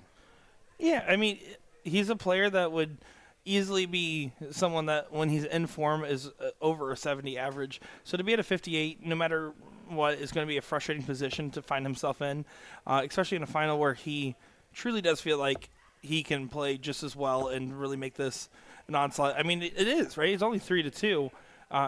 There's just this break of throw. He needs to figure out how to get it in his favor here. He needs to try to find a way to get himself the darts. On the other hand, Mitch here is just like, hey, I'm just trying to do what my wife already did, get a win on the big stage here for the finals, as he's already on 2 wins in a row on this stage. And one of those notable players, as he throws the darts pretty quick, right? One of the notable players that had the itis for a while was Lobby, Danny Lobby Jr., and that's why he throws so fast. He literally had to speed up his throw. That's what gave him that kind of rapid rhythm. He couldn't think about it. And you can see here, when Taylor's just throwing, the 3 darts, trying to score, yeah, he might go left or right, but he's not thinking about it, so you're not seeing that stopping. When he gets on a double, or when he's trying to get to that double, that's where that is really where the mental side of the itis can settle in. But again, I hate him so much that he's still averaging 64 for this tournament, and right now 63 for this match with it all. You can only imagine what could be. And what will be back at some point. Yeah, no. Currently, Tiski, he's just looking down at the floor. He's trying to keep himself composed. He knows how important this next shot will be. It's good. 30 there for Taylor isn't going to be enough to do any meaningful separation. Tiski's trying to run away with this. This is another throw where he has the opportunity to take the darts away from Taylor.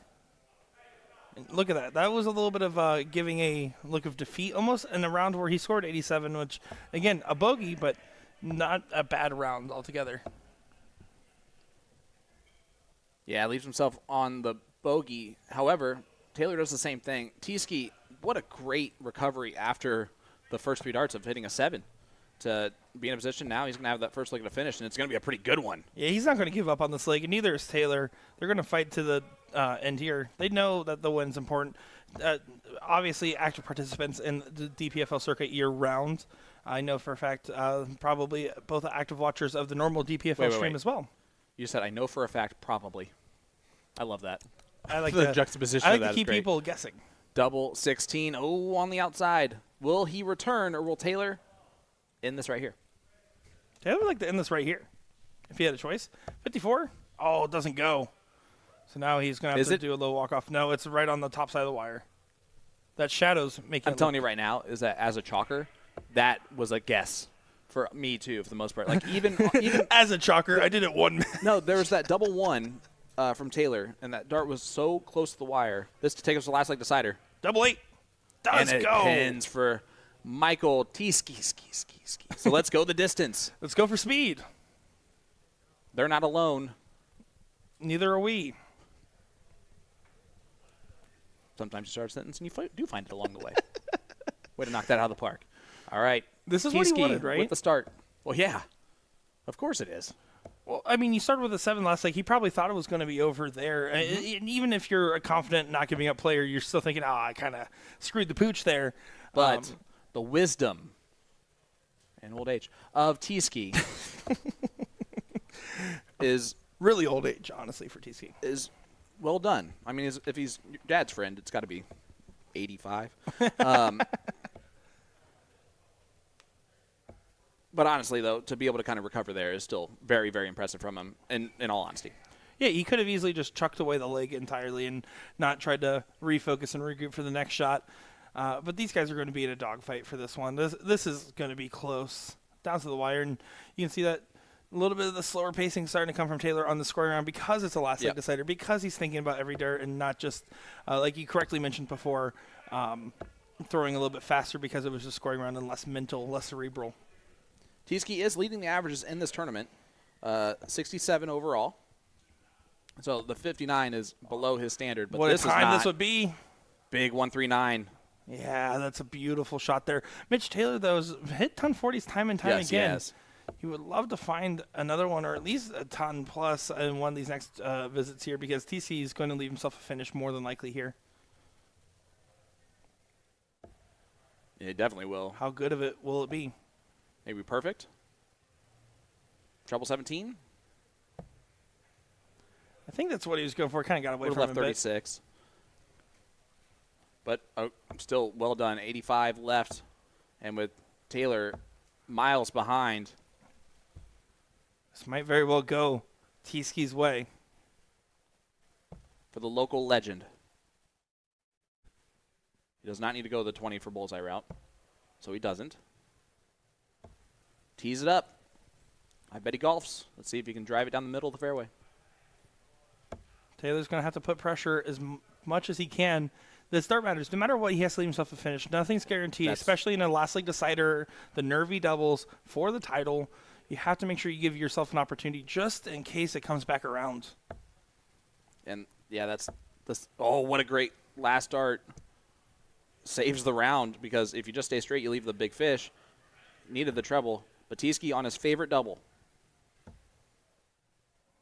Needs to dial it in. And brings Just it down. drags it low. What a way to win this would be, bud. 149 is the opportunity. Taylor's trying to seize it here. Treble 19 for double 16 is the look. He knows the importance of this moment. He's looking up to the darting gods here. Will they answer? He calls on them once again. He says, please, can you please answer? Trying to settle. This is a big dart here.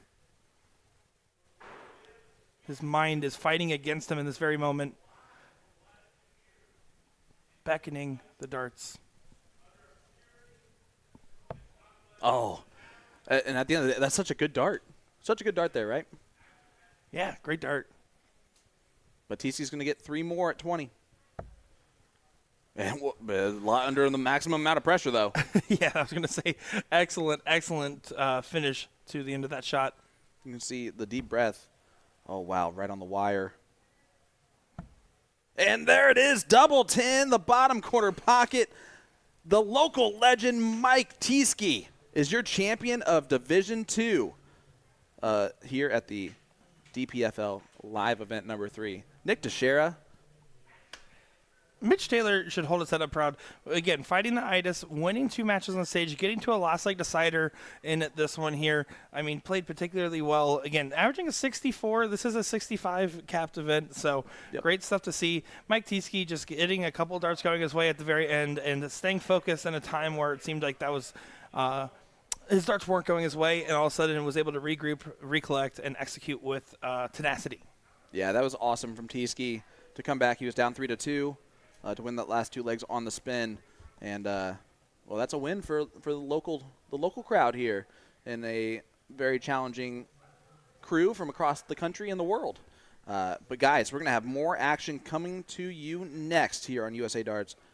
Nick Dichiria, Sean Green, Will Stewart. We'll be right back with more action after this.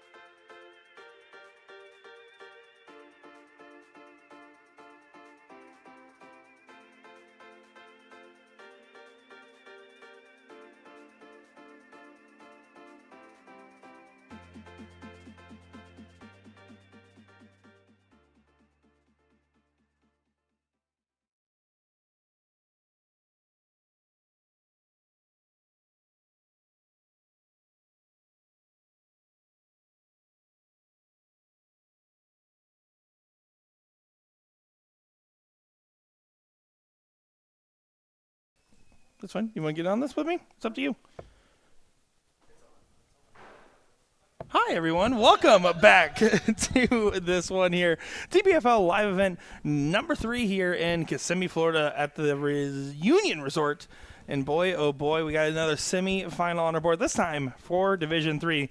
Garth Smitman and Jacqueline Abergel going at it against each other. On the other semi-final here, what we're looking at is Jen Kochi and Meredith McGee duking it out over there. And I'm Nick Dichiria, not joined by Will Stewart or Sean Green, but by David Garfinkel. Garfinkel.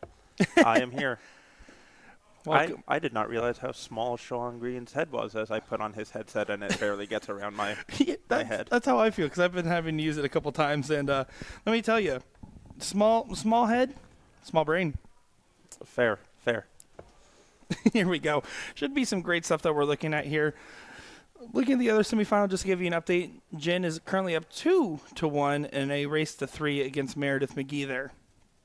Of course, the hall is filling up. We're about 13 minutes in to that open singles bracket as well. Pretty interesting to have all these players kind of take the morning off. I'm sure a lot of the people that played the Premier Division finals yesterday, happy to have that break early on today.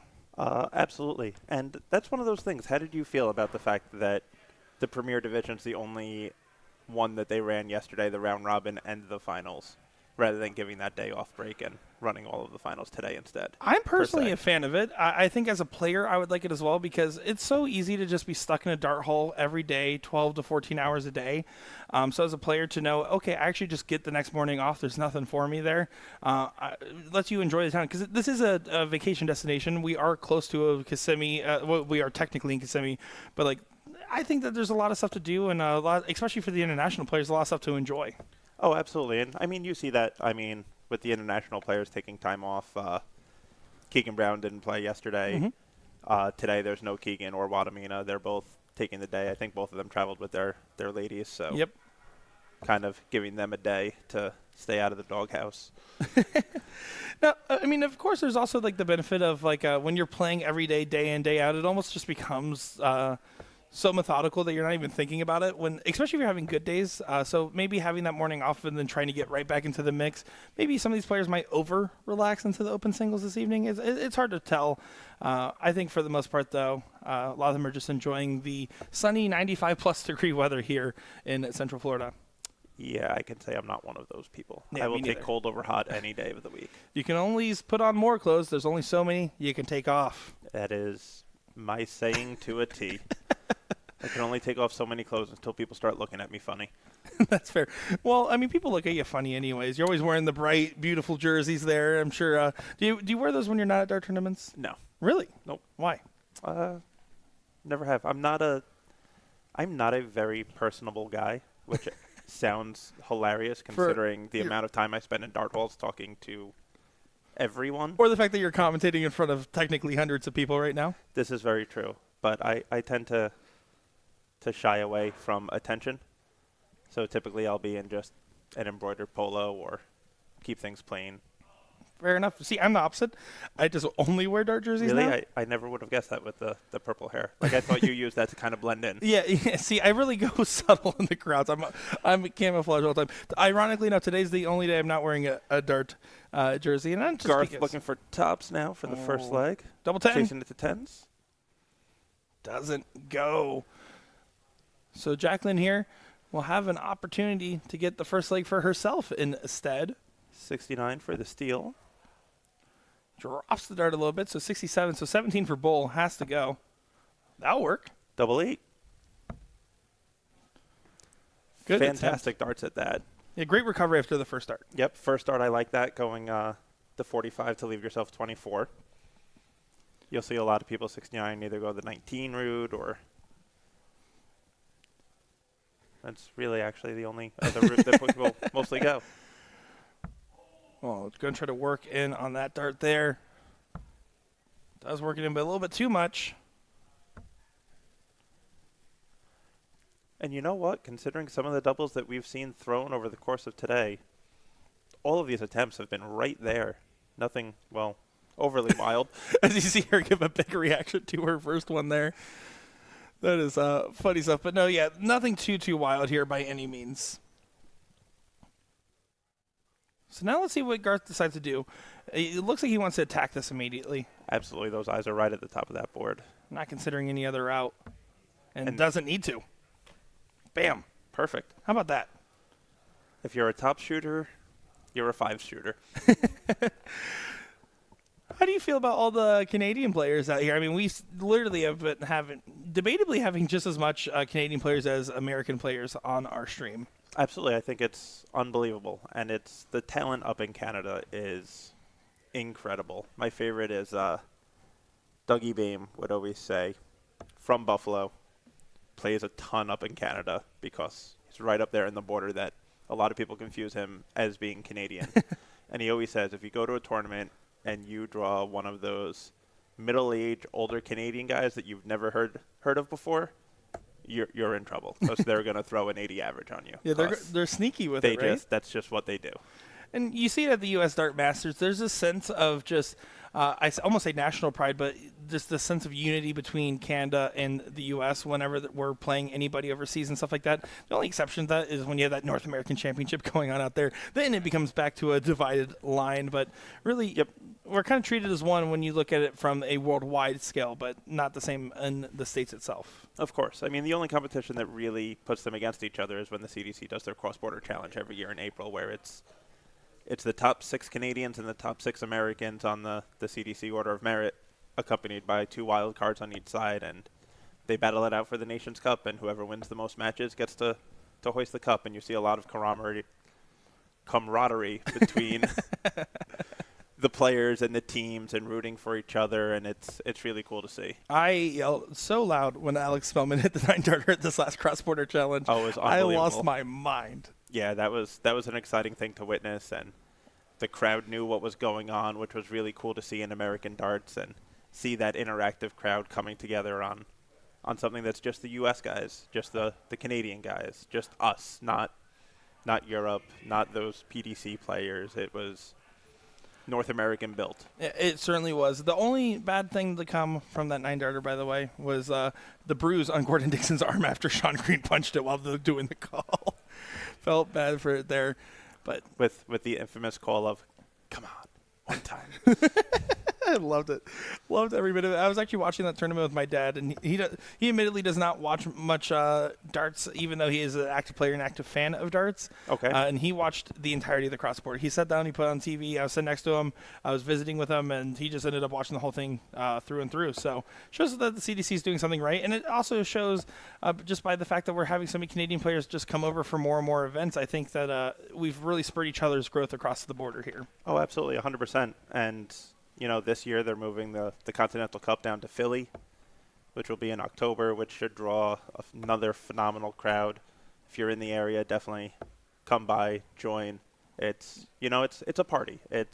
Yes, there's darts being played, but it's about way more than just the darts. It's drink, get loud, chant, cheer, sing, all the crazy stuff you see at darts overseas. They're trying to bring to the U.S. Well, I know for a fact that's my next goal is to make it to a CDC staged event. I have not actually made one out as a spectator. And anybody from the CDC, listen, I'm not saying you need to bring me in the booth or anything because I honestly don't want to do that. I want to just sit in the audience. So bring me out there. I'll go with Jay Flats on stage. We'll hype up the crowd together. We'll do some banter. We'll do some bits.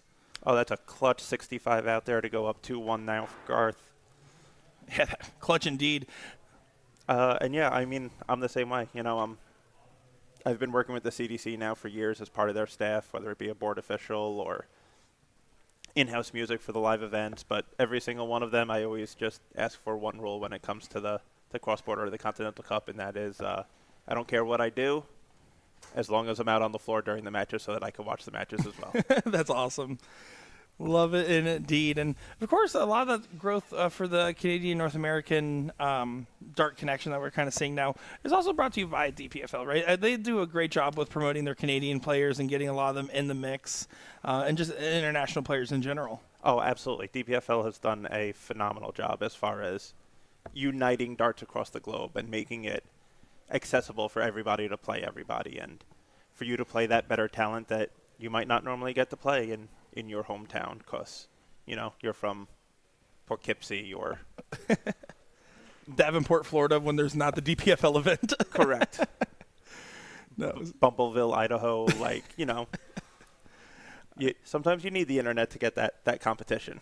Yeah, and the bots don't do it for you. It's always fun to be playing somebody. And, of course, I also love that DPFL broadcasts these matches. It helps start to platform some of these players and make them known quantities because they can be a little bit under the radar. There's a reason why Doug Bain has the no-name nickname, right? I mean, he was a completely unknown quantity for many before he went and performed at the U.S. Masters. Correct. And that,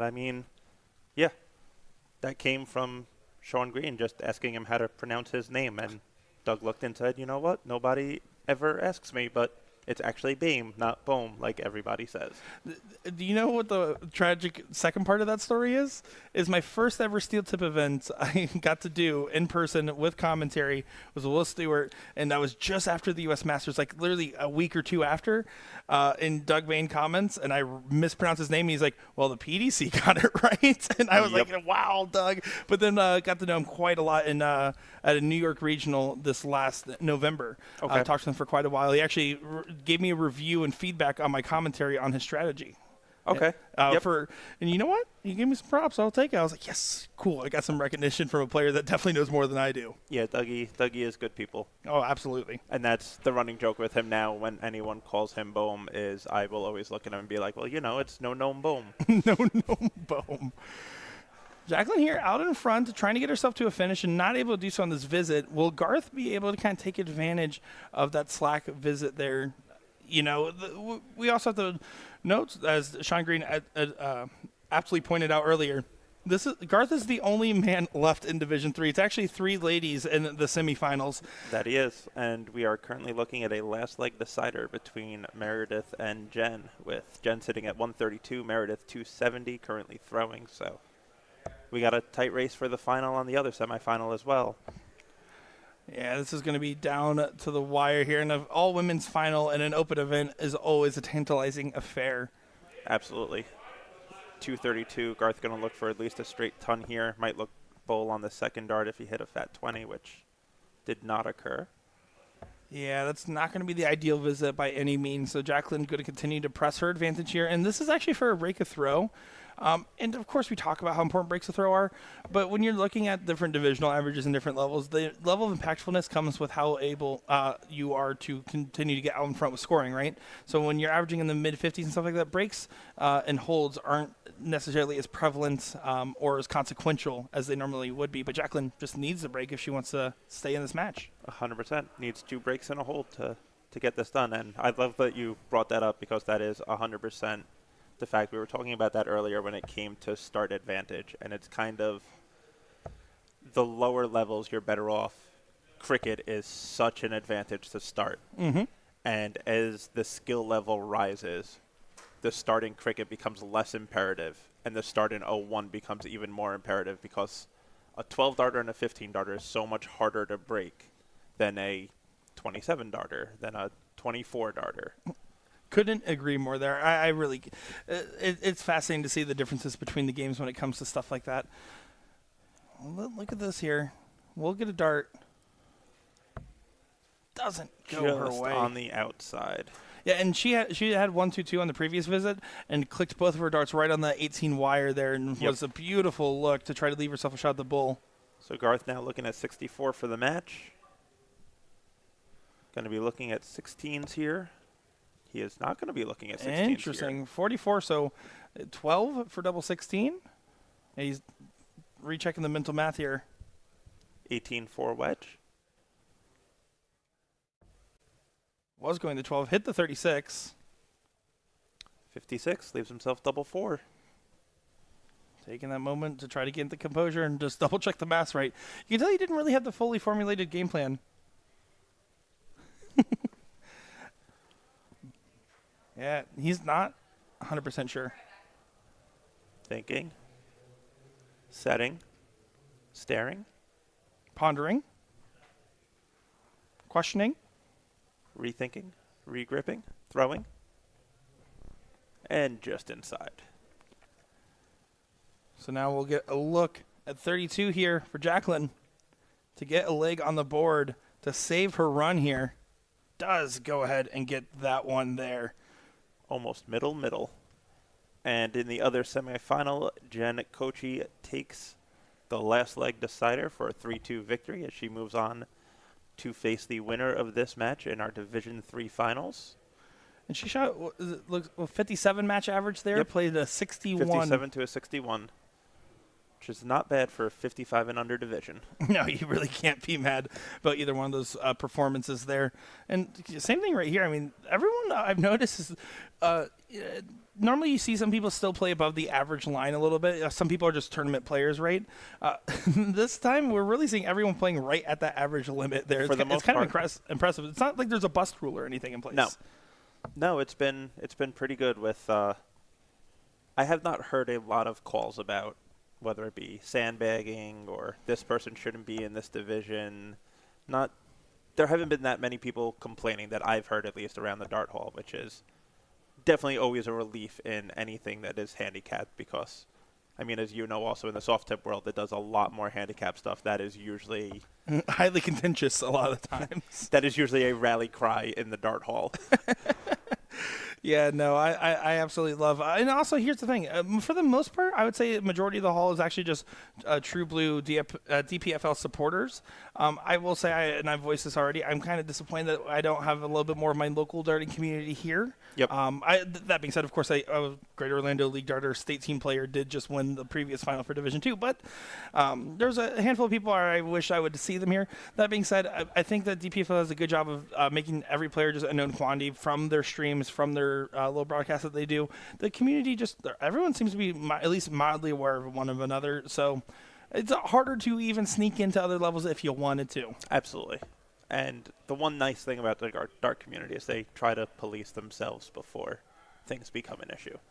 They certainly do indeed. And that was a great 121 there from Garth. Try to pull himself out in front here. He wants to just go ahead and get this done here, but Jacqueline just continually, steadily rising, throwing each one of her darts with just a little bit more precision and getting slightly better results each visit now. Absolutely. Abandoning the 20s, going down on the 19s to try to use that scoring wedge. Something that you see a lot in some of the topper-notch guys. If 20s aren't going, you're looking at a 1-point difference on the singles and a 3-point difference on the triples. It's not that big of a difference. There's nothing wrong with doing a cover shot. There's nothing wrong with switching a number. The most optimal route is not always the best option. Correct. So 227, will it get brought to a checkout here for Garth? Or will we be potentially going the distance? Only time will tell with these two players here. They're really just fighting hard. I mean, it's easy to be like, oh, well, we're watching 55 player play a 55 player, and it is what it is. No, these are people that are truly feeling the competitive nature, the competitive spirit, and trying their best, and they really want this win. It's important to them, and it should be important to everybody else. What a 140 setup there to leave tops with 180 left. Massive third dart there by Jacqueline to try to force that last leg decider. Doing everything right here and forcing the hand of Garth to try to put pressure on this, and that last dart just kind of floated away. He released it a little bit earlier than I think his other darts there. Just didn't have the normal flight path we saw from him. Chasing the 10s, and there it is. We are going the distance, folks. We're going for speed. We don't have to do that same bit. No, it's okay. That bit's done this time. My name's not Sean Green. Thank God it isn't. All the love. I know we give each other a lot of stuff. I will say, because they're not here next to me, do want to give a shout out to Sean and Will for working hard and putting a lot of passion into creating a show like this. It might not seem like it because it's our job to not show it, but we get a little stressed. We get a little fiery sometimes, but that's because we all care about putting on a great show. And it wouldn't be possible without their passion, tenacity, and of course, a huge shout out to you for just stepping in and helping us out here while they go and make some content, go do some other stuff in the background. It's always appreciated, and I always enjoy doing it. I tell Will whenever I'm at an event if he needs anything. I'm always floating around. I never have really a solid purpose at any dart tournament that I'm at other than You're just floating around and mingling. Hey, that is a purpose if you ask me. That's fair. If without a mingler, what is a dart hole? Exactly. And see, Jacqueline, they're not going to be happy with the 45 visit because Garth so far out in front. He has the darts in this tie-breaking leg, and, I will say it again. Not a fan of no diddle in the last leg decider here, especially when you start to get out of the best of threes. Yes, it's. I feel best of 3 format should be a diddle every leg. I'm never a fan of diddle first leg, diddle last leg, because I feel like then it just devalues the first diddle and it makes it meaningless, and then just flip a coin and go and diddle the last leg if you want. Agreed.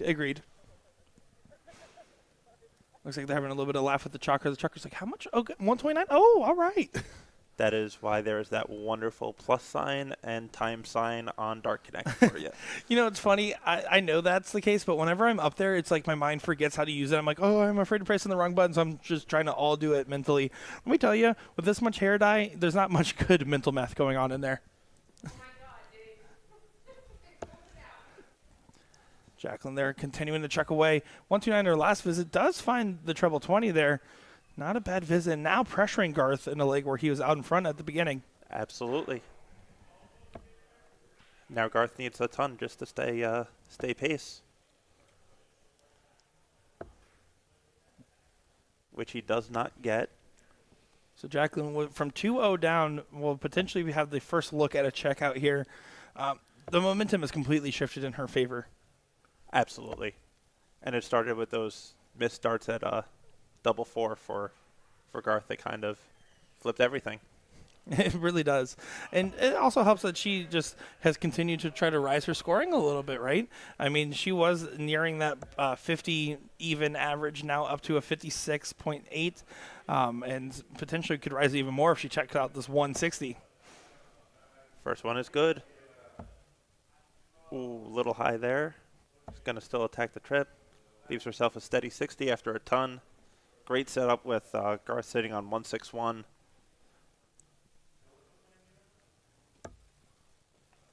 And not going to go on the 161, but we've seen some nervy doubles. Honestly, for Jacqueline, she hasn't had too many nervy darts when it comes to the doubling, but you have to make sure you set yourself in position just in case it doesn't go her way. Absolutely. As she almost busted on that first dart. Just inside on the second. Tens. Does not go. You know what they always say, the hardest double to hit is the last one. That is true. For me, it's any of them, by the way. It's the correct answer. Just Facts. Any of them. But, yeah, no. Garth looking frustrated here.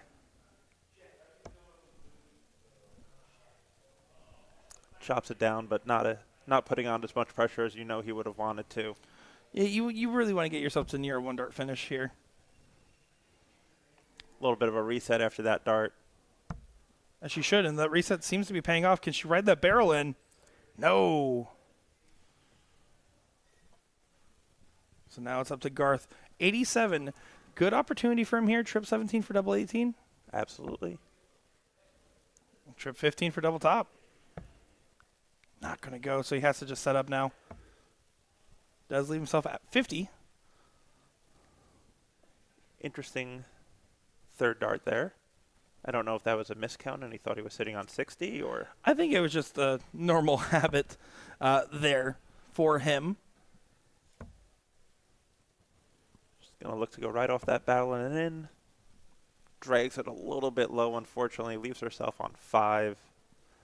You can just look at Garth. He is so stone-faced right now at the moment. Double 16 for the win in the match to get to the finals. No, it doesn't go. He drags it down. He kind of has a little bit of a laugh about it. I feel like Garth has had a smile on his face through this entire match, no matter what's been happening. Yeah, which is he's always having great fun to see. He's having a good time. Can't fault that.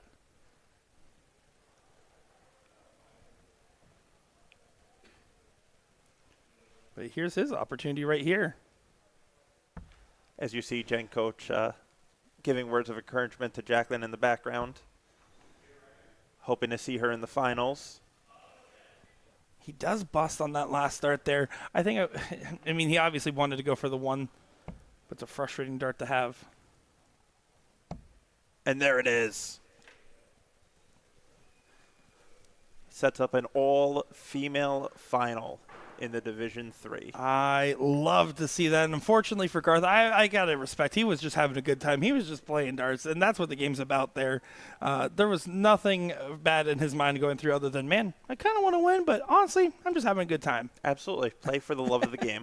That is the first and foremost important thing. Yeah, that is what it is about indeed. But Division 3 finals coming up next here. Jacqueline will be taking on Jen in that one, and I'm looking forward to seeing how that will transpire. So give us a moment, and we will be back. I'm Nick Dichiria, joined by David Garfinkel and Will Stewart and Sean Green somewhere in the Dart Hall. We'll be back in just a moment. Right.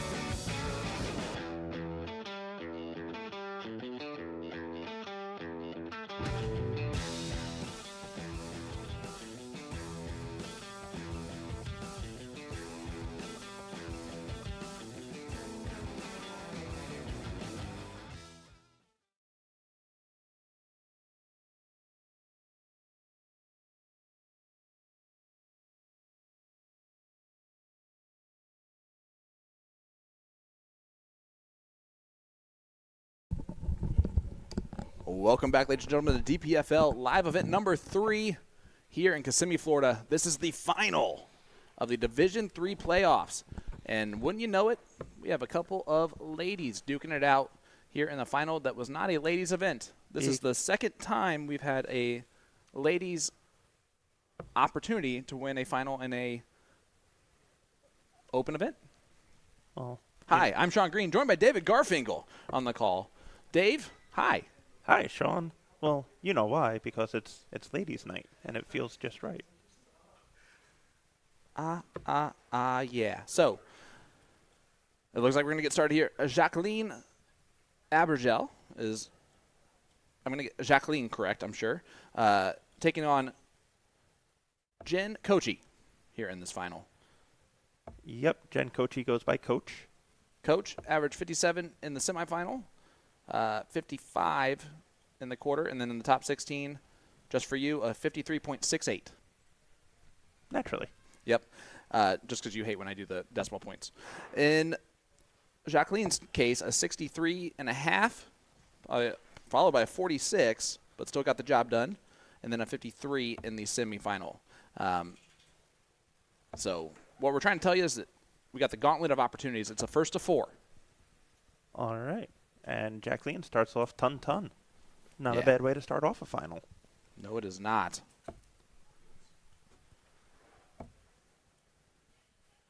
Coach looking to answer. Coach 81 wearing this great autism awareness jersey for DJD. Absolutely. Tell me a little about Coach. From the New York area. Okay. She is a school teacher. Really? She is. I love that. Plays the Ladies Metro Tour, as well as she's been playing the DPNY because she wants to continue to improve and throws her hat in there at almost every event. Plays with the men. Doesn't care who she draws. And she competes. She's definitely one of the top females in the area. Her and Tracy Firetag definitely push each other. Which and is continue to saying a grow lot. and continue to get better. Well, awesome. Well, Coach, it's good to see you in this final. Taking on Jacqueline Abergel. Jacqueline is going to be from the Montreal area. You can see the Bari Open. A lot of Canadian players making some finals, making some semifinals, and getting a lot of exposure here on USA Darts Productions. Absolutely. I mean, you know as much as I do, Sean, that the Canadians, they can play. And when the Canadians come out, they typically win. Absolutely. It's a Canadian, not a can't-adian. Absolutely. They got that attitude. All right, Coach. 254. Going back up top. Yeah, moving around. And shout out to our chalker. Made the trip all the way from Germany to be here just to chalk this final in the Division III playoffs. His name, Tim Way. You might know him. And boy, are his arms tired. Absolutely. Tournament director here. So he is the person responsible for every stream match that you've seen so far. He's the one who's made the call on all of those. So if you have complaints at all, Tim Way is the way to go. And he will not care. That is tim.wey Yes. at dpfl.com. Absolutely. The whey is like the protein. Yeah. Jacqueline just trying to get it down to a meaningful finish. Manageable. There you go. Both works.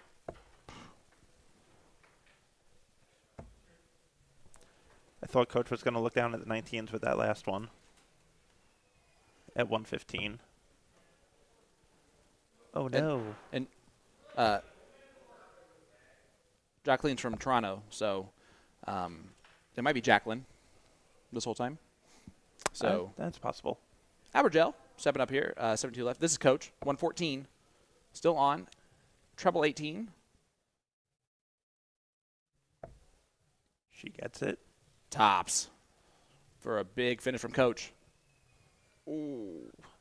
Not happy with the last start with how low it dragged in there, but will she be back? 14 for Bull. Bullseye. Oh. Right towards wrong weight.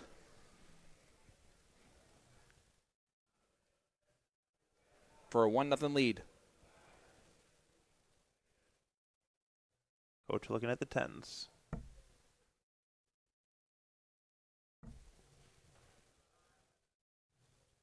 Give herself a little pep talk.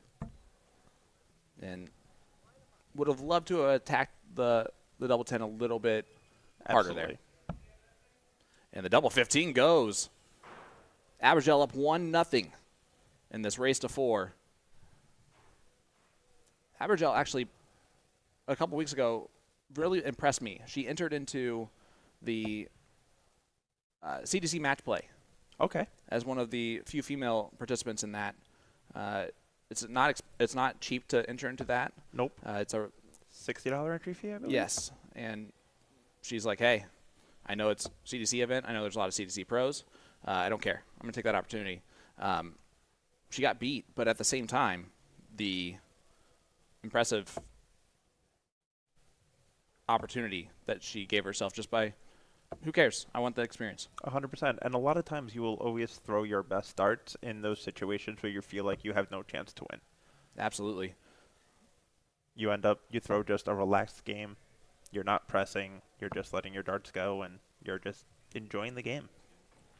And I want everybody to know that is listening to this commentary that I will make sure that this is the last time I ever second guess how I pronounce Abergel's name. I promise you that. Because we're going to have a conversation. Guys, thank you so much for joining us. Jacqueline, there you go. Thank you, Val. Appreciate that.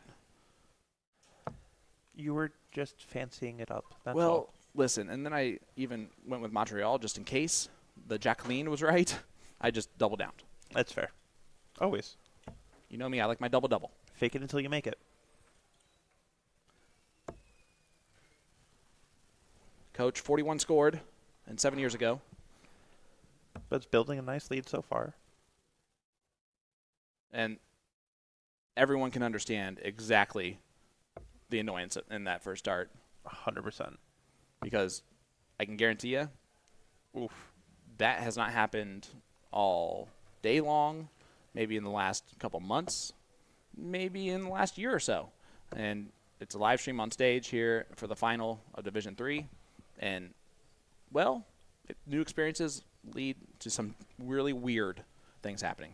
Absolutely, and you're always going to have those nerves running through you, and she Adjust accordingly, perfectly. with the bounce back. 81 scored. Jen on 180. Gonna hope not to bust this. Gonna still hope not to bust this. Big 140 to leave tops. Coach is in the driver's seat to win her first leg and hold her throw. You can see Jacqueline is just starting to just a little settle down a little bit. She had a little smile on her face there. I loved it. Aaron Quinn in the chat saying, let's go, Coach. Gigi Campbell cheering on from Danny Max. Well, there we go. Tops for Coach. And goes inside. She will be back. That is Gwen Campbell, one of the people that runs that Ladies Metro Tour Awesome. that Jen Coach plays on. Perfect. All right, Coach, double 10. To get a leg on the board. And settle those nerves. Get a double in there. And the beloved Jen Kochi makes it 1-1 in the scoreline against the Ontario native who fires right into the treble 20 on dart 1. And this is so interesting in the game, right? She'll miss the board completely the very next throw, perfectly where she wants that first dart. Yep. It's just, it really is, are the nerves there in that throw or not? Yeah. And when not, you're seeing exactly what she can do. It's the putting yourself in these situations and getting comfortable Yep. with throwing in these situations to deal with the nerves. And it's the one thing you can't practice at home.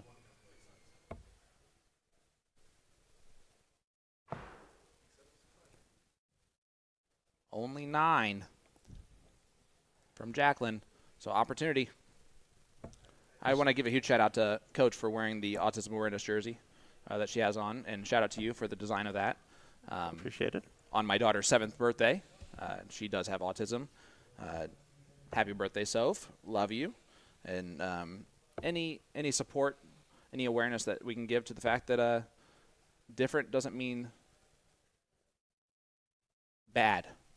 Different just means different. I wouldn't change my daughter for the world, and as a school teacher, I guarantee you she's run across many in her time of her favorite kids that have had autism.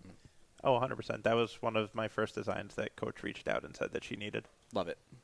Thank you. Oh, of course. Jacqueline, I mean, just continues to. All over it. Yeah. Those throws are really top notch. You can tell that's in there. You can tell when she's feeling comfortable at the line versus when she has that little bit of nerviness. Coach knew that dart was in the 5 as soon as she let it go. Yep. We all know that feeling all too well. And I'd be surprised as this match keeps going and grabs some legs if we don't start hearing Marie McHugh in the background as she's sitting at that Jen Kochi supporter table along with Tracy and Robin Curry and Colm Nielsen and the rest of the New York Brigade. Use guys travel in waves, and I love it. Something like that.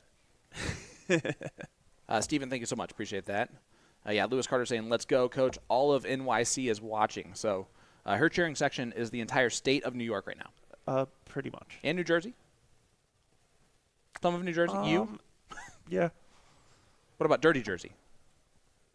Something like that. Only 60, but 60 is good to leave the Shanghai. Jacqueline can only set it up from here, and I'm still not sure where that second dart is going, but she's missed kind of right there a few times. I think it's just snatchy. Okay. I mean, just judging if by you're her miss judging by to a her number. facial expression, it just seems that it's. Well, we know it's not something that's not near where she's trying to look. Yeah. Coach cannot stay straight on there. Has to switch down and goes off the board. That's going to be tough, and an opportunity now for Jacqueline. Leaving the dreaded 99. Treble 18.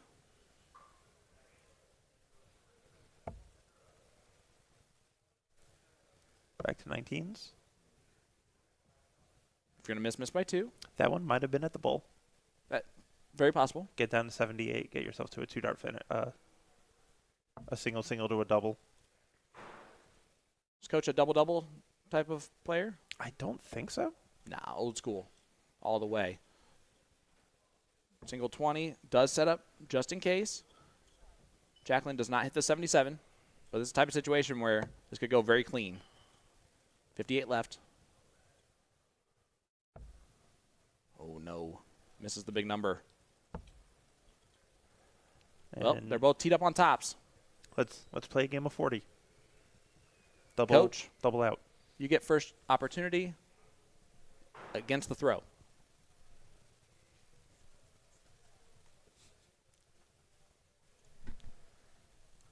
Staring a hole through that double 20 right now. Those are not ideal markers. Yeah, and just flew all 3 of them up there. Yep. It's tough to adjust because you tend to over-adjust, and this is the same exact situation. Double 10. Leaves double 7, which nobody likes, especially me. Nope. Although, to be fair, I have not seen a double that I have liked or preferred. Double dipped. Big dart from Coach. Breaks the throw and takes a 2-1 lead. And did you hear that? That was a cheer all the way from New York City. Yeah. They're, but it's weird because New York people are usually so quiet and reserved. Yeah, that's been my experience. If you have to wonder what we're talking about, Marie McHugh is a good person in the dart community to just see. 100%. Yeah. Very quiet, very to herself. I've noticed you guys also don't really like to give an opinion on anything. No opinions. Super friendly. We love traffic. You know why you guys love Coach so much? Because it's basically every New Yorker's nickname. You guys are all trying to coach everybody else. Yeah. Sean, what you should have actually said What? I plead the fifth. That has All something right. to do about gun control or something, right? Oh, yeah. Yeah. Something like that. Yeah, something like that. Keegan Brown taught me that yesterday. Coach, 356. Again, New York area. Obviously, a lot of fans, including Andrea Taylor. Says a little bit of Oklahoma cheering for Coach all day.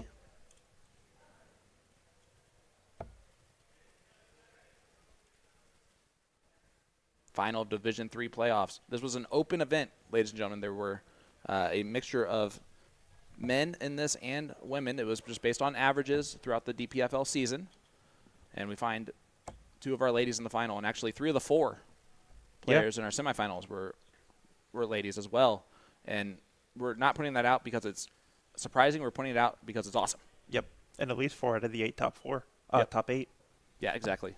And it proves a lot of our points that we like to make and the fact of why we love this game so much. Yeah. And an average is an average, and it doesn't matter male or female. It's Height, that is- weight, your do's and don'ts, none of it. Nope. There's Joey Lenoir joining the New York cheering section. He just woke up.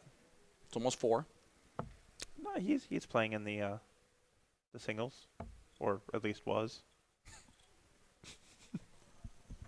Joey didn't juggernaut today. I honestly don't know. I haven't looked. He was just silent, I'm not deadly. I'm a horrible big brother. Yeah, but it's all right. He already knows that about you. This is very true. All right, Jacqueline, 301, down a break. It is a first of 4 legs in this final, Division III playoffs. Based on averages throughout the DPFL season, they played a round robin yesterday in order to get into this playoff final here for Division III. They had to finish first or second in their group, so it was a 16-player field heading into today. And a lot of not just pride, but also a little bit of moolah on the line in this bad boy. The Division III, $1,000 to first place, $500 to second. So exact same payouts. Well, a little bit different payouts as the Division II playoffs, and $500 difference between the Division I playoffs. But $1,000 to first, $500 to second. That's a lot of money to be playing for right now. Nothing to sneeze about. No, it is not. If I told you that I could turn your $50 into $1,000, Or even $500, I'll take it. So happiness at the end of the day, I'll tell you who's extremely happy right this second. It's Coach, but not for the right reasons. 6 scored in 2 different ways.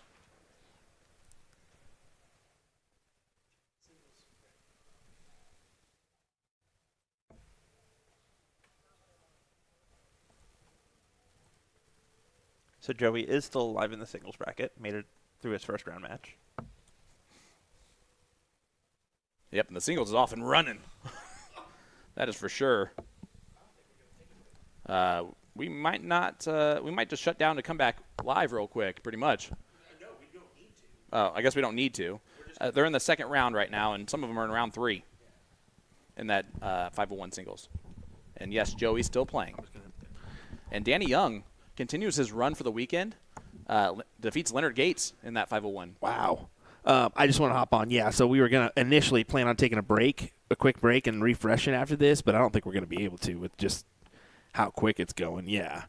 So we are at an 8-hour cutoff point for Facebook, but we'll try to make that continue on. Yep. So we'll do whatever we can. Well, Coach, to make it 3-1, and does make it 3-1, that double 10 has been ideal for Coach. It has definitely been a skin saver. She's won 3 legs so far, 2 of them on the double 10, 1 of them on the double 20. And I wonder if her nickname's Coach because she's coaching herself right there on what to do. I'm pretty sure that was her yelling at Marie, telling Marie what she needs to do, Yep. what Jen herself needs to Yes. do in order to actually make the darts go where she wants them to. Well, let's see if she listens to her own advice. And we've all been there before with the follow through, dummy. Yep. But the follow-through dummy's up 3-1. So now the follow-through just means get the win. Absolutely. 1 leg away. Jacqueline trying to battle back Of course, this 48 average is not at all how she's played this all day long, which is the frustration that you get in this type of format. Heading into this match, Oh, big recovery from that trip one. Jacqueline was Readjust. averaging 51, so she's down on it about 3% or 3 points, and then Kochi's right above where she has been all day, 55. So a couple points above. And that's where you Absolutely. get a 3-1 scoreline. Yep. But honestly, I mean, you look at it at a 55 and under division. If you're shooting a 57, that should be right around where you're going to be. Obviously, an average is an average. It doesn't mean where you're going to sit the entire time. 100%. You'll shoot a 60. You'll shoot a 50. Hell, you'll shoot a 65 and a 45. Those are all options. Occasionally, you'll pull an Ed Levesque. You'll throw a 107. Whoa, whoa, whoa. I heard he did that again today. That's just, I mean, Mr. 107. Well, Mr. 107 got axed in the semifinal. Yeah. Pretty cleanly. He was about a Mr. 7. Yes. Well, his opponent decided to show him that 107's nothing, as he got a 13-darter like number 1. And I'm sure he was excited right before that, too. You know, sometimes you got to lay down that marker. All right, Coach. 2:38 left. And she's going to do some damage here. She wasn't happy. We didn't even have to look at it. Currently sitting at 75, 18s. Leaves herself 156, if I mathed correctly. You did, which I don't really tend to worry about with you. I mean, I do have a piece of paper on my wall at home that says I'm good at math. I have a piece of paper on my wall at home that says I didn't even have to take a math class in college.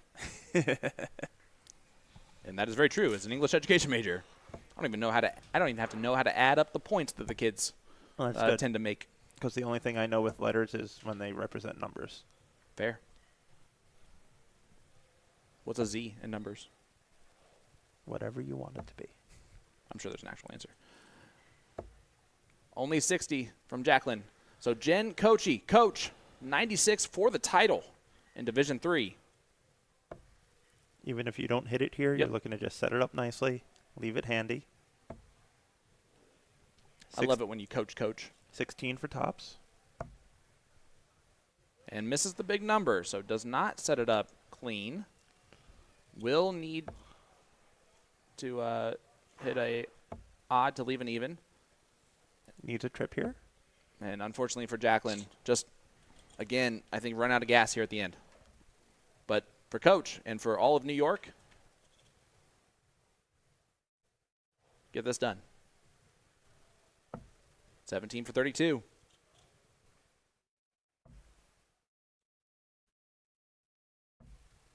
And I got good news. She's coming back with double 4. And I have heard a rumor that nobody misses double 4. I mean, I've never seen it before. 41 scored. Yep.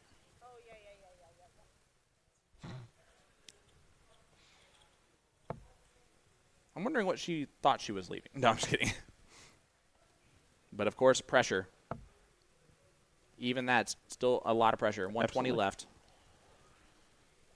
Couldn't have done that if I was talking, by the way, the math I just did. Double 4 for the match and the title for Coach.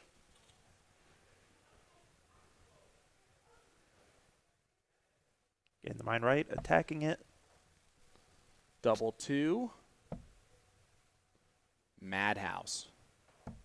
Oh, no. I do Oh, not like boy. the outside on dart 3. That is for sure. Nope.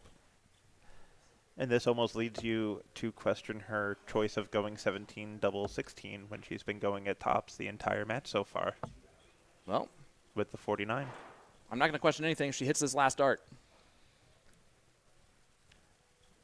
Madhouse If you for like the title. If you like tops, you like ones. She lives in Madhouse, so this should be fine. NYC.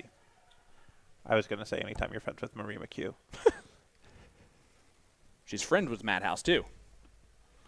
96 now for Jacqueline, as that opportunity was lost. Needs a treble. Maybe go double-double. Nope. 16s? Well, now it's pressure. Coach is double one away from the title. If she doesn't hit this, she's got to be thinking that she's now 501 points away from the title again. How quickly the tides turn, potentially. Oh, no. Oh, boy. And I love the fact that you can see Marie just right over the table with her facial expressions. Well, not a good marker on tops. And double 10. It was a pretty good dart. And she even goes, no, that was a pretty good dart, I think is what she just said to herself. Will she return?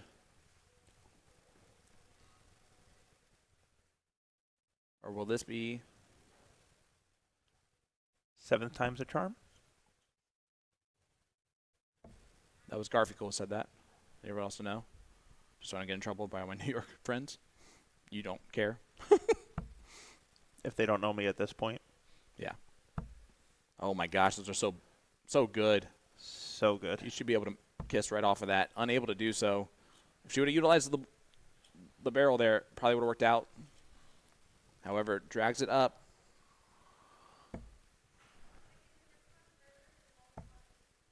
That's a pretty good marker there. But right at that. Ooh, it just got unlucky that it kissed off the other way. Absolutely, and with the way the coaches darts fly, they stand very high. This So is anything right over it is a nice marker for her to just shoot it right in. This is why averages don't matter to me when it comes to this. This is still like edge of your seat stuff. And the double 7 goes in. And, well, this has become a whole new different storyline, right? Now, Coach gets the throw. But after all those missed doubles for match, it's got to be hard to not think about it for a second. Absolutely. That's where you just need to clear your head, hit the reset button. And just hit a double with your third dart just to let everybody know that I still can do that. Hit the double 20 that maybe Yep. you should have left with 49. Touche. We'll never know if it would have gone if it would have been the other way around. We can only imagine. You know what they say, hindsight's 40-40.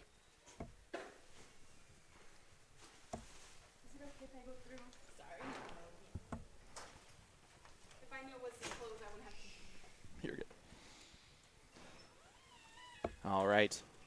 Great treble 20 on dart 1 from Jacqueline.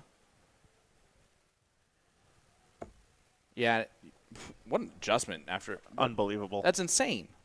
That's so good to be able to adjust like that. You missed that first dart. It's very, very frequent that you do not end up with a 126 out of that. Well, she didn't. It was 124, but Exactly. Definitely rare then.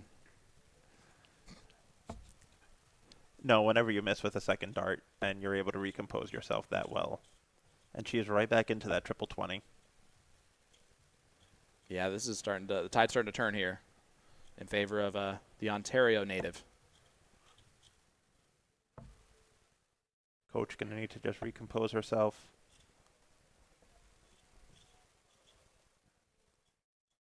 Coach getting here by beating Meredith McGee in the semifinal.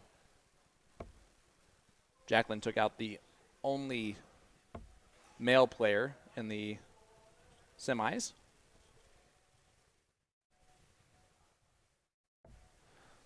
Jacqueline leaves herself on a bogey, but has time.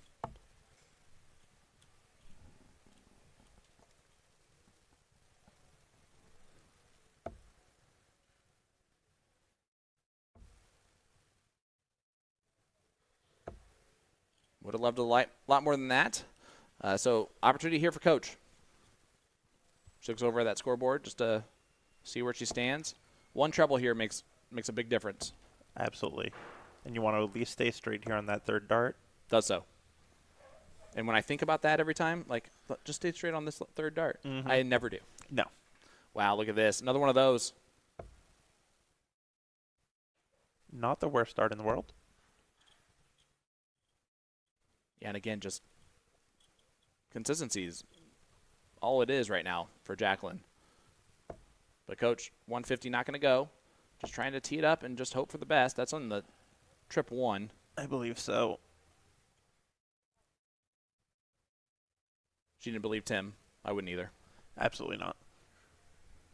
Actually, I'm going to be fair. Probably didn't understand him. Huh? All right. 14 misses the big number. So 5. What am I talking about? 13's perfect. Double 16 for our last leg. Leaves double 9. Coach has 108 left. She finds the double that saves her last leg. Yep. All right. Coach, 88. Does she go 16s or stay on the Staying 20s? But you know why I said that? See if she can leave tops that time. Absolutely. Will she return, or will we go the distance? I bet that one fell on the floor. We saw their eye motion. Does not hit it. So Jen Kochi, 48 left, has already missed a couple of match darts. More should be incoming. Tops. Where Top. she should want to live. And she even nodded at it. Mm-hmm.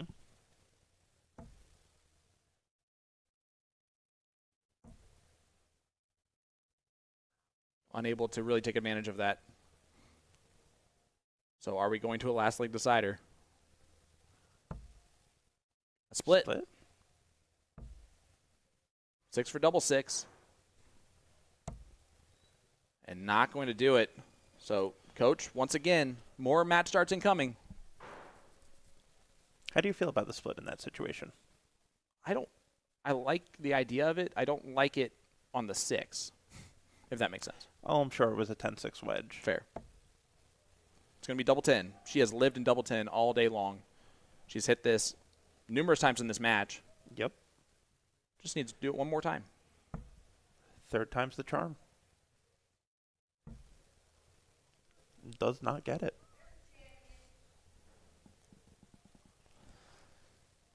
Jacqueline looking for the double 3s.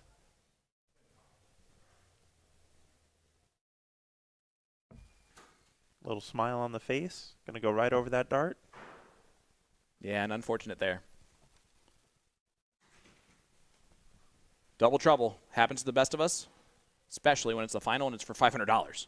Absolutely. Can we mention that again? And the $500 goes to Jen Kochi. Coach is the champion of Division III. New York is going insane right now for Jen Kochi. Deserved it. Fan favorite of the chat, of every one of her friends. It was great to see her get the title there. Absolutely. Coach is just a genuine human being. And Yeah. Great shot, great person, great for the game. You can see the personality right there, too. Absolutely. It means a lot for her. And you can see she doesn't want the picture by herself as she's pulling Jacqueline up there for the photo. Perfect. All right, so we're going to update our stream, and we will be back once Will finishes talking. Yeah, so Jacqueline's actually in the singles. We didn't see it. So she's in the top 128, which is unfortunate. But, we'd rather come in the round of 64 at this moment to help out the bracket. I know that Alex Spellman and Kevin Luke, their top 8 match got called, which is kind of unfortunate, but they're holding the rest of those matches. I've informed them that they need to do that. So they're going to go ahead and hold the rest of the matches. Jacqueline will play her first round matchup and play a little catch-up here. We'll refresh the feed, and that way we can be consistent the rest of the night to round out our singles open coverage as well as some of the mixed doubles coverage. So that's our plan of attack. No, it's kind of unfortunate, but that's the best plan to go with, especially with now that we know there's still a top 128 match to be played, and we're going to have to catch up. So we were going to run it through, but that's going to be a little bit hard to do now, especially in 2 hours to finish out a bracket with one kind of catching up. So we'll be right back, folks. Look for that notification bell on Facebook. Subscribe to our YouTube channel. You'll get notified whenever we go live here in about 20, 30 minutes. So we'll be right back, folks. William Stewart, Sean Green, Nick Dichiria, David Garfinkel. There you go, Nick. You're welcome. We'll be back momentarily, guys. Thanks for joining us. Our last stream of the DPFL Live Event number 3 coming your way here momentarily. Hope you don't miss it.